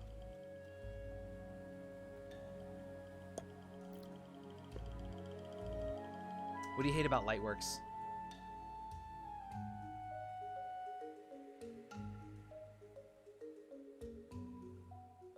Alright, so now we have a training zone. So, I think we want our people here to start training if they can. The most unintuitive thing you've ever messed with? Damn.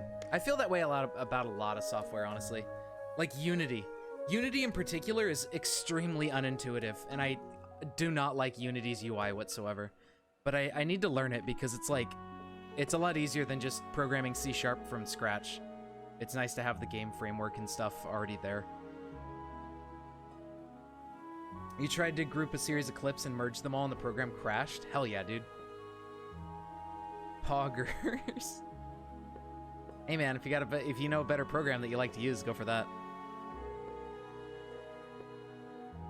The only reason I had Lightworks is because it was free and it was just one that I saw. Yeah, Sony Vegas, there you go. The only downside is you have to pirate it.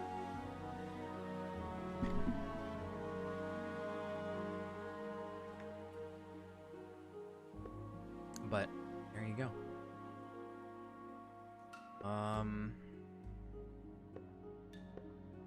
Yeah, it's especially like if you're already used to something like Sony Vegas, then any other program is just going to be weird because you're like, why doesn't it work the way that Sony Vegas works? Which is understandable. That's just how it goes. As if that's a downside. How do we get them to train? I haven't done this before. So we have empty barracks. Where's the military stuff?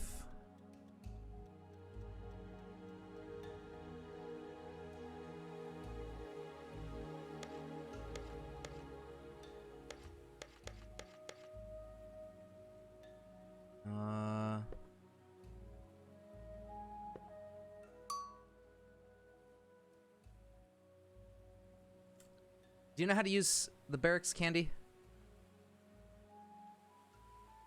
I mean, there's... Oh, create group.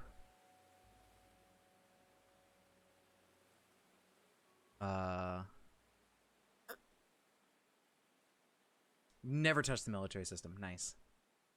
Understandable. So, we have a group, and...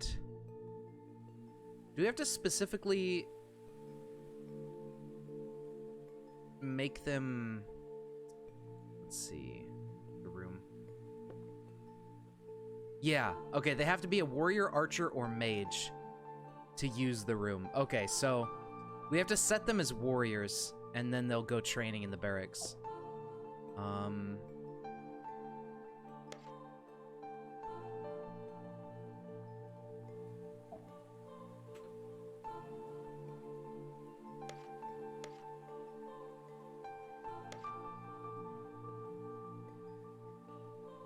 Damn, that kind of sucks.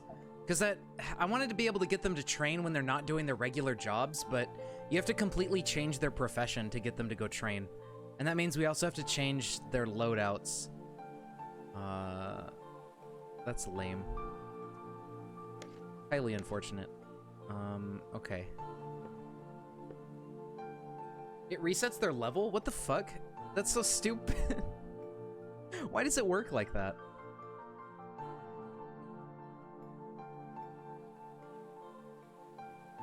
Alright, well that's definitely something he should change. Mr. Programmer Man.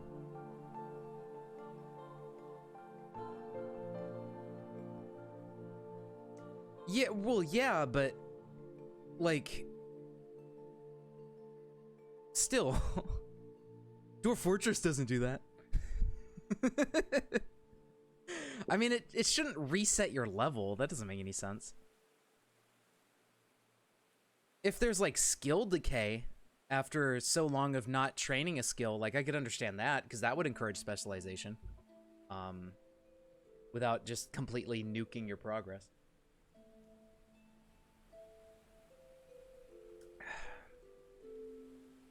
You've brought up RimWorld now. See, there you go. Just do it like RimWorld does.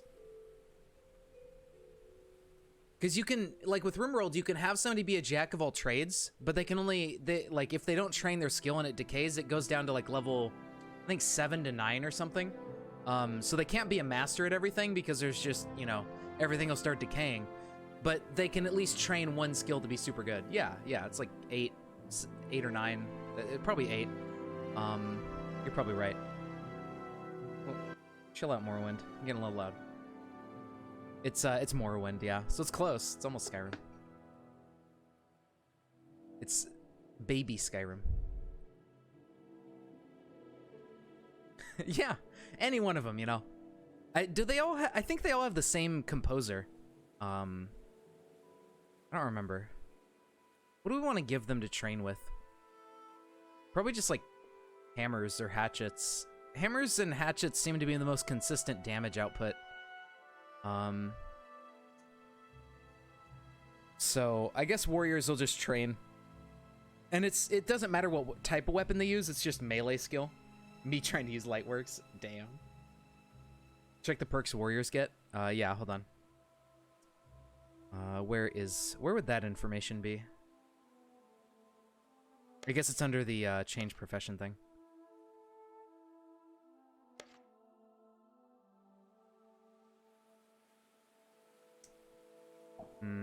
Well, I don't want to change them to warrior. Because then it's going to reset their other levels.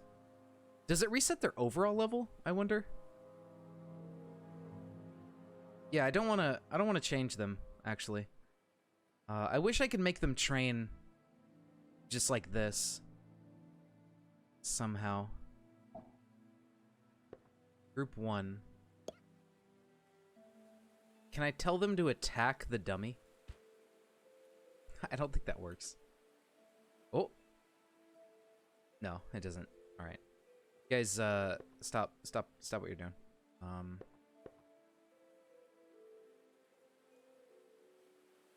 There you go. Just go about your life. All right, well, that's lame.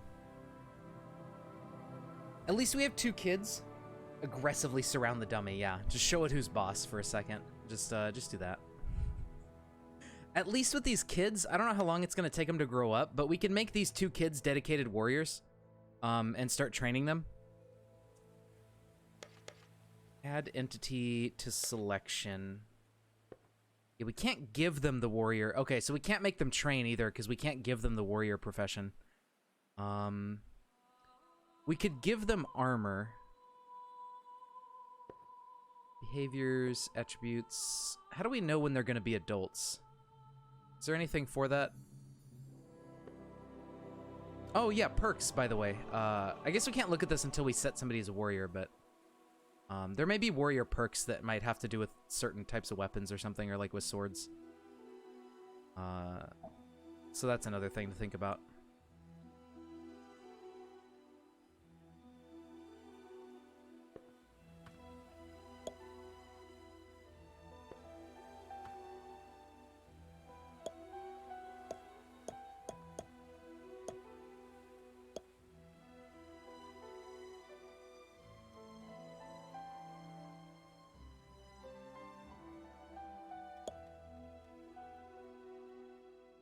You love the Arcanist perk names? What are they? I don't remember.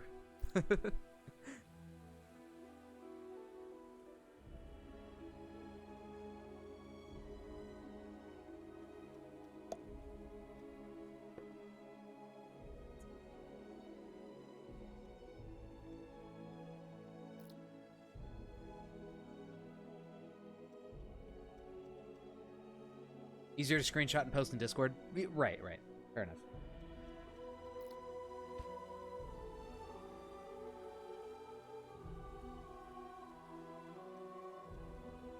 I wish, like, migrants would show up. That would be nice. I just want some warriors, man. Oh. Yeah, awesome. Dude, right when I say, man, I wish there were some migrants. We get, how many people is this? Ooh, we got like 5 people. Time for 5 warriors. All right, where you at? This guy's already an archer, but I think we're gonna make him a warrior. Ask and ye shall receive. Justrine, it's 1 a.m. Gotta sleep. All right, thanks for stopping by, dude. Have a good rest, and I hope to see you around again next time. Take care. Well, yeah, that's perfect. Okay, so Archer, you're gonna be a warrior.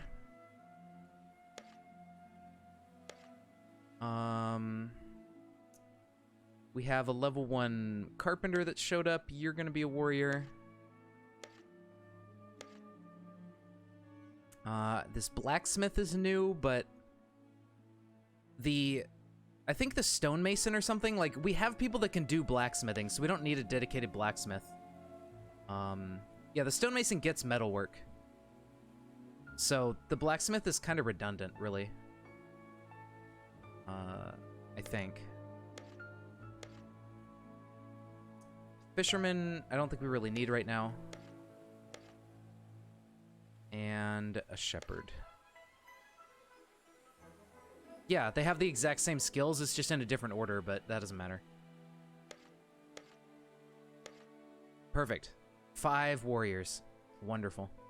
All right, uniforms for the warrior crew. You guys are all gonna have that, and then I gotta think about what weapon I want to give them. Should I give them shields and swords or something like that? Or shields and probably hammers or hatchets? I don't know. Oh, we can actually look at their perks now. So we go to add them, character info, perks. Crit rate, hourly healing rate, chance to ignore a hit that would otherwise kill, and increase health. Yeah, they don't have any specialization for certain weapon types, just melee or ranged. There's also fight magic, but I think you can actually set somebody as a mage. They just use like a little orb or a staff or something. But yeah, so we can give them whatever weapon we want. And they'll be set. It's just that like daggers have an innate crit chance, but their damage is so shitty that I don't think it's worth it. And then yeah, the sword is just like awful damage. There may be an attack speed difference, but I don't know. I think we want to give everyone hammers or hatchets. What's a cooler weapon? I think hammers, so we can beat everything to death. So we'll like auto craft one iron hammer for everybody. And then yeah, we got all the armor and the shields on auto crafting. Do we want to do shields or maybe 2 dual wielding? Ancients can use fight magic and they create little spell tome things. I think we can do something like, maybe we can't. I don't know. I don't actually remember. Let me see. I might actually be, yeah, I think I'm thinking of them and not humans. Okay, yeah, never mind. There's no mage class. My bad.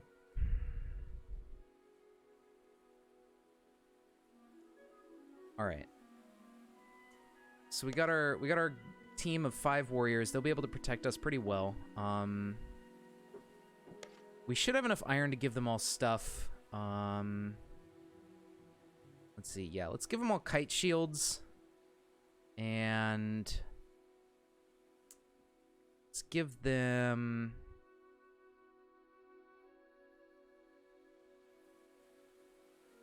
hammers.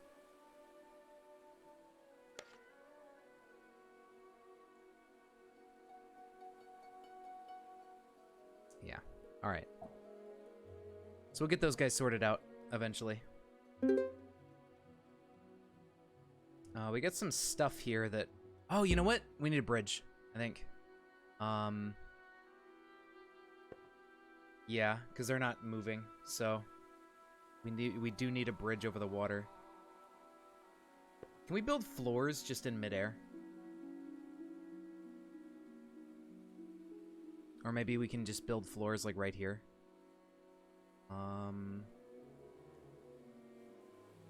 Hold Alt. Okay. There we go. Yeah. Make a little like double bridge here.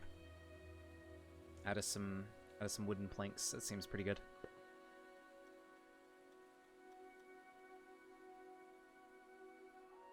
Alright, so they should be okay until we manage that, hopefully.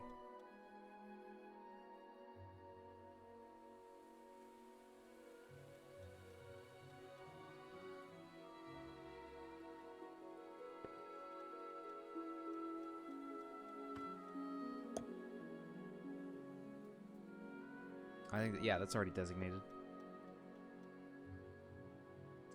No. The water is down here on this layer. It's a lake right here, and then we're up in the air 1 layer. Yeah, we're okay. We're not drowning.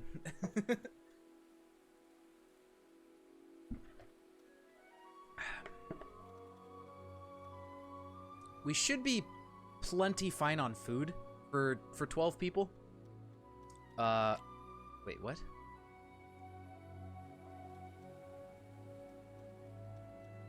Oh, wait. What? Huh? Alright then. Whatever. I guess they're jumping, but... I don't know, man.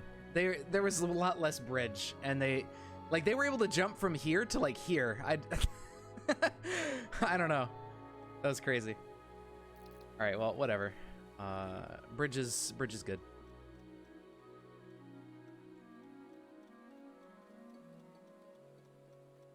Oh, there they go. I think they can train even without weapons and stuff, so they'll be able to train until we can get them their gear. It's glitchy. It's just awkward. It's a bit weird, but you know, as long as they can get over the gap, whatever. All right, we're getting lots of melon. Getting a nice harvest of that.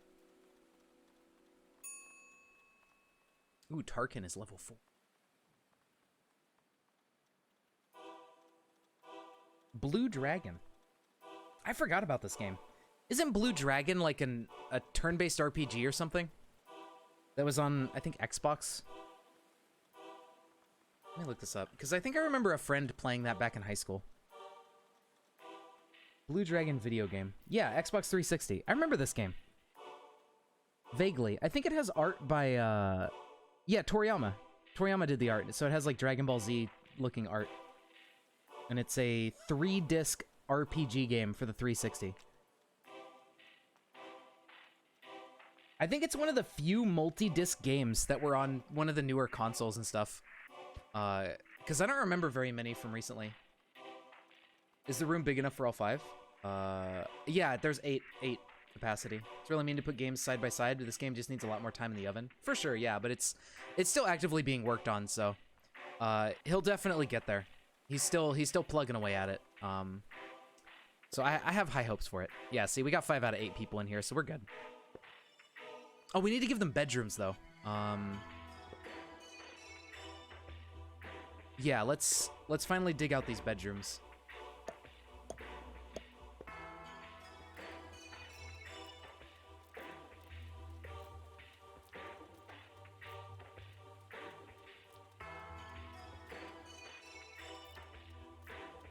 Yep. Hopefully he just doesn't get burnt out, because a lot of people who start games, like with No Moria, for example. No Moria was being actively developed for a while. And then they kind of, like, the devs just got burnt out on it, and they couldn't keep it going, and they just gave up. So I really hope he doesn't run into something like that. It would be sad to see. 2, 3, 4. I think we need one more bedroom. Oh, wait, no. Never mind. Zudan's bedroom here. 2. That's 4. And then 5. Okay, never mind. Yeah, they all have a bedroom.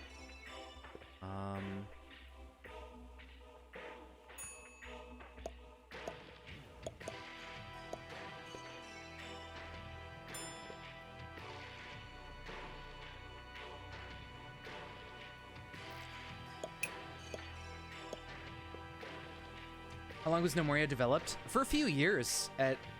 A lot of years, actually, because I remember... I think I got into playing No Moria in 2012-ish? 13, 14, something like that? No Moria was developed for a good 5+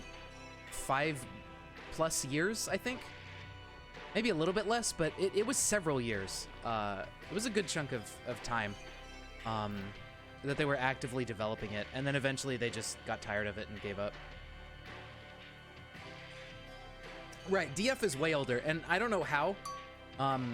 Besides it just being his magnum opus, and he literally never gets tired of working on it, but, you know, most games don't last as long as DF. Like, most developers cannot stick with the development cycle long enough to do that. Wait, are they destroying the training dummy and then we're building a new one? Oh, that sucks. Maybe we need more training dummies. Because it looks like only a couple people are attacking it, and then it's just, like, vanishing. You wish you could be that passionate? Yeah, he's full-time on it now? I think so, and he'll be even more full-time after they make a bunch of money off Steam. The Steam release.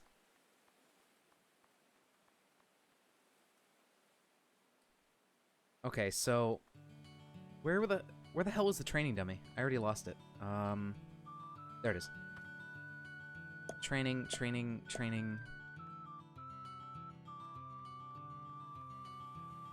Yeah, okay, so you need, like, a training dummy per person, I think. I think only one person can attack a dummy at once. I think they can walk over it, too, so I'm gonna put one in the doorway right there. And then we'll have our 5 training dummies. Wow, that's really annoying. We're gonna need a shit ton of wood and plant fiber for that. They break way too quick. So yeah, we gotta try to ramp production of those kind of things up.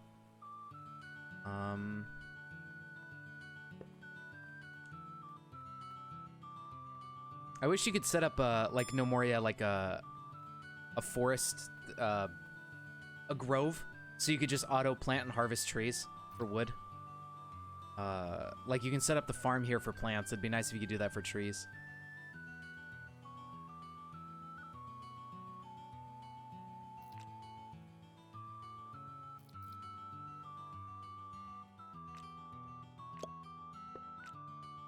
Guys plan for soonish update? Awesome. Hope so. That'd be great. I always love having auto tree harvesting stuff. Ever since No Moria, it's just like a necessity. It's like I can't. I love having it. It's so useful.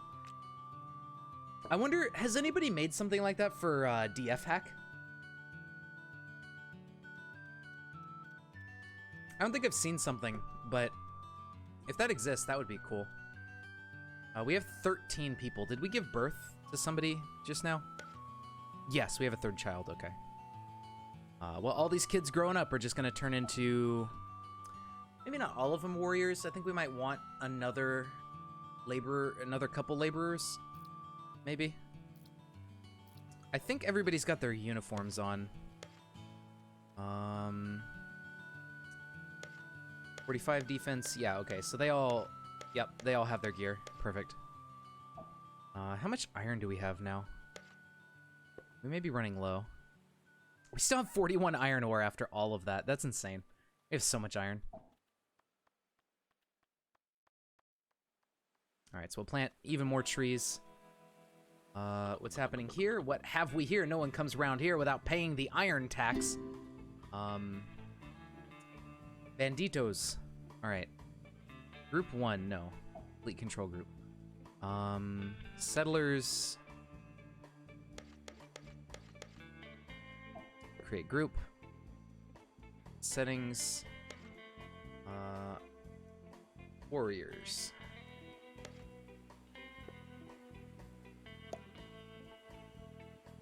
Alright guys, get your asses out here and go fight.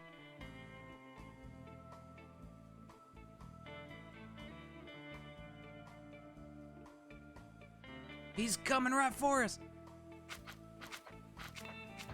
Oh, he's dead. Well, there you have it.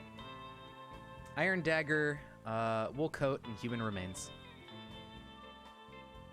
The dummies are being destroyed because they're using their weapons. Oh shit, that's a good point. Yeah, let me unequip their weapons. That's... I mean, it would be unfortunate if we get jumped like that because they won't have their hammers on them. But yeah, let me unequip their weapons then and see if that helps at all. Because I think they can train just fine even without weapons.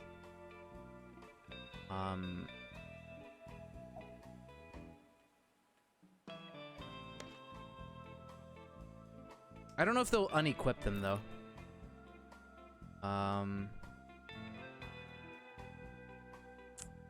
Is there a way to tell them to unequip stuff or something? I guess I could do manual overrides, but...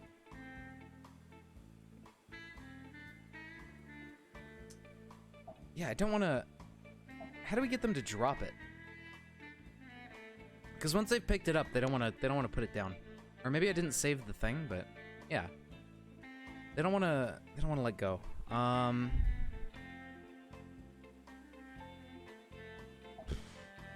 do we update this? Let me just disable override warning. Yes. Okay, I think because we're unequipping it, I think it doesn't actually make an override. Because it still lines up with what the uniform is. So I think we're okay. And if we look at uniforms, individual overrides, yeah, okay, so we're good. There we go. And now they can just go punch the dummies, and then the dummies last, I think, a lot longer. Yeah. I mean, they still get destroyed, but I think they take a few more hits, since they're only doing 1d2 damage. And then if we look at his melee... Oh, it doesn't show me his experience there. But that's fine. That should be good. I think we need more carpenters, really, or people to build these. Are we out of plant fiber? That may also... Yeah, we're completely out of plant fiber.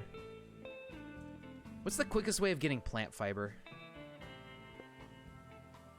Maybe if we plant stuff like the grass and the Sindalo. Hey there, Bardzerker. How's it going? I think we can get plant fiber from these, like, generic plants, like Sakaton grass and stuff. So if we do that up here on the hill and just set up a big farm for those things, we could probably get a good amount of plant fiber going. So let's start harvesting all these little plants everywhere and get ready to do that. That way we can keep our warriors training more. Sindalo, okay, well I think it has to be mature. But yeah, we do get some plant fibers, I think, from all of this stuff. As long as it's grown enough. So we'll just set up a big place to grow it. And that should be good.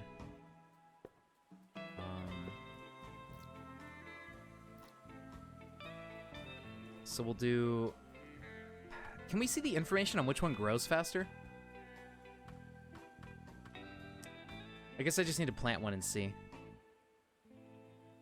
So let's do, yeah, let's go.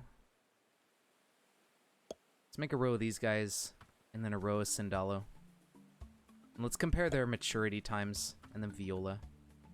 Because I think all three of these can give us plant fiber when we harvest them. Pick some flowers. I mean, that's pretty much what we're doing, right? I think Violas are flowers. So yeah, we'll get these three planted, and we'll see which one matures fastest, and we'll just use that one.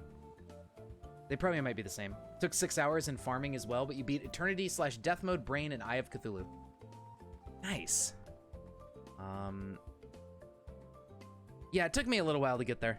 The main thing I need for Eye of Cthulhu is like a good weapon and just like big mobility. I find that mobility is like the #1 thing that helps for Eternity or whatever, you know, any of those things. It seems like as long as you can move fast, you can not die.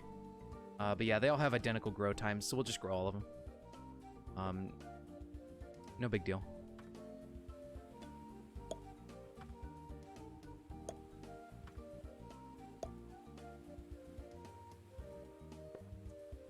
If you don't get hit, you can't die. Duh.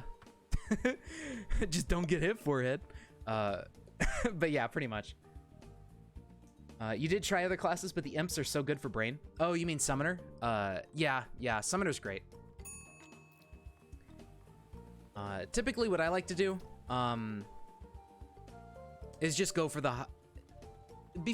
brain, it depends, because, yeah, death mode, eternity, and stuff like that, you're gonna need some really good equipment, because he is pretty rough. But once you actually get that dash from Eye of Cthulhu, a lot of the other bosses get a lot more manageable because now you can reposition yourself faster. I find the dash to be one of the most invaluable things. I just wish it wasn't on double tap and it was on like a dedicated button. The confusion, oh yeah, that's rough. You've never liked it? I like the dash, I just wish it was on its own thing, because like, the dash is amazing, right? You don't have your startup time for acceleration, and you can dodge damage. It's super handy. The main downside to it is that you have to double tap left or right, so it takes like a bit of time to do that, and if you wait too long, that bit of time you spend having to press the button twice can get you hit.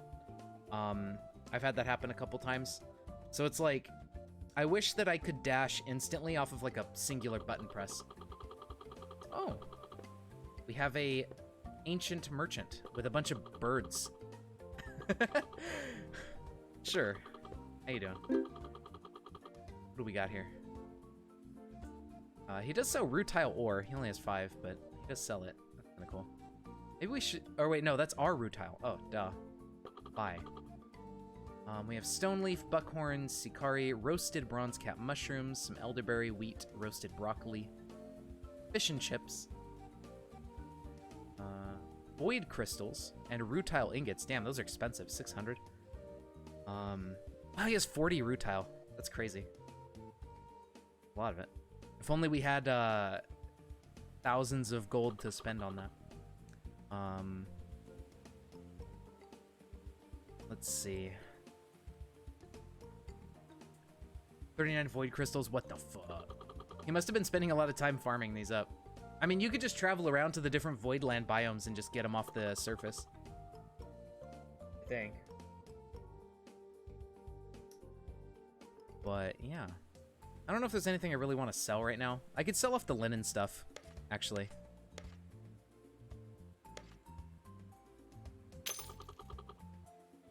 I feel like I'm being robbed. All right.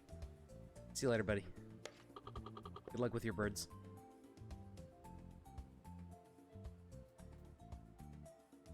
All right. Let's double the size of this farm and plant more as we get the seeds for them.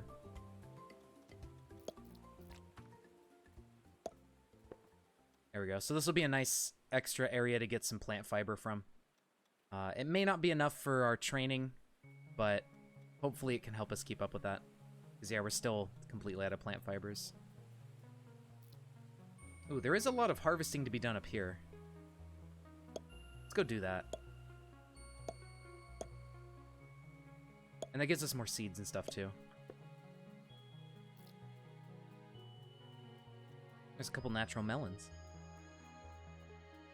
But yeah, this food hopefully is enough for everyone. It may not be, but I feel like it should be. Although the wheat, we should be turning this into flour. I kind of forgot about.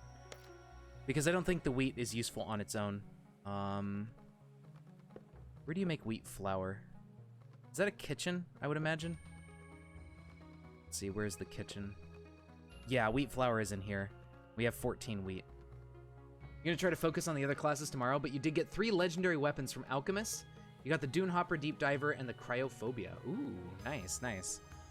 Sounds very useful. Do you have the mod that adds in, like, more legendary weapons? And... Because there's... Somebody made a mod like that, and it seemed cool, kind of cool. I threw it in, but I don't think I've seen any of the legendary stuff yet. Yeah? Nice, nice. We need some storage here for our tools stockpile. There we go.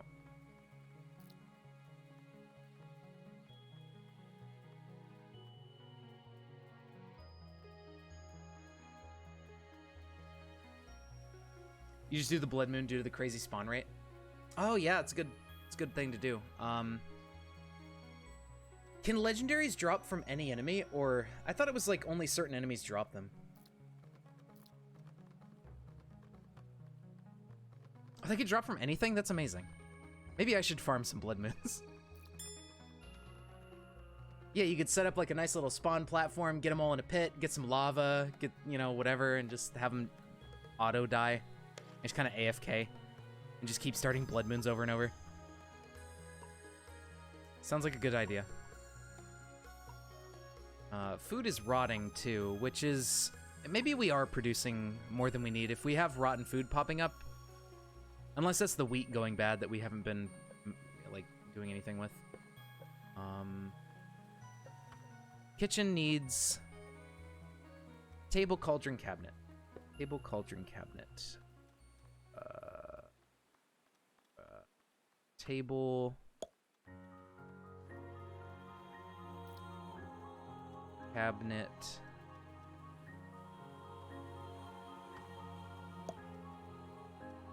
And where is this cauldron you speak of? There it is, iron cauldron.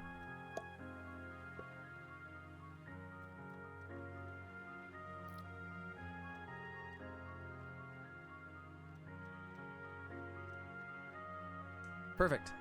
Now we can go production, and we can go wheat flour. We need a cook. Uh-oh. Wow, we have so many kids.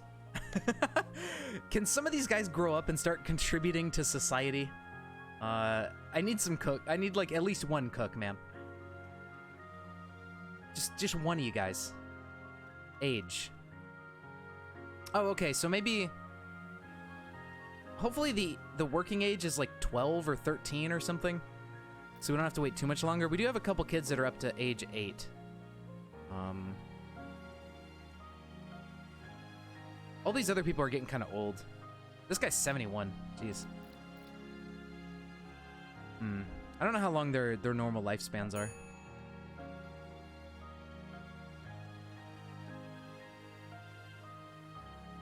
But yeah, hopefully the kids will be These two will be working age soon.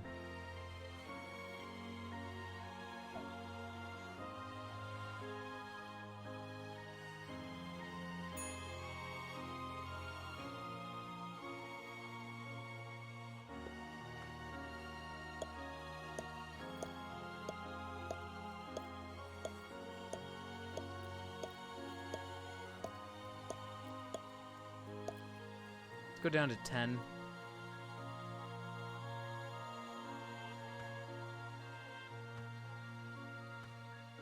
I'm gonna switch to stone ladders so we can hold on to more of our wood.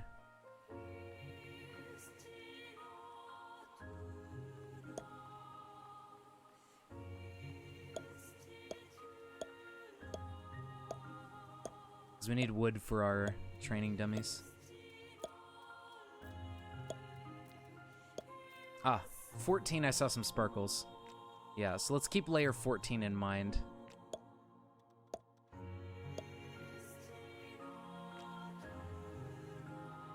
Layer 14. Start digging over here and see what we find.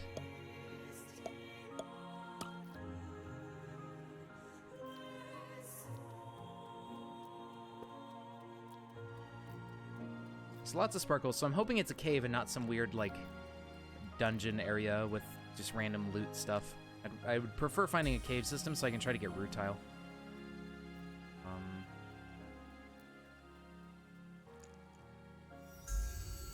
Shid.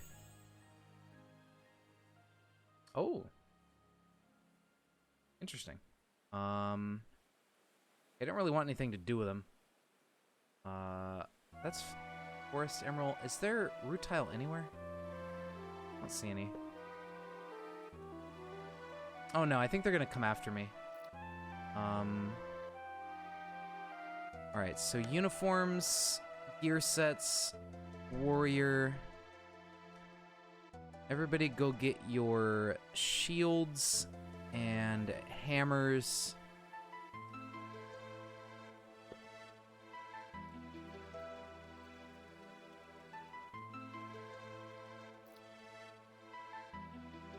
I don't know if they've had time to go get them yet. Not really. Ugh, shit. This is the problem with not having their weapons on, is now I need them to get their weapons to come fight the stupid skeleton dudes.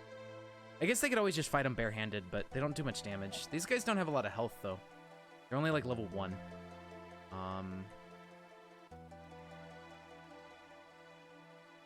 Alright, fine.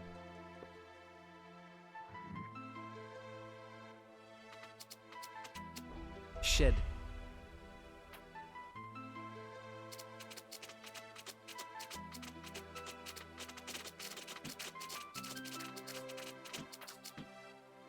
Okay. They kinda did it. Somebody died, unfortunately. Who are you? Clave, what are you doing down here? Oh, he's picking up stuff. Alright.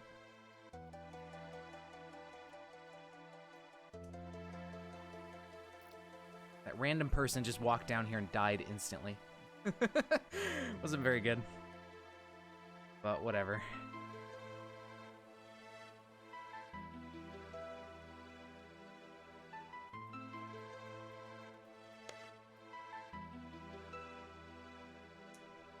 Oh, it was one of the kids. Okay, so that's actually not that bad. It was one of the older kids, which is unfortunate, but it wasn't any of our valuable workers. So I guess at least we got that much. We didn't lose anybody too important. All right, let's cut down some more trees.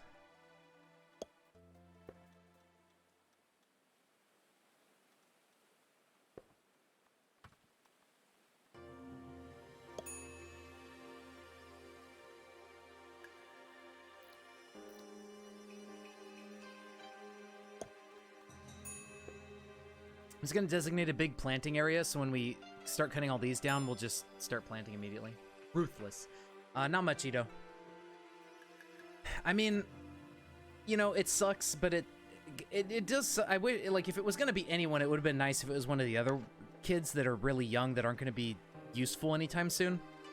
But you know, You gotta be realistic about the situation. At least it was somebody that isn't contributing at all, so that doesn't make as much of an impact.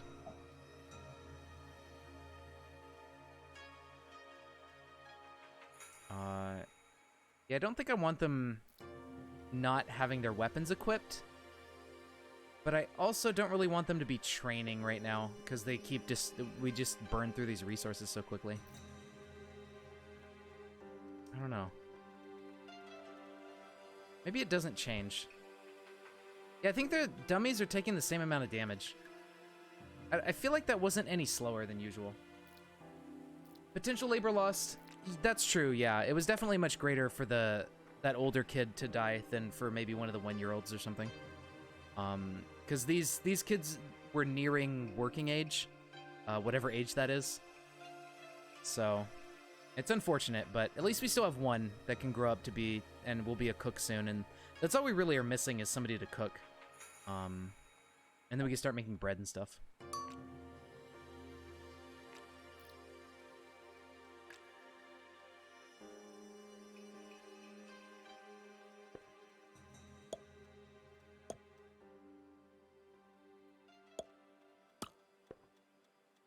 Alright, let's cut down these other trees. Maybe I should go over here across the water and just cut all these trees down too. Oh, this song's so good.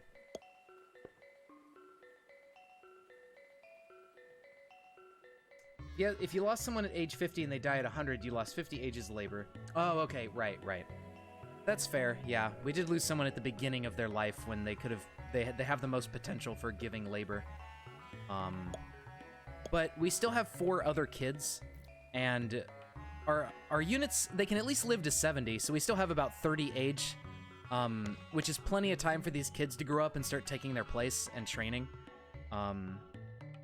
Because he's 72 and still hasn't died of old age, so they should at least be able to live to 70-ish, and, you know, some of them are still kind of young, like 19, 29, 30, 35, 30, 39, stuff like that.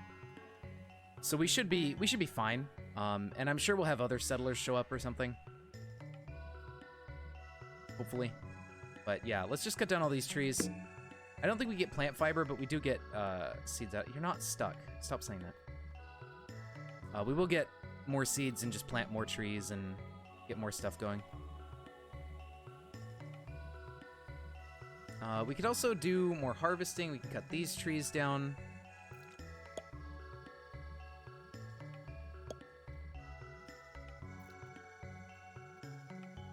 Start clearing out the map of all these resources. Harvest. Let's do this. That didn't work. Uh-oh. Oh. Hello, Summer. Why didn't my harvest thing work? Did all the plants just die?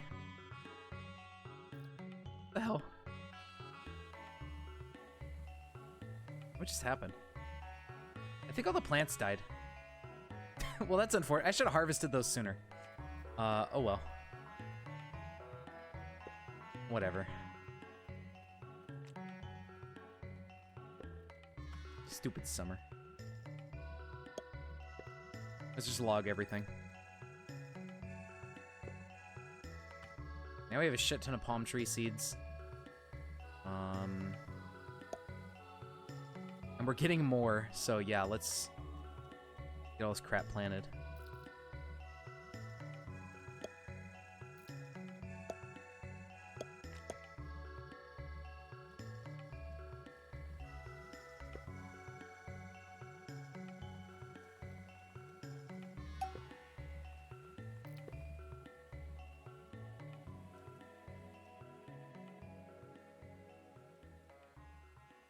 Okay, so that should probably take care of wood for quite a while.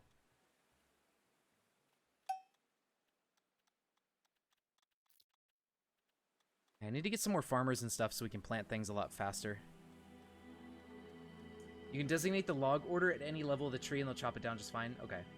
Unit info go into lifespan? That's a good point. Maybe we can check that out.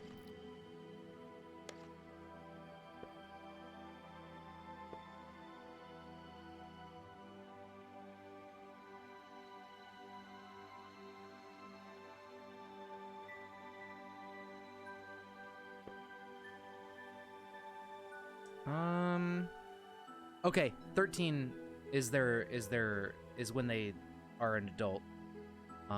So they are pretty close. Yeah, 13 is their working age. And then it doesn't really say what their maximum age is, so. The owl you're looking at doesn't appear to? Doesn't appear to what?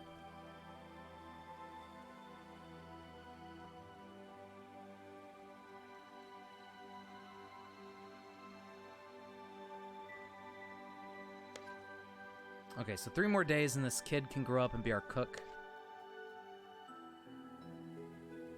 Oh, okay. Max age.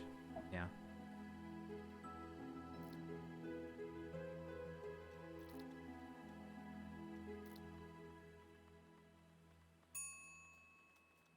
Okay, we have a shit ton of food. I think our farms are kind of over-ambitious for the amount of villagers we have.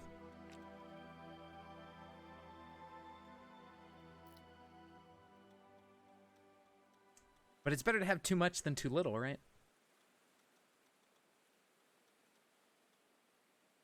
I have 1,000 logs. I don't know if we have storage for all this wood. I don't think we do. No, we've completely filled up our storage. Alright, we need more storage.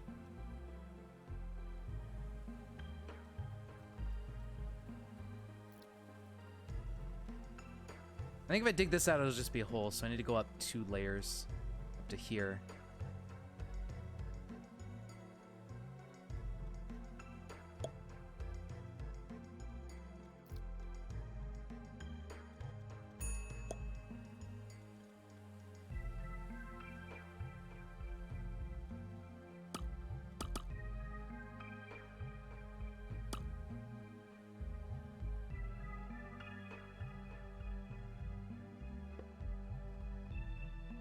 Alright. Build floors so you can have it work just fine. Oh, can you do that? I didn't know. The Z layers in this game get me confused. Okay, so you can't... There is, like, floor and wall is a separate thing, like in Dwarf Fort. Okay. I didn't realize that.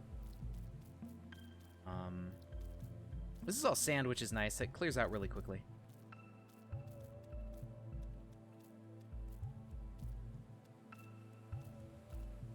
Floor and wall are separate. Okay. See, I didn't realize that because when they were mining, they would, like, make holes between Z layers, and I thought it was like, oh, it's like a weird combined thing. Oh, they just don't have a floor by default. Okay. Interesting. Okay, that makes a lot more sense. Now I understand why the holes and stuff happen. Okay. Thank you.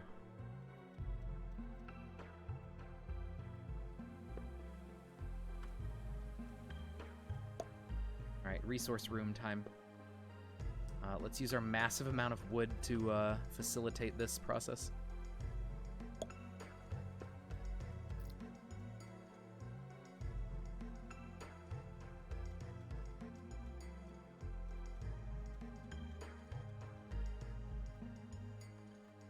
This is 50 times like 120.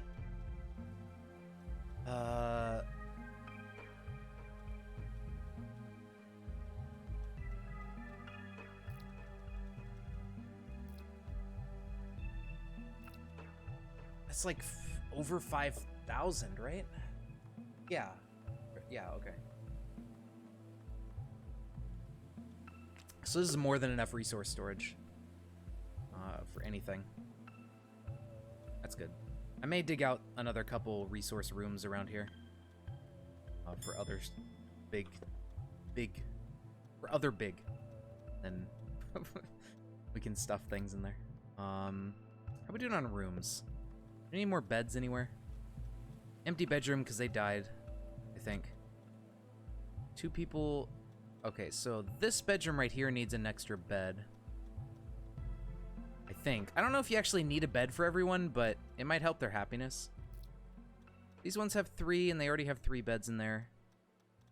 This one's got 3 people, so I need to add another bed here. I don't know how their happiness and stuff works in this game. I haven't really learned that yet. Oh, no. No, don't make the bed like that. Alright, I'm gonna have to rotate it.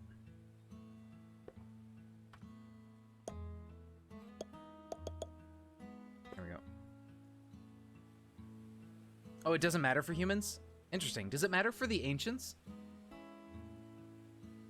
What does it do for ancients?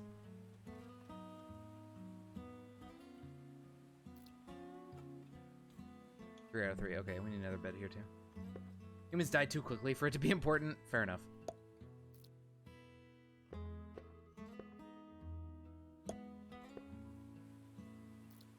Live in misery and then you die. The true human way of life.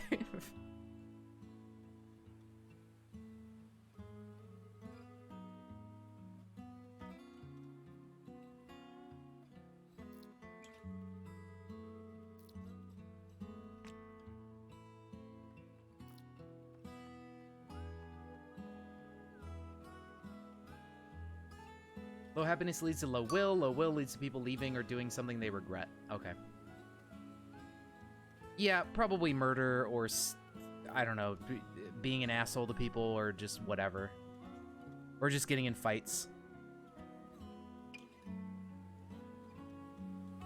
Destroying stuff, yeah.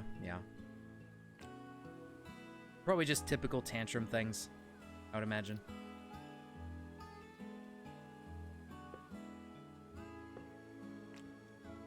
Okay, who's the one that plants palm trees? Is it our farmer? Okay, so we're gonna need like 2 or 3 farmers probably. Unless it's not the farmer and it's somebody else.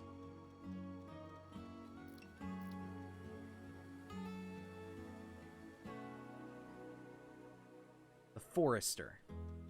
Oh, you know what? It might just be the forester. It might not be the farmer. Or it could be anyone. Although he's hauling wood. I think it's the forester, probably. Yeah, it seems to be pretty consistently the forester coming out here and planting trees, so I think that would make sense.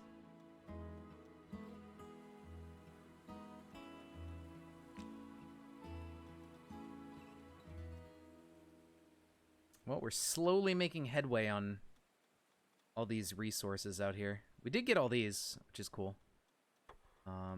Still a bunch over here, but we're getting there.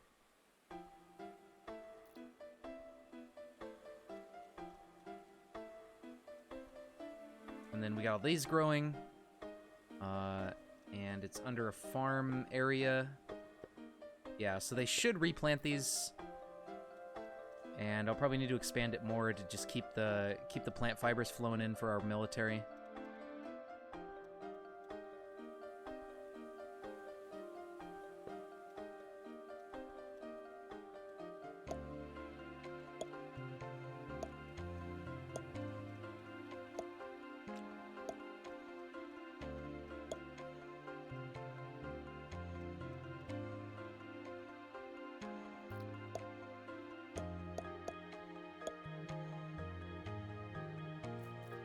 I'm gonna start clearing out this area, so if we need to expand this even more, we just have plenty of space. And he's a high-level miner, so he can get this done really, really fast.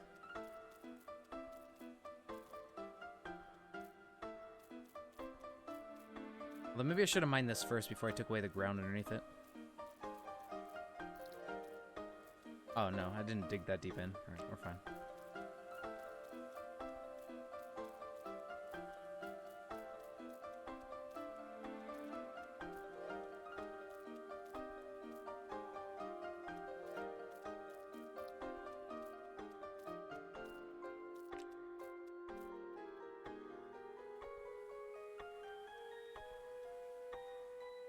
Okay.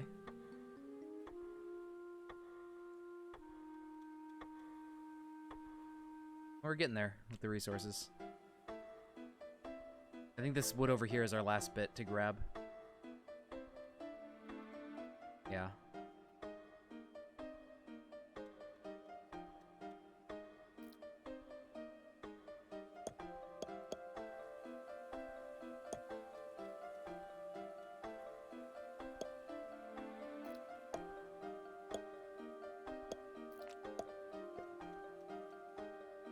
Alright, so yeah, that'll give us tons of space up here for more farm. And we can go really big on these resources, the plant fiber.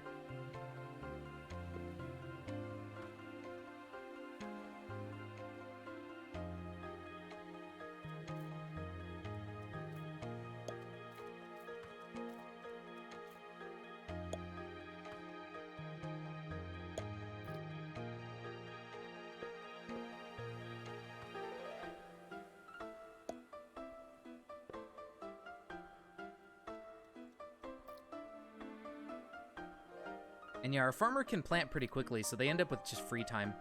So even just our one farmer can probably handle all this stuff.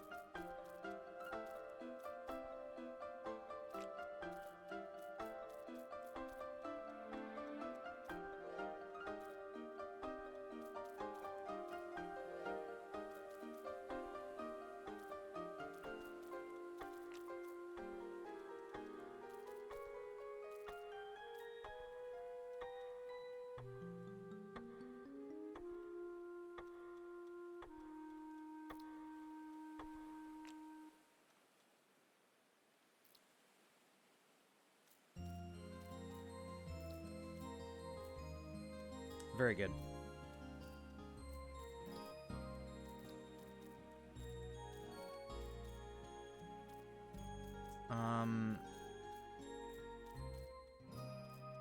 Okay, so yeah. This should be fine, though, honestly, for plant fiber. This should be enough, but I don't know. Our military does chew through it pretty quickly.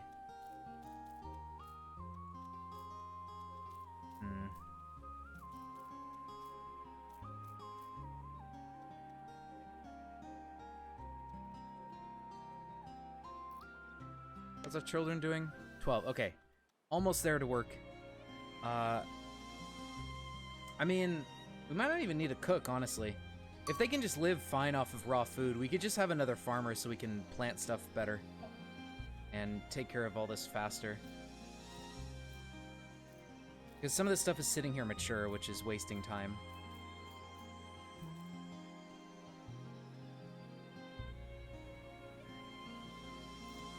So another farmer might actually be a good idea.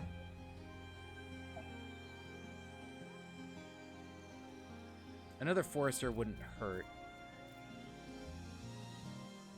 But I think a farmer might be more important, since wood seems to roll in a lot faster than plant fiber, and plant fiber focuses on farmer. So I think we'll do that, and then maybe one of the other kids that grows up can become a cook or something or whatever else.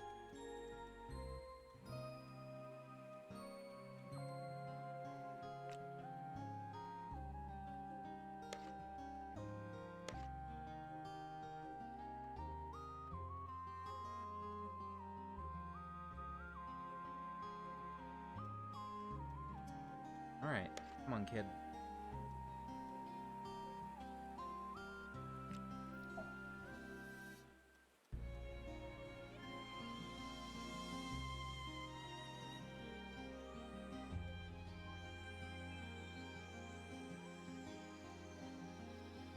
What would be nice is a way to track items we have.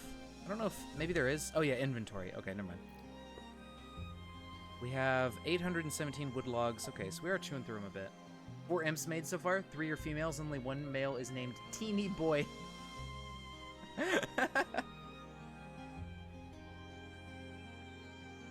Oh man.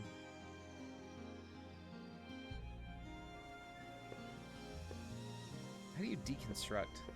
The thing, right? Yeah.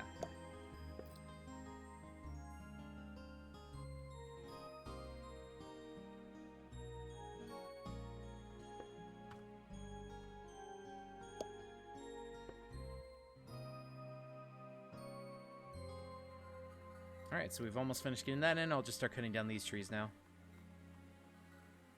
Oh, look at him chew through them. Melting the trees like butter. 5th imp, another girl. Her name is Creeper. Do look out, this Minecraft creeper going to explode.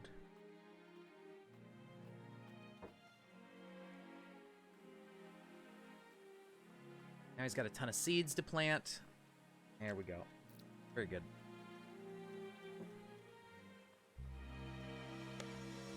Alright, back up to 1,300 wood logs. Our farmer is not harvesting these plants here. I don't know if these are actually farmable. Because they auto-harvest food, but it doesn't seem like they auto-harvest these plants. Since they haven't come to do it yet, and I don't think they're really doing anything.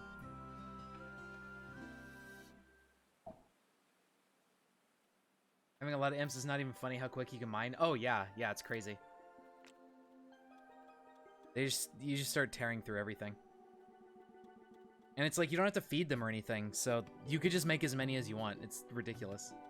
You can really scale fast off of the Ancients if you want to build up a huge army and everything. And then you can start bouncing around map tiles, getting new Ancients on your side by finding them in those little underground, like, rooms.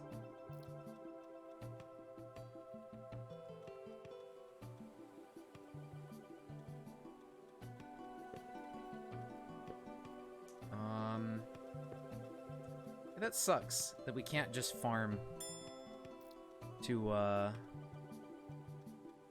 do the thing. Oh well. I guess I'll remove the room then, as it seems kind of pointless.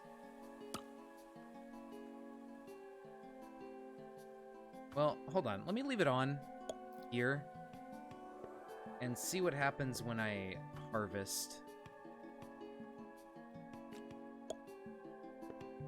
I don't think it's gonna auto replant, but I don't know.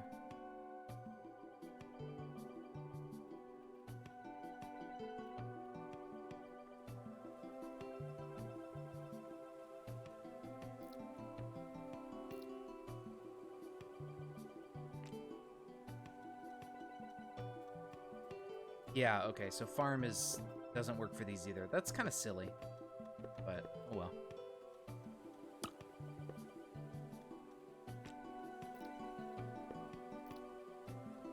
So when the violas get the purple dots on the top, they're ready to go. When these are more filled out in the square, they're mature.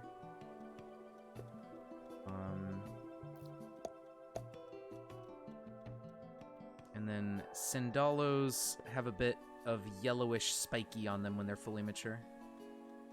Okay.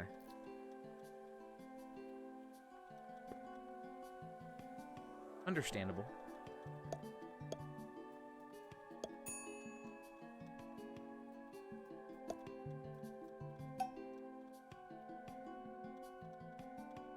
Yeah, not being able to auto-harvest them is kind of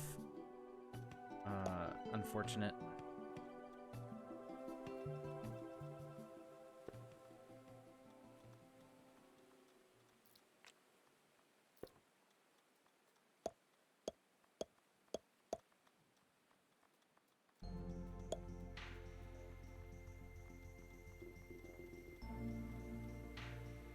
Utterly astounded by how quickly you accrued this much stone. There you go.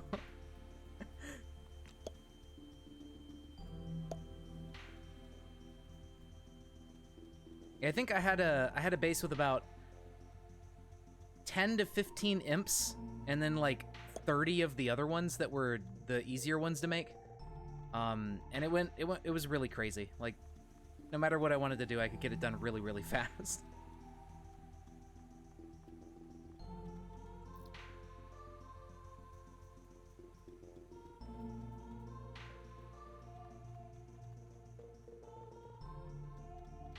Yeah, the easier ones are very high maintenance, but if you put them on auto crafting, then you just kind of summon new ones, whatever. Like, as they run out of energy and die, you just summon new ones without having to think about it. And if you get a couple extra ancients, you can just have one, like, constantly making them as they die off or whatever. Yeah. Yeah, you just put them on auto production. And then you don't even have to think about it.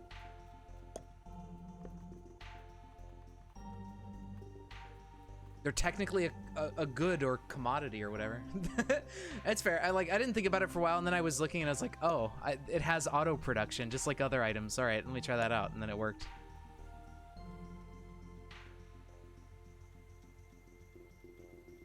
You do the same thing with your imps too, but imps don't die off, so you don't really need to.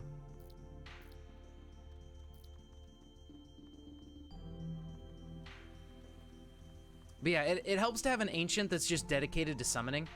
So that way you can just have them sitting around making new ones as they die off and stuff like that. Yeah.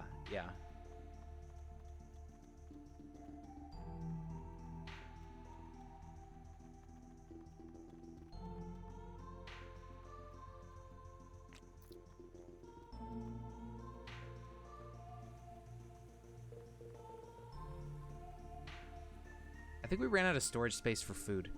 Wait, no, maybe.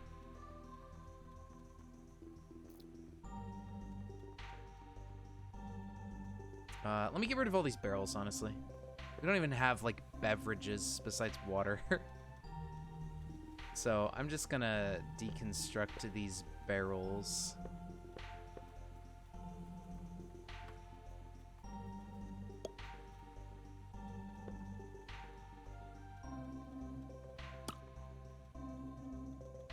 I can't remove the beverages. This is invalid location. There we go. It's a bit strange.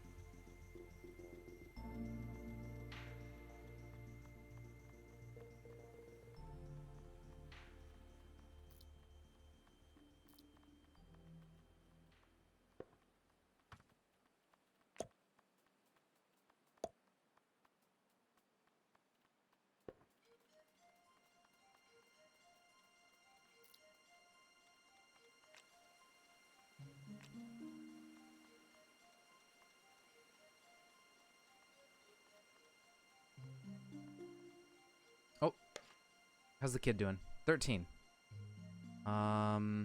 Still technically a child. I think it has to hit like a certain... It's probably got like a decimal value or something, and it's like, okay, once they hit like full on 13, maybe it's like rounding up or something. And they won't be a child anymore, and we can finally have a new worker.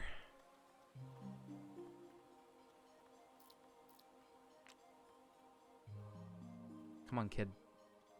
Grow up faster, damn you.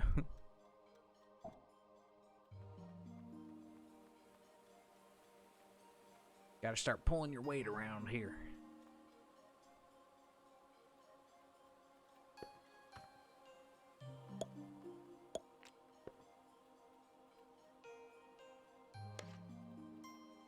We're getting there on logs.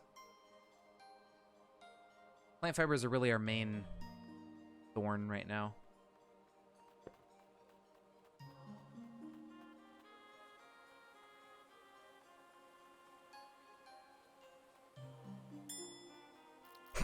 There's so much wood everywhere.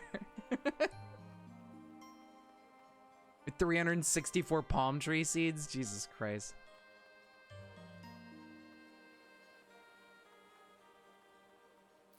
I think we ran out of seed storage, actually. We definitely did.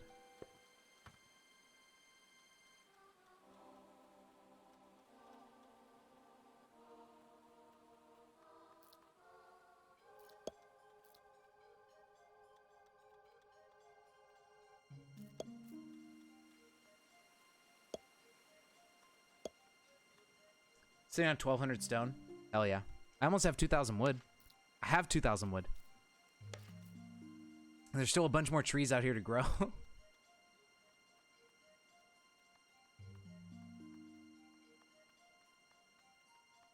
So I really need to start expanding my seed stockpiles area so I can just store all my seeds away.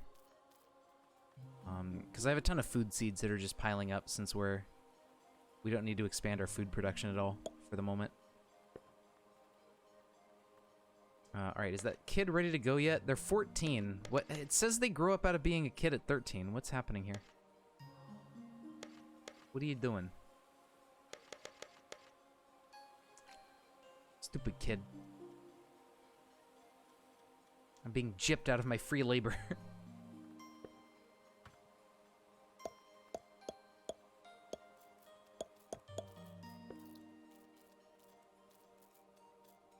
His entity page? How do I go to his entity page? This page?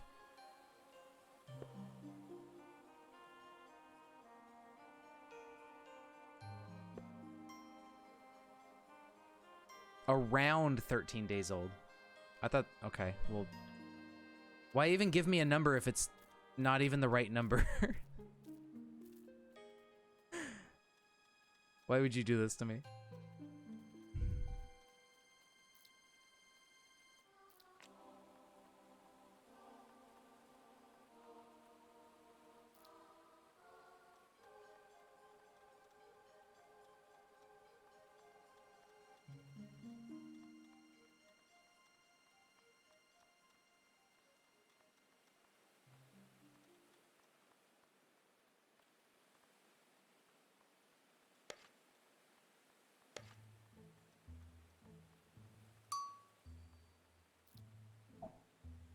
chirping.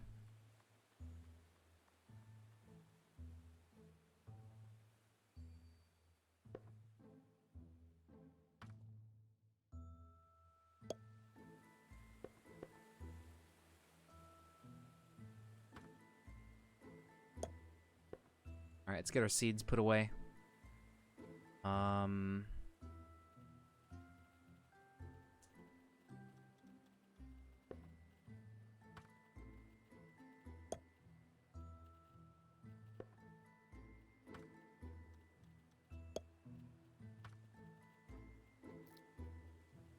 Yeah, we don't even have cooked food. What am I thinking? Put raw food in here for both sides. Oh yeah, but then beverages. Those need a home.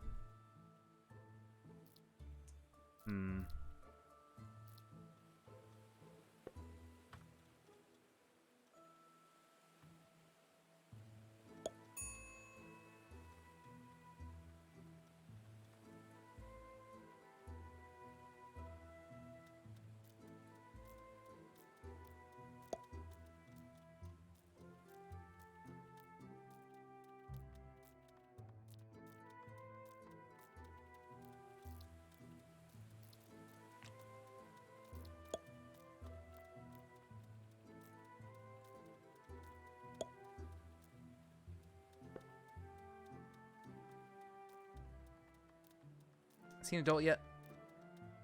No.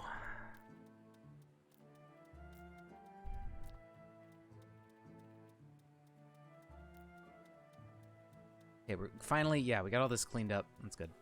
Getting all that stuff inside. Turn off a job for a particular profession?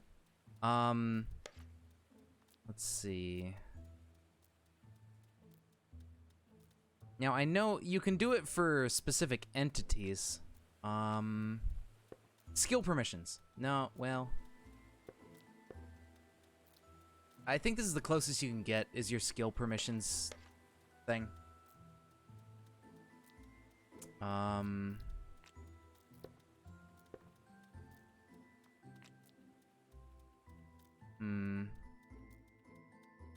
don't think you can customize the professions.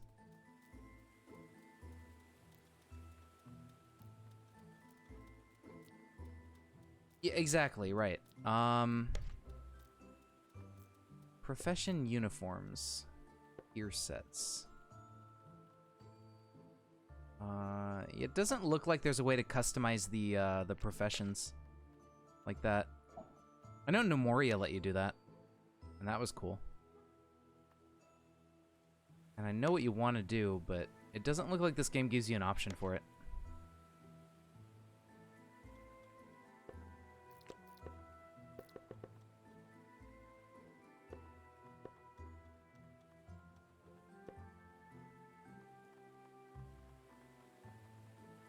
I don't think so.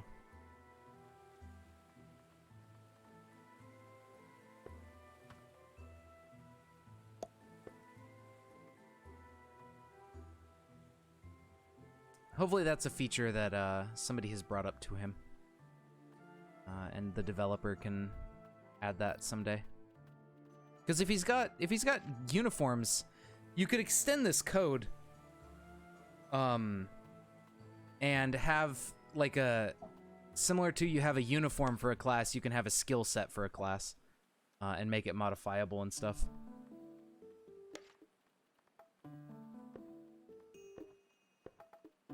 Although classes seem to be a special thing because they have perks and stuff. So maybe he just needs a button here and skill permissions. Or, I don't know. I don't know what the best way to do it would be, because it seems like he wants classes to be very particular, and everything, so I don't know.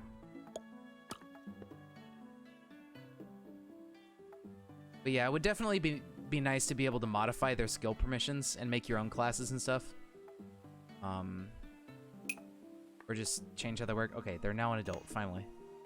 What do you mean they're an adult? What? Okay, it just says none. Got it. You are now You are now a farmer.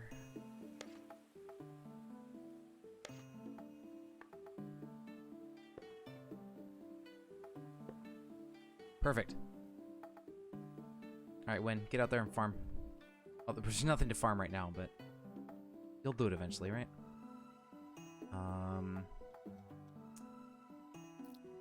Alright, let's start thinking about setting up another few squares of these, so when these are ready to harvest, we can just keep moving along.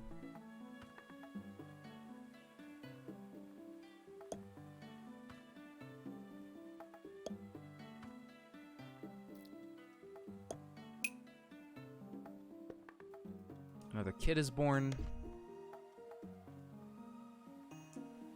Okay, these guys are about halfway to adult, so that's good.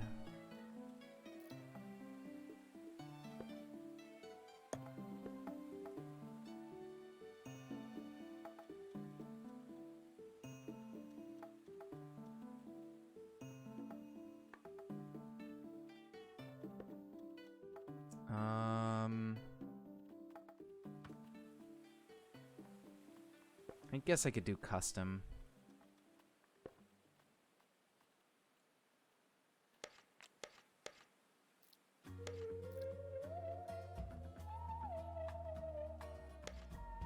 Woo-woo.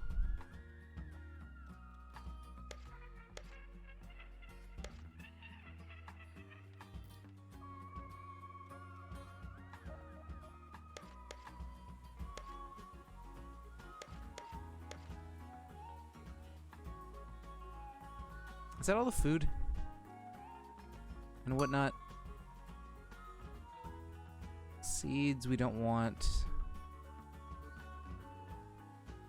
Adernum, I don't even know what that is. I don't have boiled eggs, but sure.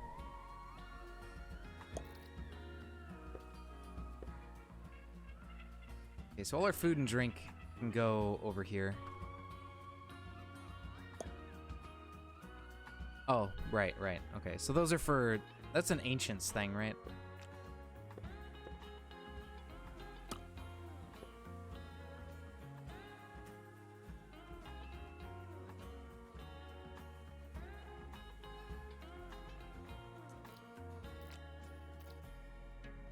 They can put water in boxes, yeah? Yeah, they can. Okay.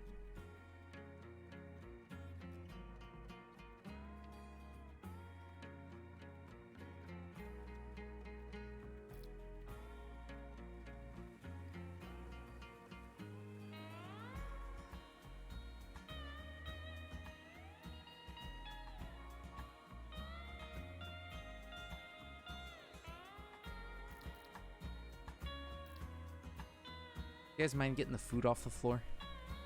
That would be cool.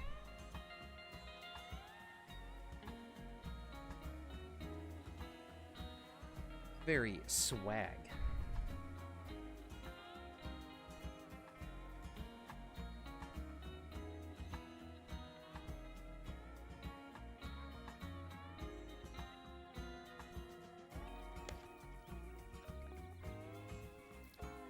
Two plant fiber, nice.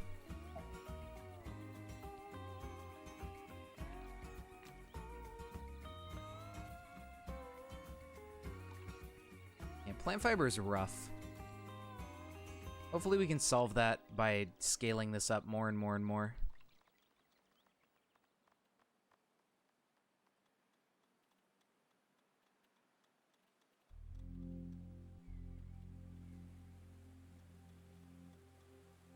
Auto farming the plant fiber stuff would be great too.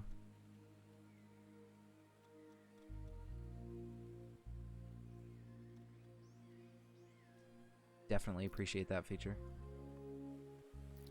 But I mean, if he's gonna add auto farming for trees, I feel like he'll probably add auto farming for plants like this.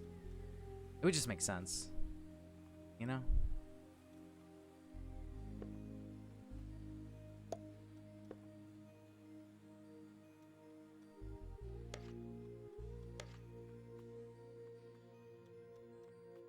No, you can't. I tried. It doesn't work.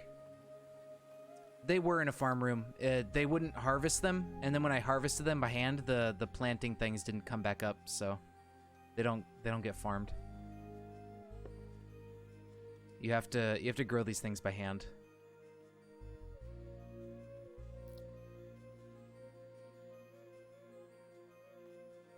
Oh, why is that? Oh yeah, they mature, but they. Well, no, I mean, I guess it's technically not right, but they're both called mature. Like melons say mature with the little plus symbol, and so do these. I guess maybe in the code it might be defined differently, and so it doesn't get detected as like, oh, this is something you can farm. But yeah, maybe it is like that in the code. Because see, they have mature with a little plus sign. And when your melons get mature, they do the same thing. They'll just say mature with a little plus sign. But these ones just don't respond to farms. Yeah. You have to manually go in and tell them harvest the plant.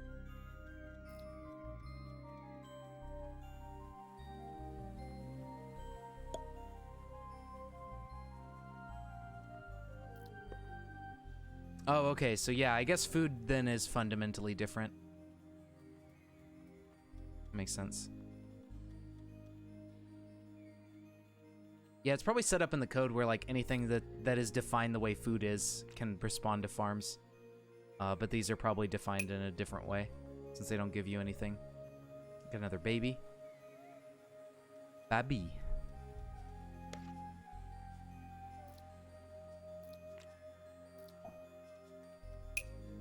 Another baby? Oh, jeez. Are we gonna start having... Is this gonna be like Cats in Dwarf Fortress, but instead of cat explosion, we just have baby explosion? And just have little kids everywhere?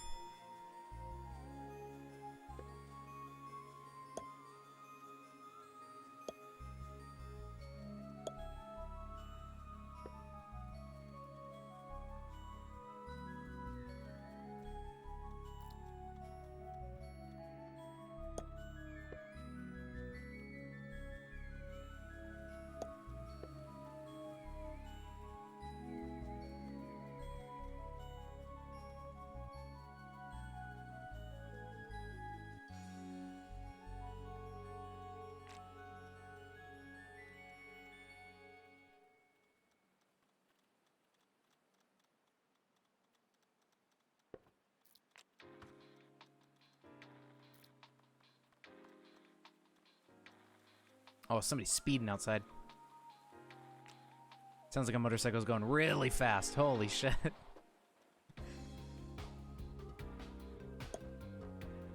I mean, I get it that you're bored being stuck in the house because of quarantine and everything, but damn, dude, chill. Don't kill yourself. It's kind of a empty area where I live, so I think they kind of figure like, oh, there's not a lot of cars on the road this late at night and everything. We can just go speed, it's fine. There's little chance of us hitting something, but I feel like the bigger chance of them getting injured is probably going to be them losing control, especially if they're on a motorcycle. Like just one imperfection in the road or something, because the roads out here are kind of rough. Could just probably throw you off, especially at the really high speeds.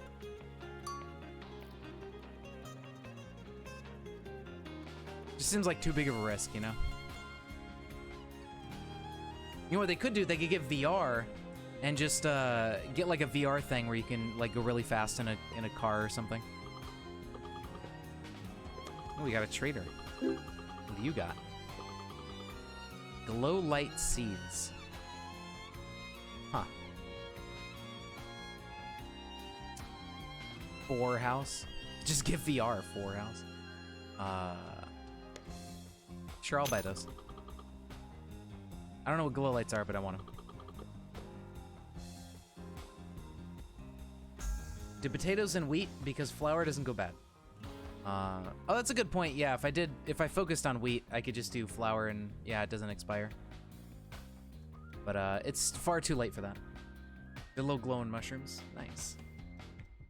I wonder how poisonous they are.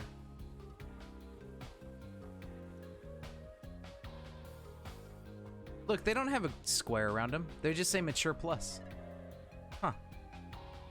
I wonder then if it's like a certain list of things in the game. Like he has some sort of array of farmable crops and he just adds them to that.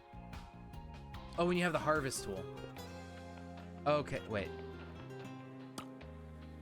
Okay, yeah, I see that. The little green dot. Got it. Because they're like a resource. But the plants over here don't really count. Because they're just whatever. What if winter comes, you won't have food? I don't know. Probably a good point. Let's how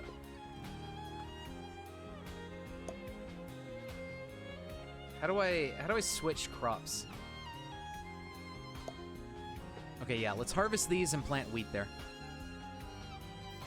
Yeah, dude, imagine me planning for the future. Can you, like, what the fuck? What do you think?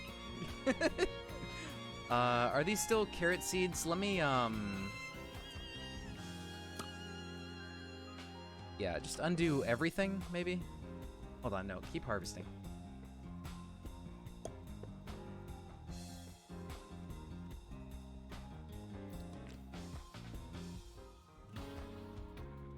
Okay. It's kind of annoying switching crops out. There we go. Let's take the farm off for a second. Let's get rid of all these carrots. You can just mark it for wheat? Oh, okay. I didn't know if that would work. Okay. Thank you.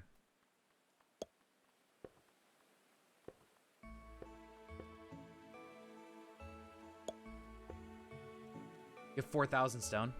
Start paving everything and make it all really, really fancy. Get the fancy walls and the fancy floors and the fancy everything. It's fine. I'm sure we could just eat 2,000 wood logs for winter. That'll get us through, right? Just consume wood.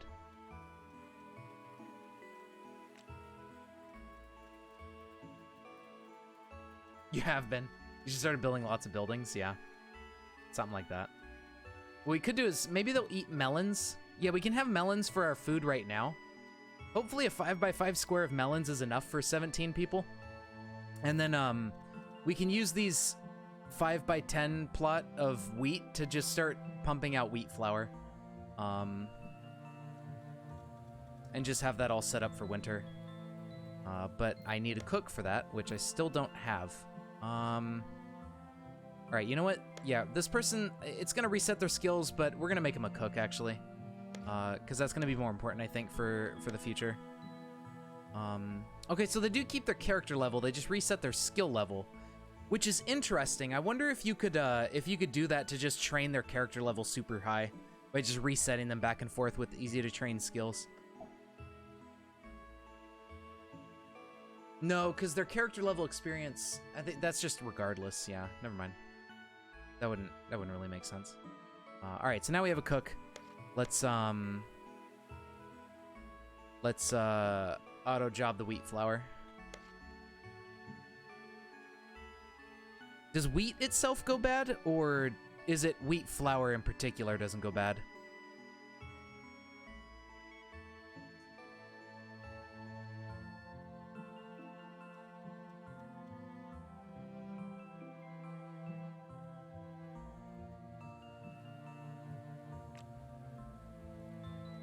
Oh yeah, let me take it off of the refined resource zone.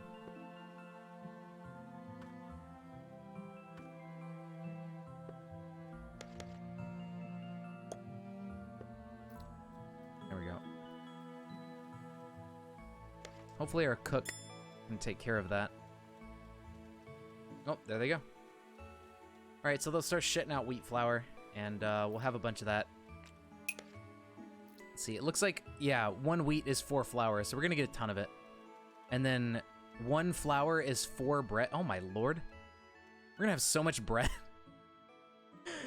Alright, well, there you go. Infinite food.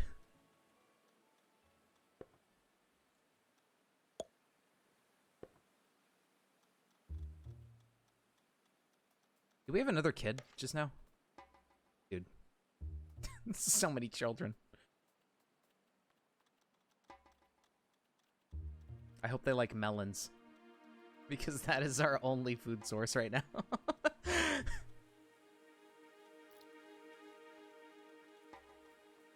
Yeah, our farmer's super fast, so I think they're fine just having one farmer. It'd be nice to have another forester to be able to plant these faster because they have to go back and forth. I might just set the tree seeds outside. Your elders will die at some point. True, true. But I will train up, because I have a bunch of kids waiting to grow. So I'm going to make my next kid that grows up is going to be another farmer. And then the next kid is going to be another forester. And then they'll start training from a really young age. And when the elders die off, they'll be, you know, they'll be just as fast. Yeah, yeah. I'm going to build another square of, for carrots and such. And yeah, we're going to go farmer next.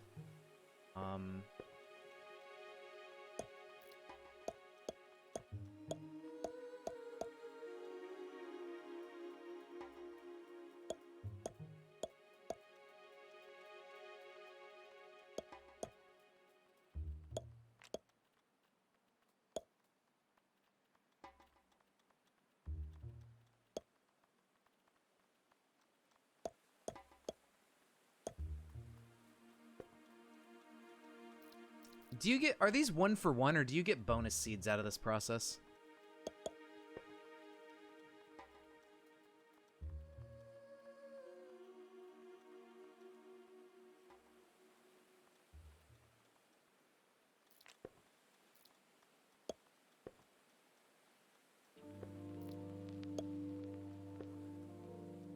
Potatoes and wheat? So what's good about potatoes? Do potatoes also not go bad? Vodka? Well, I mean, aside from that, like, beverages we kind of have taken care of with water, so we don't really need to brew them or anything.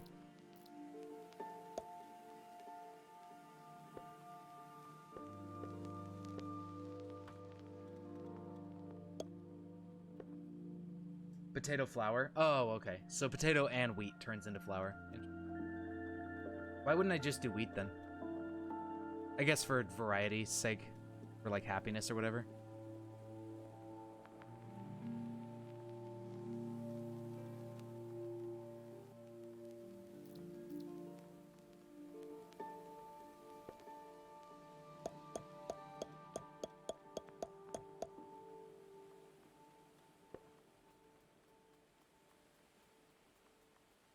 Seems 1 to 1, but I think one of them just gave 2 seeds. So maybe it's just like, it's normally 1 to 1, but sometimes you get an extra seed. Maybe that's it. That would make sense.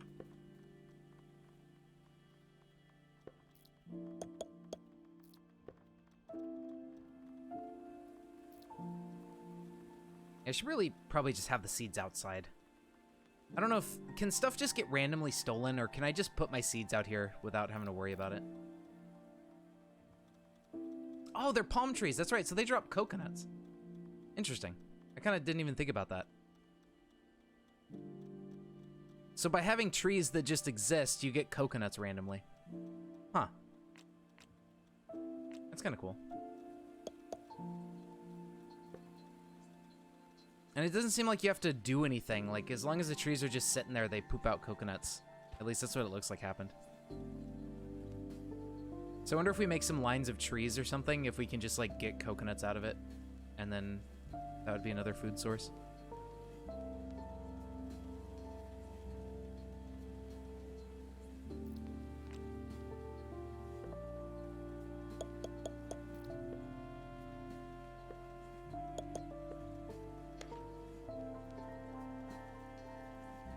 Still, we're just, like, desperately low on plant fiber. I don't know if I have any. I don't know where plant fiber goes, or if we've just used it all for our military and it's constantly empty. I thought it was under resources, so I think we just have none. Let's see, inventory, track. Oh, you can do that. Perfect.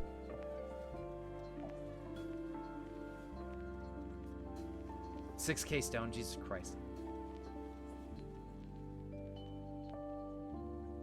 Hello, you. What have we here? Well, I hope you're ready to get completely fucking hammered and die instantly.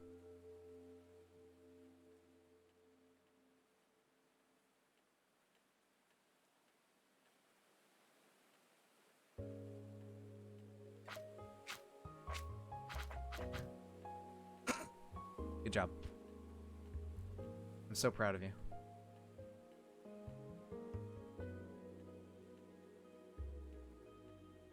What a lad. All right.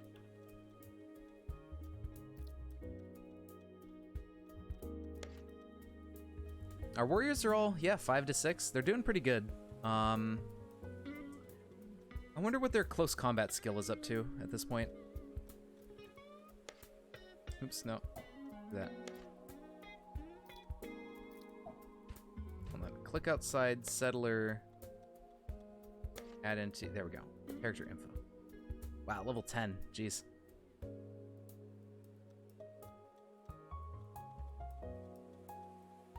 Got five levels in melee combat now. That's really good. Perks, and they're getting up there, so they all have crit rate plus 10%, which is fantastic, and they use less energy. Very good. Our fighters are working their way up there.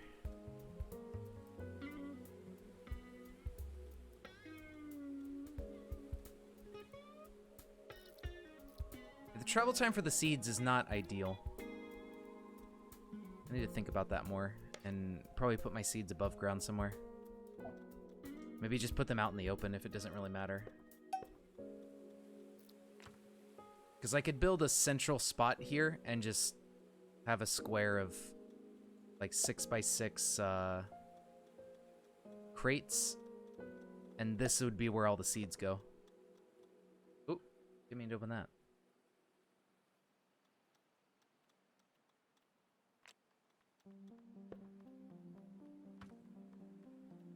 I think this would be a much better idea. And then they don't have to go up and down ladders. I can just build like a staircases or something. Oops. Build a bunch of stairs here so they can get up and down to these crops faster wherever they go. Fuck it. Just put stairs everywhere.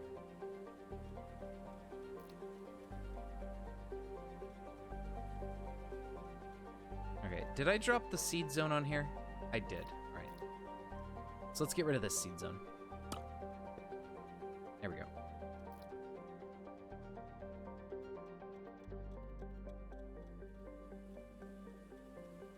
Perfect. And this will go much faster for both trees and crops. There is a dust storm. I don't know if that affects our crops at all. I did not pave the floors, so you're saying by building flooring, that'll help them run faster? I don't know if it does, but, I mean, we have wood to spare, so, you know, why not? No? What? Oh, to candy. Okay. Damn. If only they got a speed bonus. X similar to rain in the forest biomes where it just regenerates the top layer? Oh, yeah, maybe.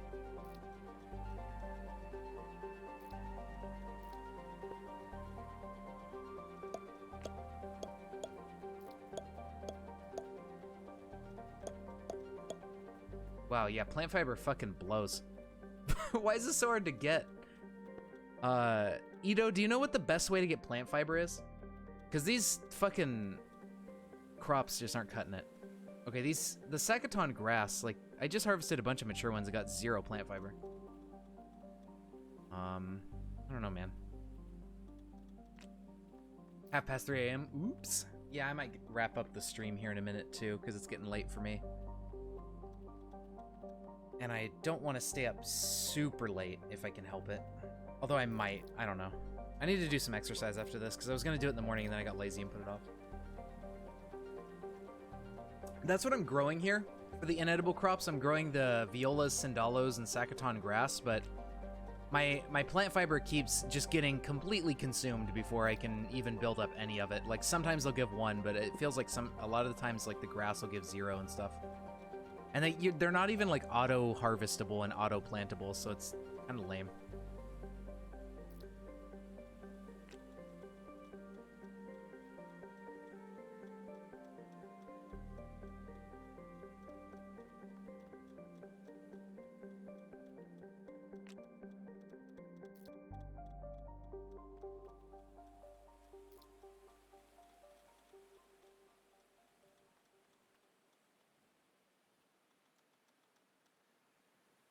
They're almost done emptying the crates down here, so that's good. I don't think seeds are going anywhere else in our base. I hope. Yeah, and then he can access the seeds a lot faster to plant these crops, and be good. Hopefully. Run out of stuff to do. Oh, I guess he's out of seeds.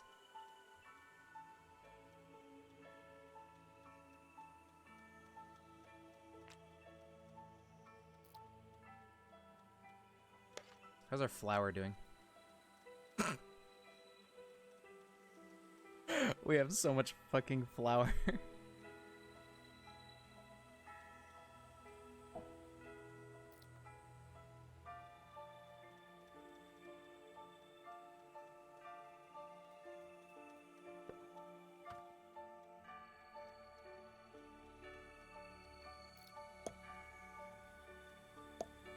Log the rest of these trees.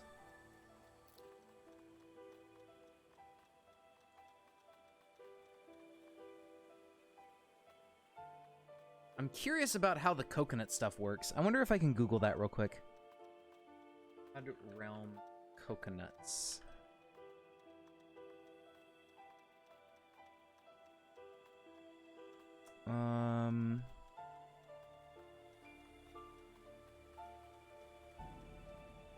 I see a version history where it says added coconuts. Okay, they're dropped by palm trees in the summer. And that's it. All right, so that's how they work. Interesting.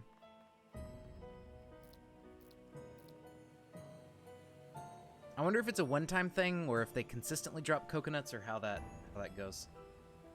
Like if I need to plant new trees to get them to fall off. Not sure.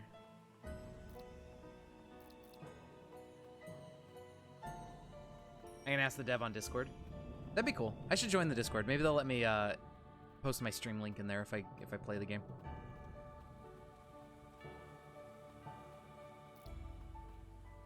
And then I can talk to people about it and be like, hey, what's going on?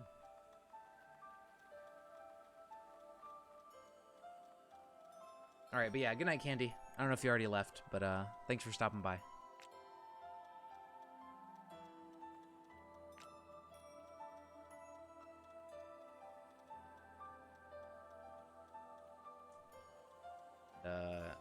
You going to bed too, Ito?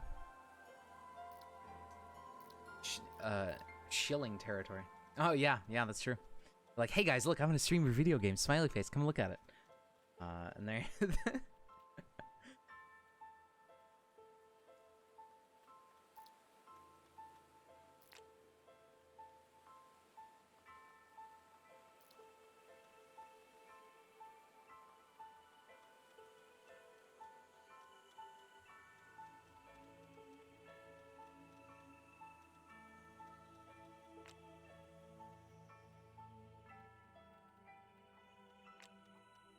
Oh shit, and when you cut them down, you get a bunch of fresh coconut. Oh my god, that's where all the food's coming from.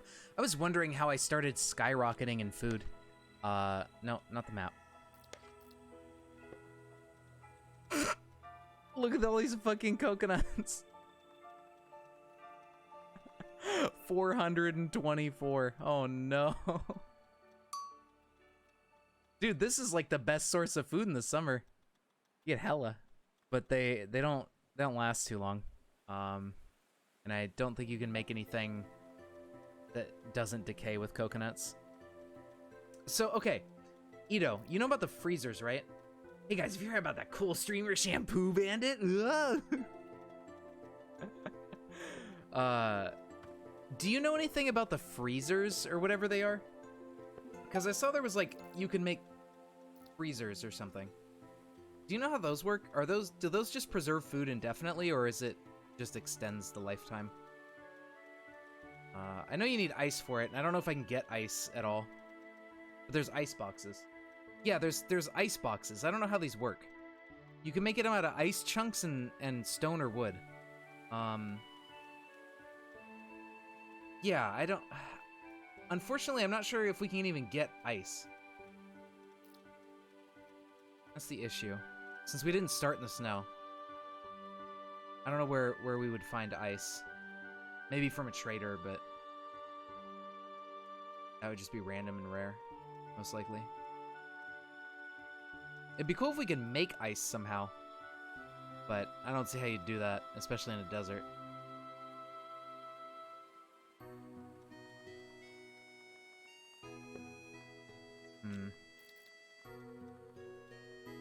We have 15 plant fiber. Did we get... Okay, some of it might have fell off a tree, I guess, but... Snoots! Plant fiber seems rough. There must be some good source of it. I'm gonna look it up really quick and see if maybe, maybe there's like a best way of doing this. Wait, no, go back. Plant fiber yielding plants not being auto-harvested when planted in farm room. Okay, some people brought this up 7 months ago, and it's still an issue, so I guess he never fixed it.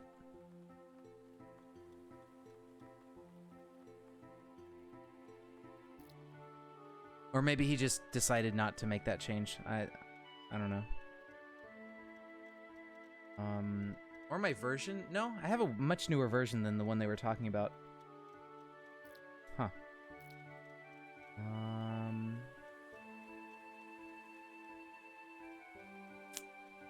Yeah, I don't know. I don't know what the best way to get fiber is. I want to get it as fast as possible so I can keep the training dummies going. They should let you smoke meat and pickle vegetables. That would be cool, yeah, actually. That'd be great. How would you get... Let's see. To pickle vegetables, you need some sort of vinegar. So you'd have to add in... Where does vinegar come from in the first place? I know that...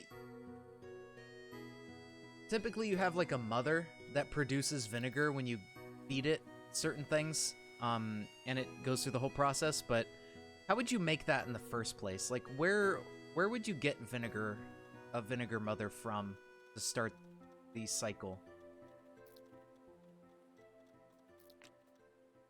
And salt? Yeah. Salt for meat.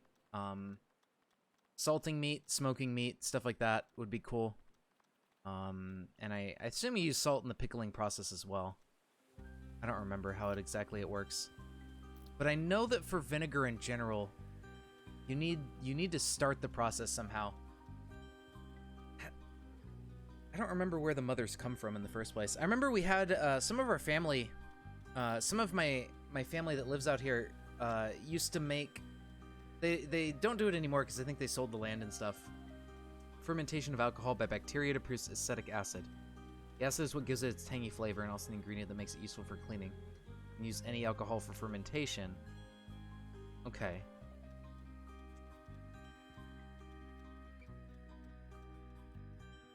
I know that, like, typically what happens is you have this weird organism, specifically when you're trying to make vinegar and not just any type of alcohol. I think this is also the same for wine, but I'm not 100%. But there's, like, this weird organism that fucking, you know, secretes the alcohol or something.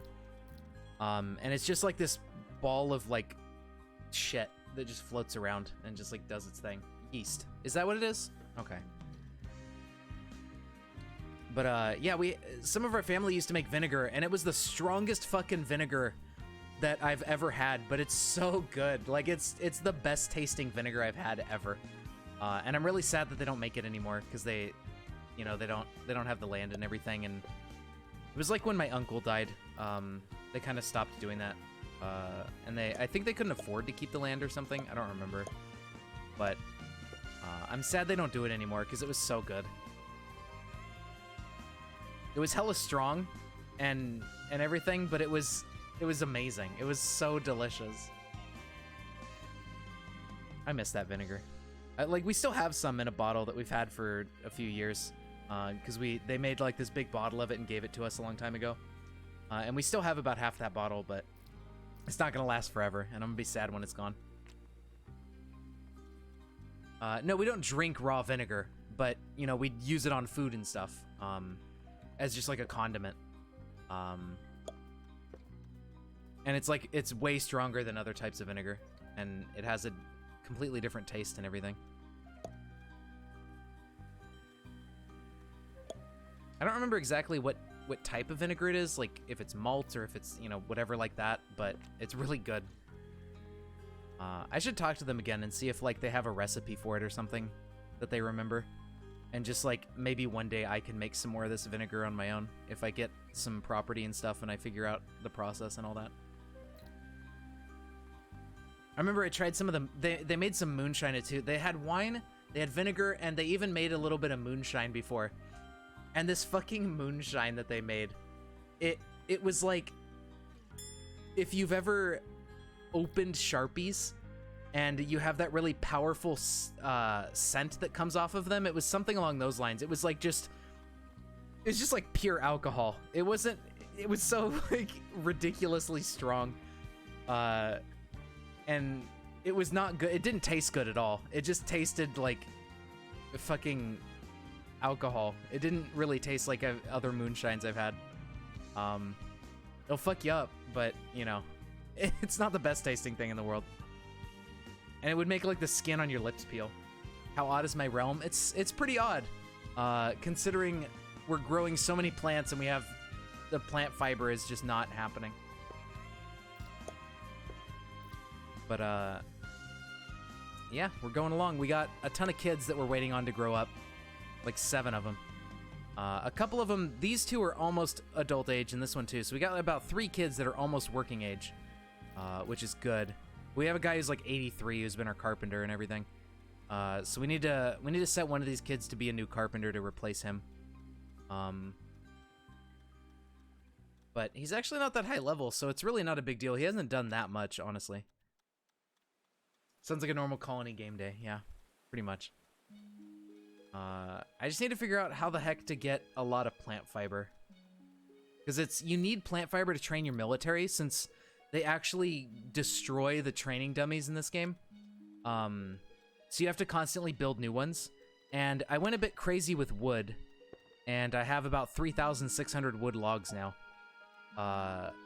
But plant fiber is the one thing I just can't get a grasp on and start producing more than we're using.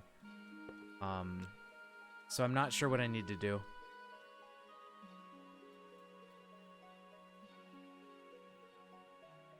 Told your great-grandfather, who came from Russia, used to make moonshine. He drank a small shot glass of spirit in the mornings. Nice. Some people still do that, you know, but they just like, they'll typically mix it in with coffee or something.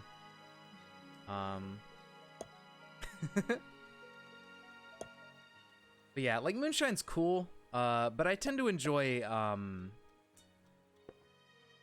let's see, I think my favorite type of just pure alcohol has been Canadian whiskey.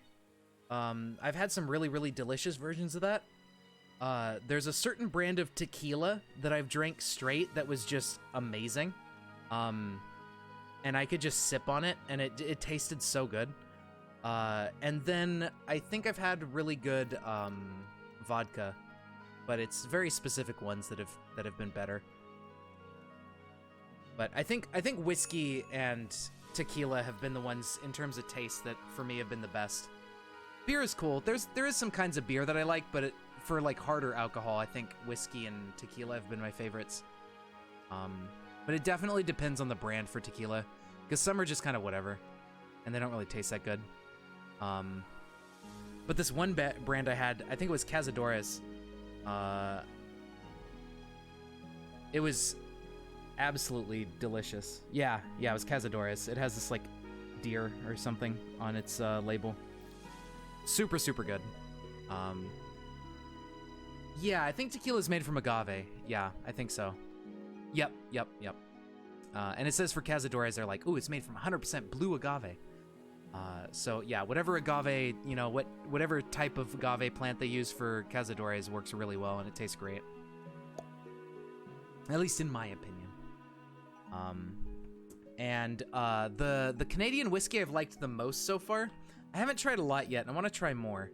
But it's actually the store brand for this chain of stores called Costco, here in the US. It's like a wholesale store, but they have a brand called Kirkland that's like their in-house brand, like how Walmart has their own great value brand and stuff like that. They have their own store brand, and they produce a ton of stuff. Like, almost any product they sell in Costco, you can find a Kirkland version. You have Costco in Canada too? Nice. But it's the thing about Kirkland, so Walmart's store brand is kind of shitty and cheap and bad. And other store brands tend to be shitty. But Kirkland is actually really good. Like, they make high quality stuff. Yeah, no, it's not like Walmart. It's like wholesale retail. Like, you buy stuff in bulk and you get a cheaper deal on it, because what happens is Costco buys stuff like from wholesalers and everything, like from the warehouses and stuff. They buy things in bulk and then they just sell it to you in bulk. So instead of buying it one by one like at Walmart, you get a better deal. But you buy a shit ton at once. Like, they have bags of rice that are like fucking, I don't know, 15 kilos or something. And just like massive amounts of food, and stuff like that. But so they have this brand, right? They have the Kirkland brand. And the Kirkland brand makes all sorts of stuff, and they actually make certain types of alcohol. They have a Kirkland Canadian whiskey. And this shit is really, really good. And it's like half the price of all the other Canadian whiskeys at Costco. So it's like, not only is it delicious, it's cheaper. So, you know, I haven't really had an incentive to try other Canadian whiskeys, but the realm is pretty odd, Wargun. It's getting there. In burlap here, if you want a lot of rice, you buy it in burlap sacks. Yeah, I think it is. I think they use burlap. Pass the whiskey. You know, a lot of people will talk about like Jack Daniels and stuff in terms of whiskey. Honestly, Jack Daniels is some of the most disgusting alcohol I've had. I don't know how people like it. It just tastes so bad. It's, I don't know what the appeal is. It's super shitty. I don't know, man. I've never been a fan of it. Like, it mixes fine with soda and stuff, you know? You can just do that, but at that point, it's like you're just drinking a soda. Like, what's even the point, you know? If you want to drink something for flavor, you just go get one of those, like, alcohols that have a bunch of stuff added to it, like, the ones that are, like, mixed in with, like, chocolate flavoring and shit like that, you know? Like, which is fine. Like, I like that stuff, too, because I like sweets a lot, and I have a big sweet tooth, but, I don't know. I don't know why you'd want to get used to the flavor of Jack Daniels. It's just so nasty. I guess maybe some people's palates are just attuned for that normally, so to them it's like, oh, this just tastes good out of the box kind of thing, but yeah, like chocolate liqueurs and stuff. I've had one that was cool. I remember when I was in high school or something, some friends had it.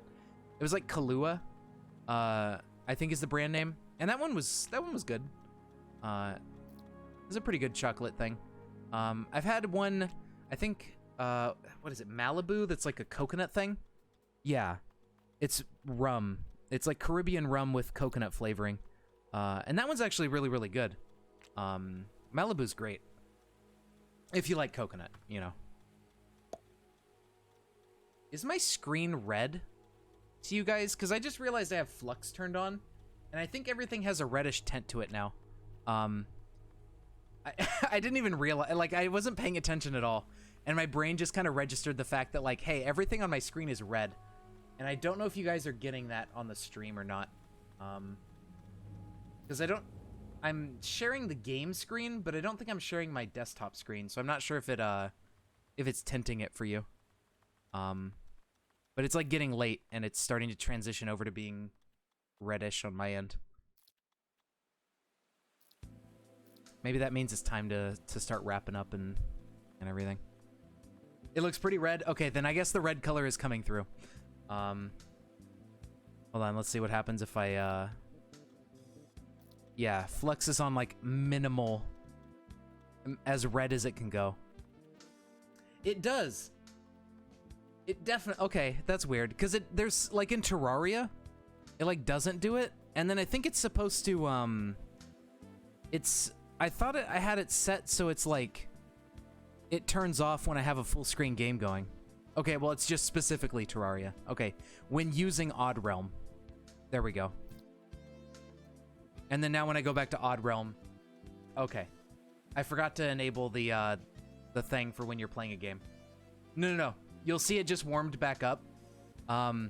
It's flux. It's a thing that dims your screen and makes it more red, so it's like less harsh on the eyes when it starts getting late. So it actually comes through on the stream, which I didn't realize. I thought it wouldn't do that. I thought it was like a thing on my end. Looks the same.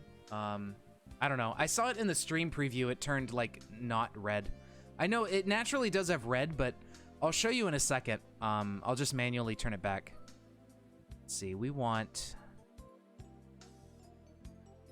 another farmer, right?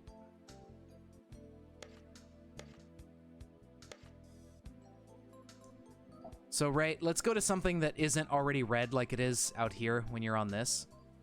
I mean, without the, okay, so without the job thing, you see how blue and everything the game is? Now, watch what happens when I do this.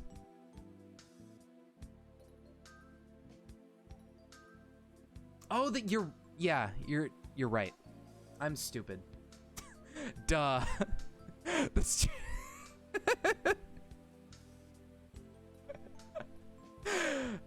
Of course I would see it as red. So, do you see it getting any more red as this is happening? Or does the game look just the same right now? Yeah, pretty big brainlet moment. Nope. Okay, so no, yeah, it doesn't stream it, right. That's what I figured. That's what I thought, but it might have been red for you, Magna, because it was on, like, when you open up the job menu like this and you have invalid locations, it just turns everything red. So, yeah, I think that might have been what was on the screen, and you were like, oh yeah, it does look kind of red. And then I was just being dumb. All right, never mind. Yeah, no, it's all good.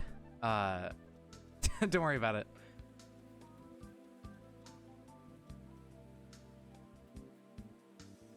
But yeah, if it's getting late enough for Flux to start dimming my screen, then I think I'll probably wrap this up in a moment here, and then I still need time to do my exercises tonight since I didn't do them in the morning.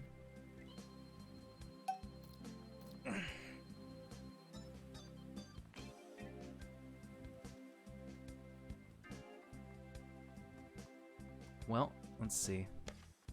Did somebody else grow up yet? Close. We got a couple kids at 14. So I'm doing a bodybuilding routine. It's like a beginner's routine that Arnold Schwarzenegger put together a long time ago when he wrote this encyclopedia of bodybuilding thing, or rather, I don't think he didn't really write it himself, but he helped put together this whole book. And he gave this beginner workout routine where you do weightlifting for 6 days a week, and you train different parts of your body for 3 days, and then you just repeat those 3 days over again. So like Monday, Tuesday, Wednesday, and then you do Monday's workout again, then Tuesday, then Wednesday. Douglas Quaid?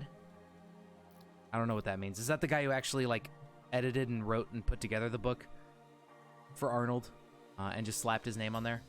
That would make sense. But yeah, so I've been following that routine. And it's been cool. I'm really lucky to have a set of free weights in my house because all the gyms have fucking shut down, so I wouldn't have been able to do this otherwise. Oh, he's a character he played, right? Okay, gotcha. I don't know. I don't know much about Arnold's movies. I haven't really. I think the last one I watched was like Kindergarten Cop or something. It's been a while since I've seen an Arnold movie. Lethal Memory. Yeah, I don't know. He's been in a bunch of random movies. I haven't really watched all of them. Dude, look at all these trees. Whoa. What are we doing on wood? 3,600 wood. Yeah, we're running out of coconuts, but they're probably decaying. I think all these coconuts have been decaying on us more than we've eaten them. I wonder if these still drop coconuts when you cut the trees down in other seasons besides summer. That'd be interesting to know. Oh, dude, look, birds. Boids. Self-defender. We'll find random seeds daily. Oh, you know what? Maybe there's a tameable animal that can get you plant fiber and stuff. Total Recall. There you go. Lethal Memory is your literal translation of the Hebrew name. Oh. Interesting.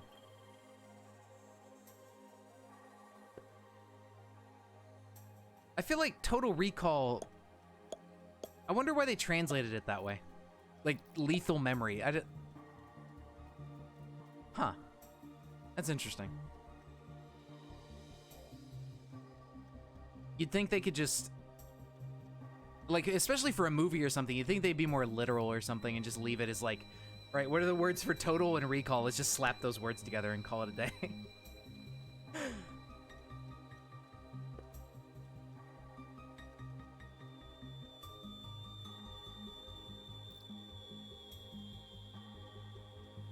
All right, well, how's our warriors doing? They're getting there. They're almost all to level 6. Our oldest is 62. So they're getting up there. We definitely need a new wave of warriors to train.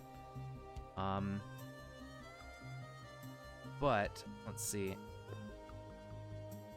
So they're up to about 11. This person's at 9. Oh, they don't have a natural bonus. Okay, so they're a little bit behind, but they're at level 6 for base level. Okay, yeah.